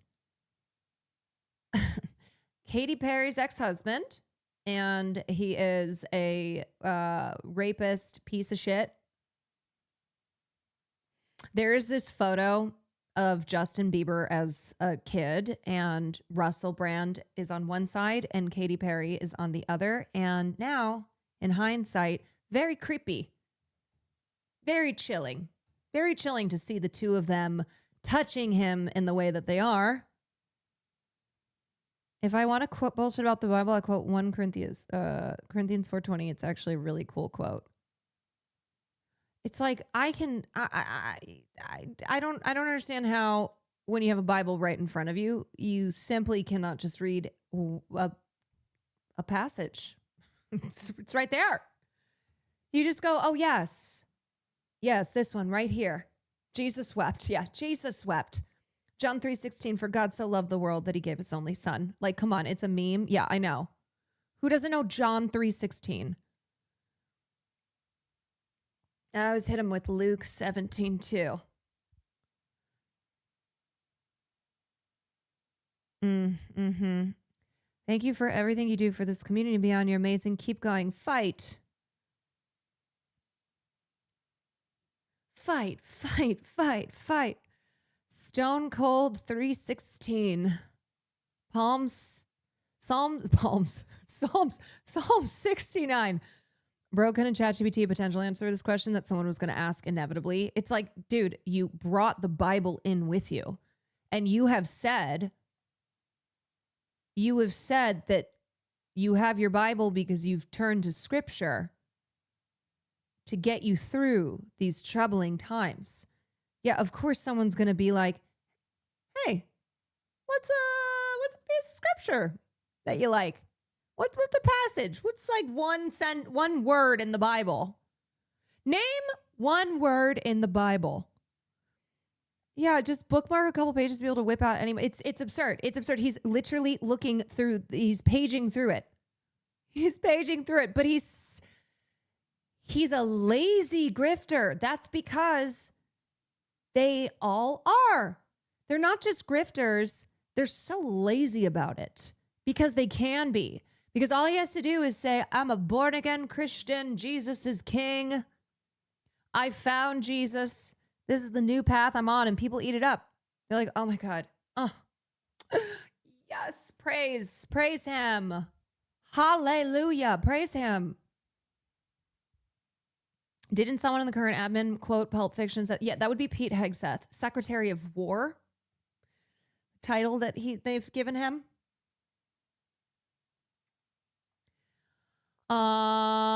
So obviously screw Russell Brand, he's awful and a monster. Katy Perry also sucks lesser of two evils. Am I missing something or in the wrong? Well, the reason that I mentioned that picture of Justin Bieber with Katy and Russell Brand is because we had recently revisited Katy's many creepy actions where she has in the past assaulted teenage boys like Justin Bieber.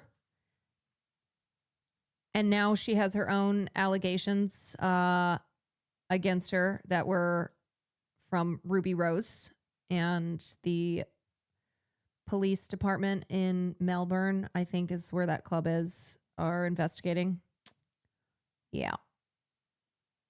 I grew up Methodist, and anyone that was an actual follower of their faith kept their Bible with them with multiple bookmarks to passage that they want to reference. Yeah. Yeah. Uh-huh. She was married to Brand when he was being a creep on 60 Minutes. Yeah. I obviously, when the Russell Brand allegations came out, revisited the infamous breakup when he had broken up with her over text, and it was right before she had to go out on stage, and there's this whole video of it, and I was like, yeah, that's terrible. But now looking taking it all into account with not just the allegations against Katy Perry, but revisiting Katy Perry's very problematic behavior kind of shines a new light. Russell always had that creepy pickup artist vibe in the 2000s. Yeah, I mean, I don't even think it was just a vibe. It wasn't just like a vibe check. It's like the shit that he was saying. Hate that he used to be my favorite actor when I was a kid. He always had that one comedic side character. Yeah. I don't even really remember seeing him in anything other than what's the one Kristen Bell movie? Forgetting Sarah Marshall. Because I don't think I ever watched Get Him to the Greek. Kwan 23:4. Blessed are the badass streamers who help teach you. Yes, that is absolutely in the Bible. This was so real. As per usual with The Onion, Nation could have sworn Russell Brand was already convicted sex offender. Stressing that the memory seems so fresh and vivid in their minds, the confused Nation announced Monday that they could have sworn British entertainer Russell Brand was already a convicted sex offender. Interesting. So Russell Brand definitely wasn't already found guilty of sexual assault back in like 2016 or 2017, said 39-year-old New York resident Scott Hassard, echoing the thoughts of 330 million Americans as he noted that when he saw allegations emerge about the actor, comedian, and podcast host, he had assumed it was simply repackaged content from nearly a decade ago. You're telling me there wasn't a lengthy and well-publicized trial where Brand was acquitted, but then new allegations emerged? And like social media posts where the women got called liars? None of that happened? Huh, I even feel like I read a think piece about how we could still appreciate forgetting Sarah Marshall despite his crimes. It's probably insane to even ask this, but didn't he release a comeback special in 2020 about how everyone tried to cancel him for the sexual assault stuff? Seriously? Not even that? At press time, the baffled nation asked what had made Brand into such an unhinged and deeply frustrated person if all this hadn't kicked it off years ago. Oh, The Onion.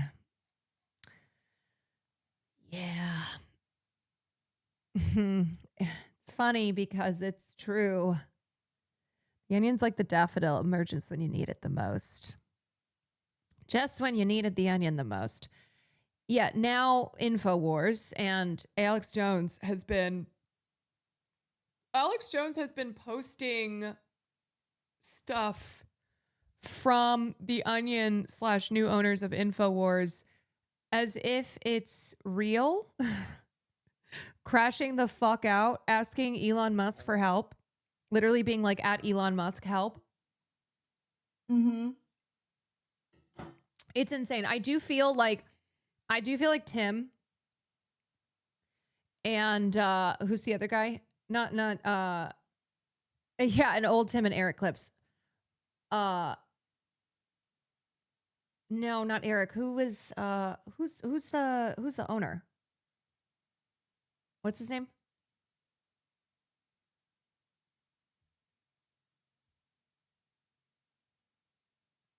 Who? Yeah, Tim Onion. I feel like even in their even in their best guess of how Alex Jones would behave, they still could not have predicted the absolute dumbassery. Just legendarily crashing out, and it is so unhinged. Yeah, I don't think they could have even predicted that with their best case scenario here. There's no way they could make up a funnier way to react to the news. I know, simply could not. Utter buffoonery. Opened InfoWars just to see if The Onion had actually taken it over yet, and immediately I couldn't tell. Oh my God. Bombshell. The DOJ has now confirmed that the Biden admin was in full command of the SPLC while they were funding every Nazi organization in America. Earth turns into Mars? Vital intel. The globalists are secretly preparing for a planetary collapse of the Earth's magnetic fields that will lead to a massive extinction event in the near future, warns respected scientist Dr. Jack Kruse. Yeah, you cannot tell.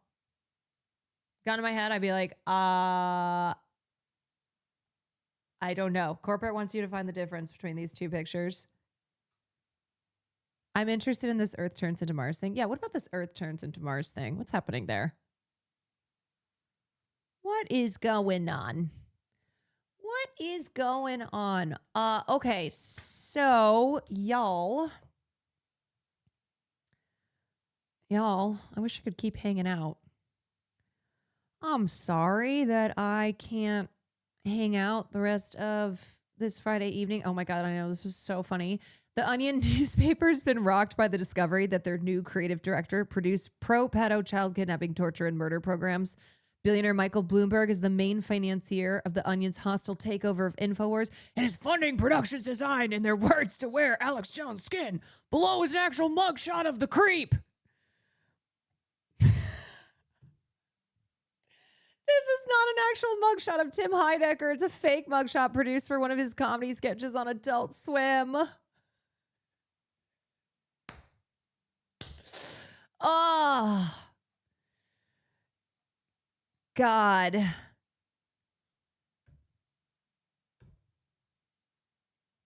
God, at Elon Musk. Help! At Elon Musk. Help me, please. Okay, so there's something on Help me! You can't make this shit up. You really can't. You really cannot. Fictional comedy is never going to be funnier than the absurdity of real life. of these just absolute jester maxers, these jokers. Bottom of the. Oh, Will. What is that? The bottom Oh my God, why are there always crazy things happening on pizza night? of your pizza pan. Why is the it on bottom of your pizza fire? pan has holes. There's shit dripping out of it. What is dripping? So, I don't know, maybe the tons of oil? It'll be fine. It'll burn off. It'll burn off. We're good. This is not okay. Turn the fan on. Turn the fan on. Seriously, this is not okay. That alarm's gonna go off. We have to Who did that? Was that Sear or was that Will? open the doors. Or was it both? Open doors. Let's turn on stove. I mean, what is dripping out of it? So, under that pizza pan It was Will. has a, Both. it has I'm gonna go with holes under both. it. Oh my God, the oven's on fire. Oh my God!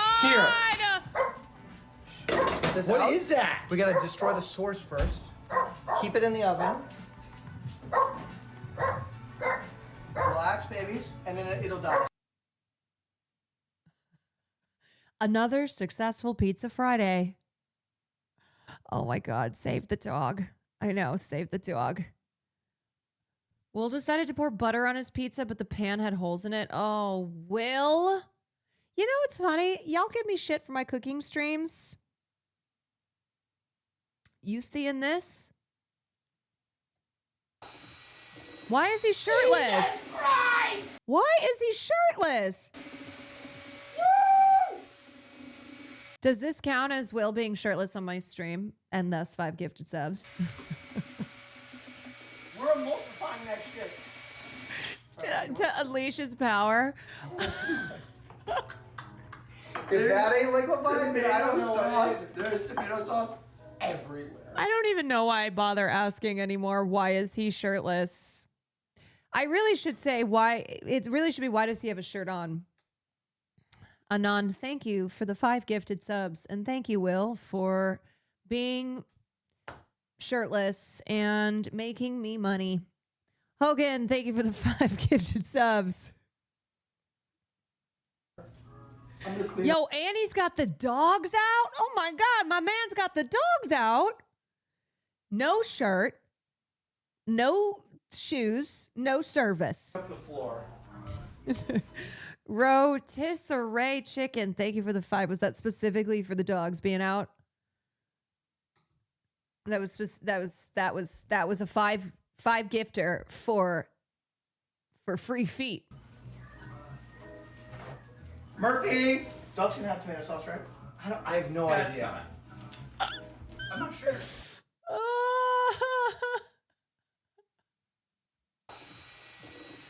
Oh, my man does know how to farm. He does. 5 for the dogs. Should have seen him put Sear in missionary. What was it? Here. Oh, I have to piss so bad. Wait, y'all, hold on a second. I need to show you. They don't just do this on stream. Hold on. Let me think of the last time that Sear was here. When was the last time Sear was in Los Angeles? I think it would have been for Streamer Awards. I think so. Okay, let me see if I can find. This is so crazy. Yeah, this is really. You're not gonna. You will believe it. I was about to say you won't believe this, but yes, you. Yes, you will. Look at this. He was stretching him. And I was all the way in the other room and I went, what is happening? Yep. Oh yeah. Oh yeah. Here's this. Yep.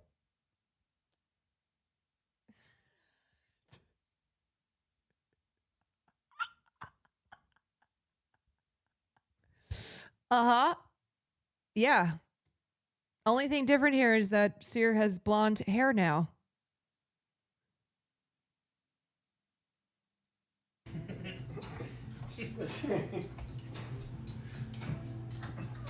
Oh my God. As the 2 white males mate to procreate. I can see your entire cock. I can't do this. Sear leaves the shoes on. Sear leaves his shoes on during. Cutie McBooty! Cutie McBooty, thank you for the 10 gifted subs. Was that actually the shred? Thank you. These men are making me mad. I can't do this. We're gonna get banned. I mean, it looked like a bullfrog. The shoes stay on. Oh my God.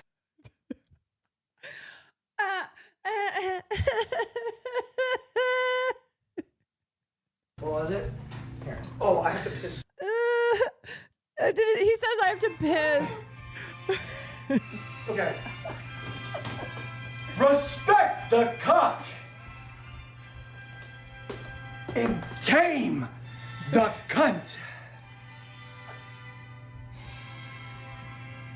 Get a zoom in. Zoom in.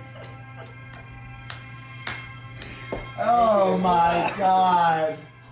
Oh my God. That was. Was that before or after Will said we're going to get banned when he was stretching Sear because he's like, I can see the full outline of your cock? Was this after that when he said zoom in? Phenomenal. Wow. Shit. You know. Also, this wide camera. I don't know why this is fucking killing me, this wide camera angle. This is the finale. Yeah, it kind of gives finale vibes. It does. Deanie, thank you for the bits. Thank you. Will catching print. Yes, he's still hitting on me. And They got over whatever awkward Tomodachi. situation. Oh, God. Oh. Huh. Something you need. What? In your world, what's a topic I would be into? Groceries catching. So Sam said that the second Timmy game guy and I in her Tomodachi world ran into each other, Timmy game guy immediately hit on me. Print bent spoon theory. Probably Catching catching print. print. Ew, I could talk forever about that. What was he doing at the table? Relationship, Caroline, number 1, great friends.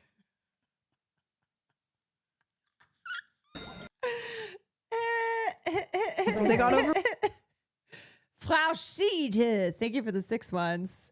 Great friends. Austin Show, number 2, good friends. Number 2, Mark, acquaintance, wants to be friends. Yeah, maybe great friends will turn into roommates, perchance. Shall see. Mark is chat. Oh, chat. Mark is chat, and chat wants to be friends. Chat wants to be friends. Mark is chat, and chat wants to be friends with Timmy Game Guy. You tried rooming with Timmy, but it didn't work out. Well, sometimes it doesn't. This is Hassan meeting Karl Marx for the first time. My name is Karl Marx. You're Karl Marx. Why does Hassan look like a pedophile? Agent Piker. Oh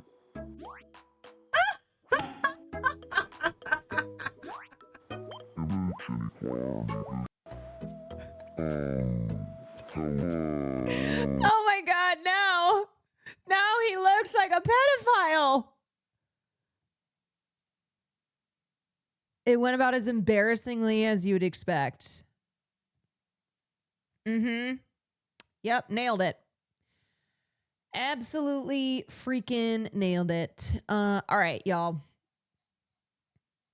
Caroline, okay, last one. And then I am already so late, but that's okay. Oh, wow. Oh my God. Oh. Oh. Oh.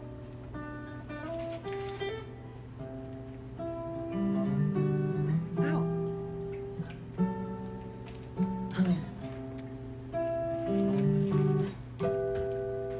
Harmonics. Everyone said they should. It's fucking hitting.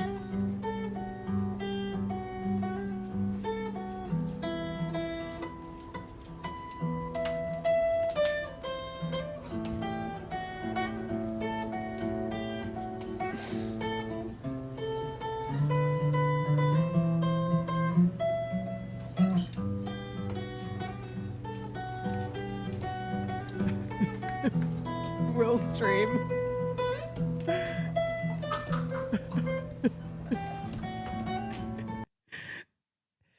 Yeah.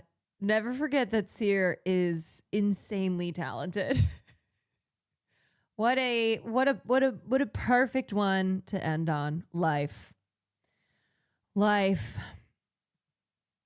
Oh man, life. All right, let's see who's doing what. Datoon is doing a ghost hunt at the Sally house. That sounds like something fun for a Friday. How about I send you over there? Little spooky Friday. Little spooky Friday. All right, everybody, have a wonderful time with the rest of your evening or day, wherever you are in this world. Can't stop thinking about Memocular. I was just reminded of Memocular. Yeah, that is something that I'd never heard that before tonight, and now I know. Now I know Memocular. Can't stop thinking about it now. Thank you for the stream. You're so welcome. You are so welcome. Thank you so much for joining me. As usual, I do not take for granted your time and your wanting to be here and hang out. And hopefully that chatter who got banned, maybe they'll watch the rest of Jay Aubrey's clavicular video, another hour and 20 minutes, and then they'll finally come to the conclusion that, yes, clavicular is in fact blaming women. So I wish that for that chatter out there. But did he blame women though? I don't know. You know what? I think I need about 5 hours more. Anyway,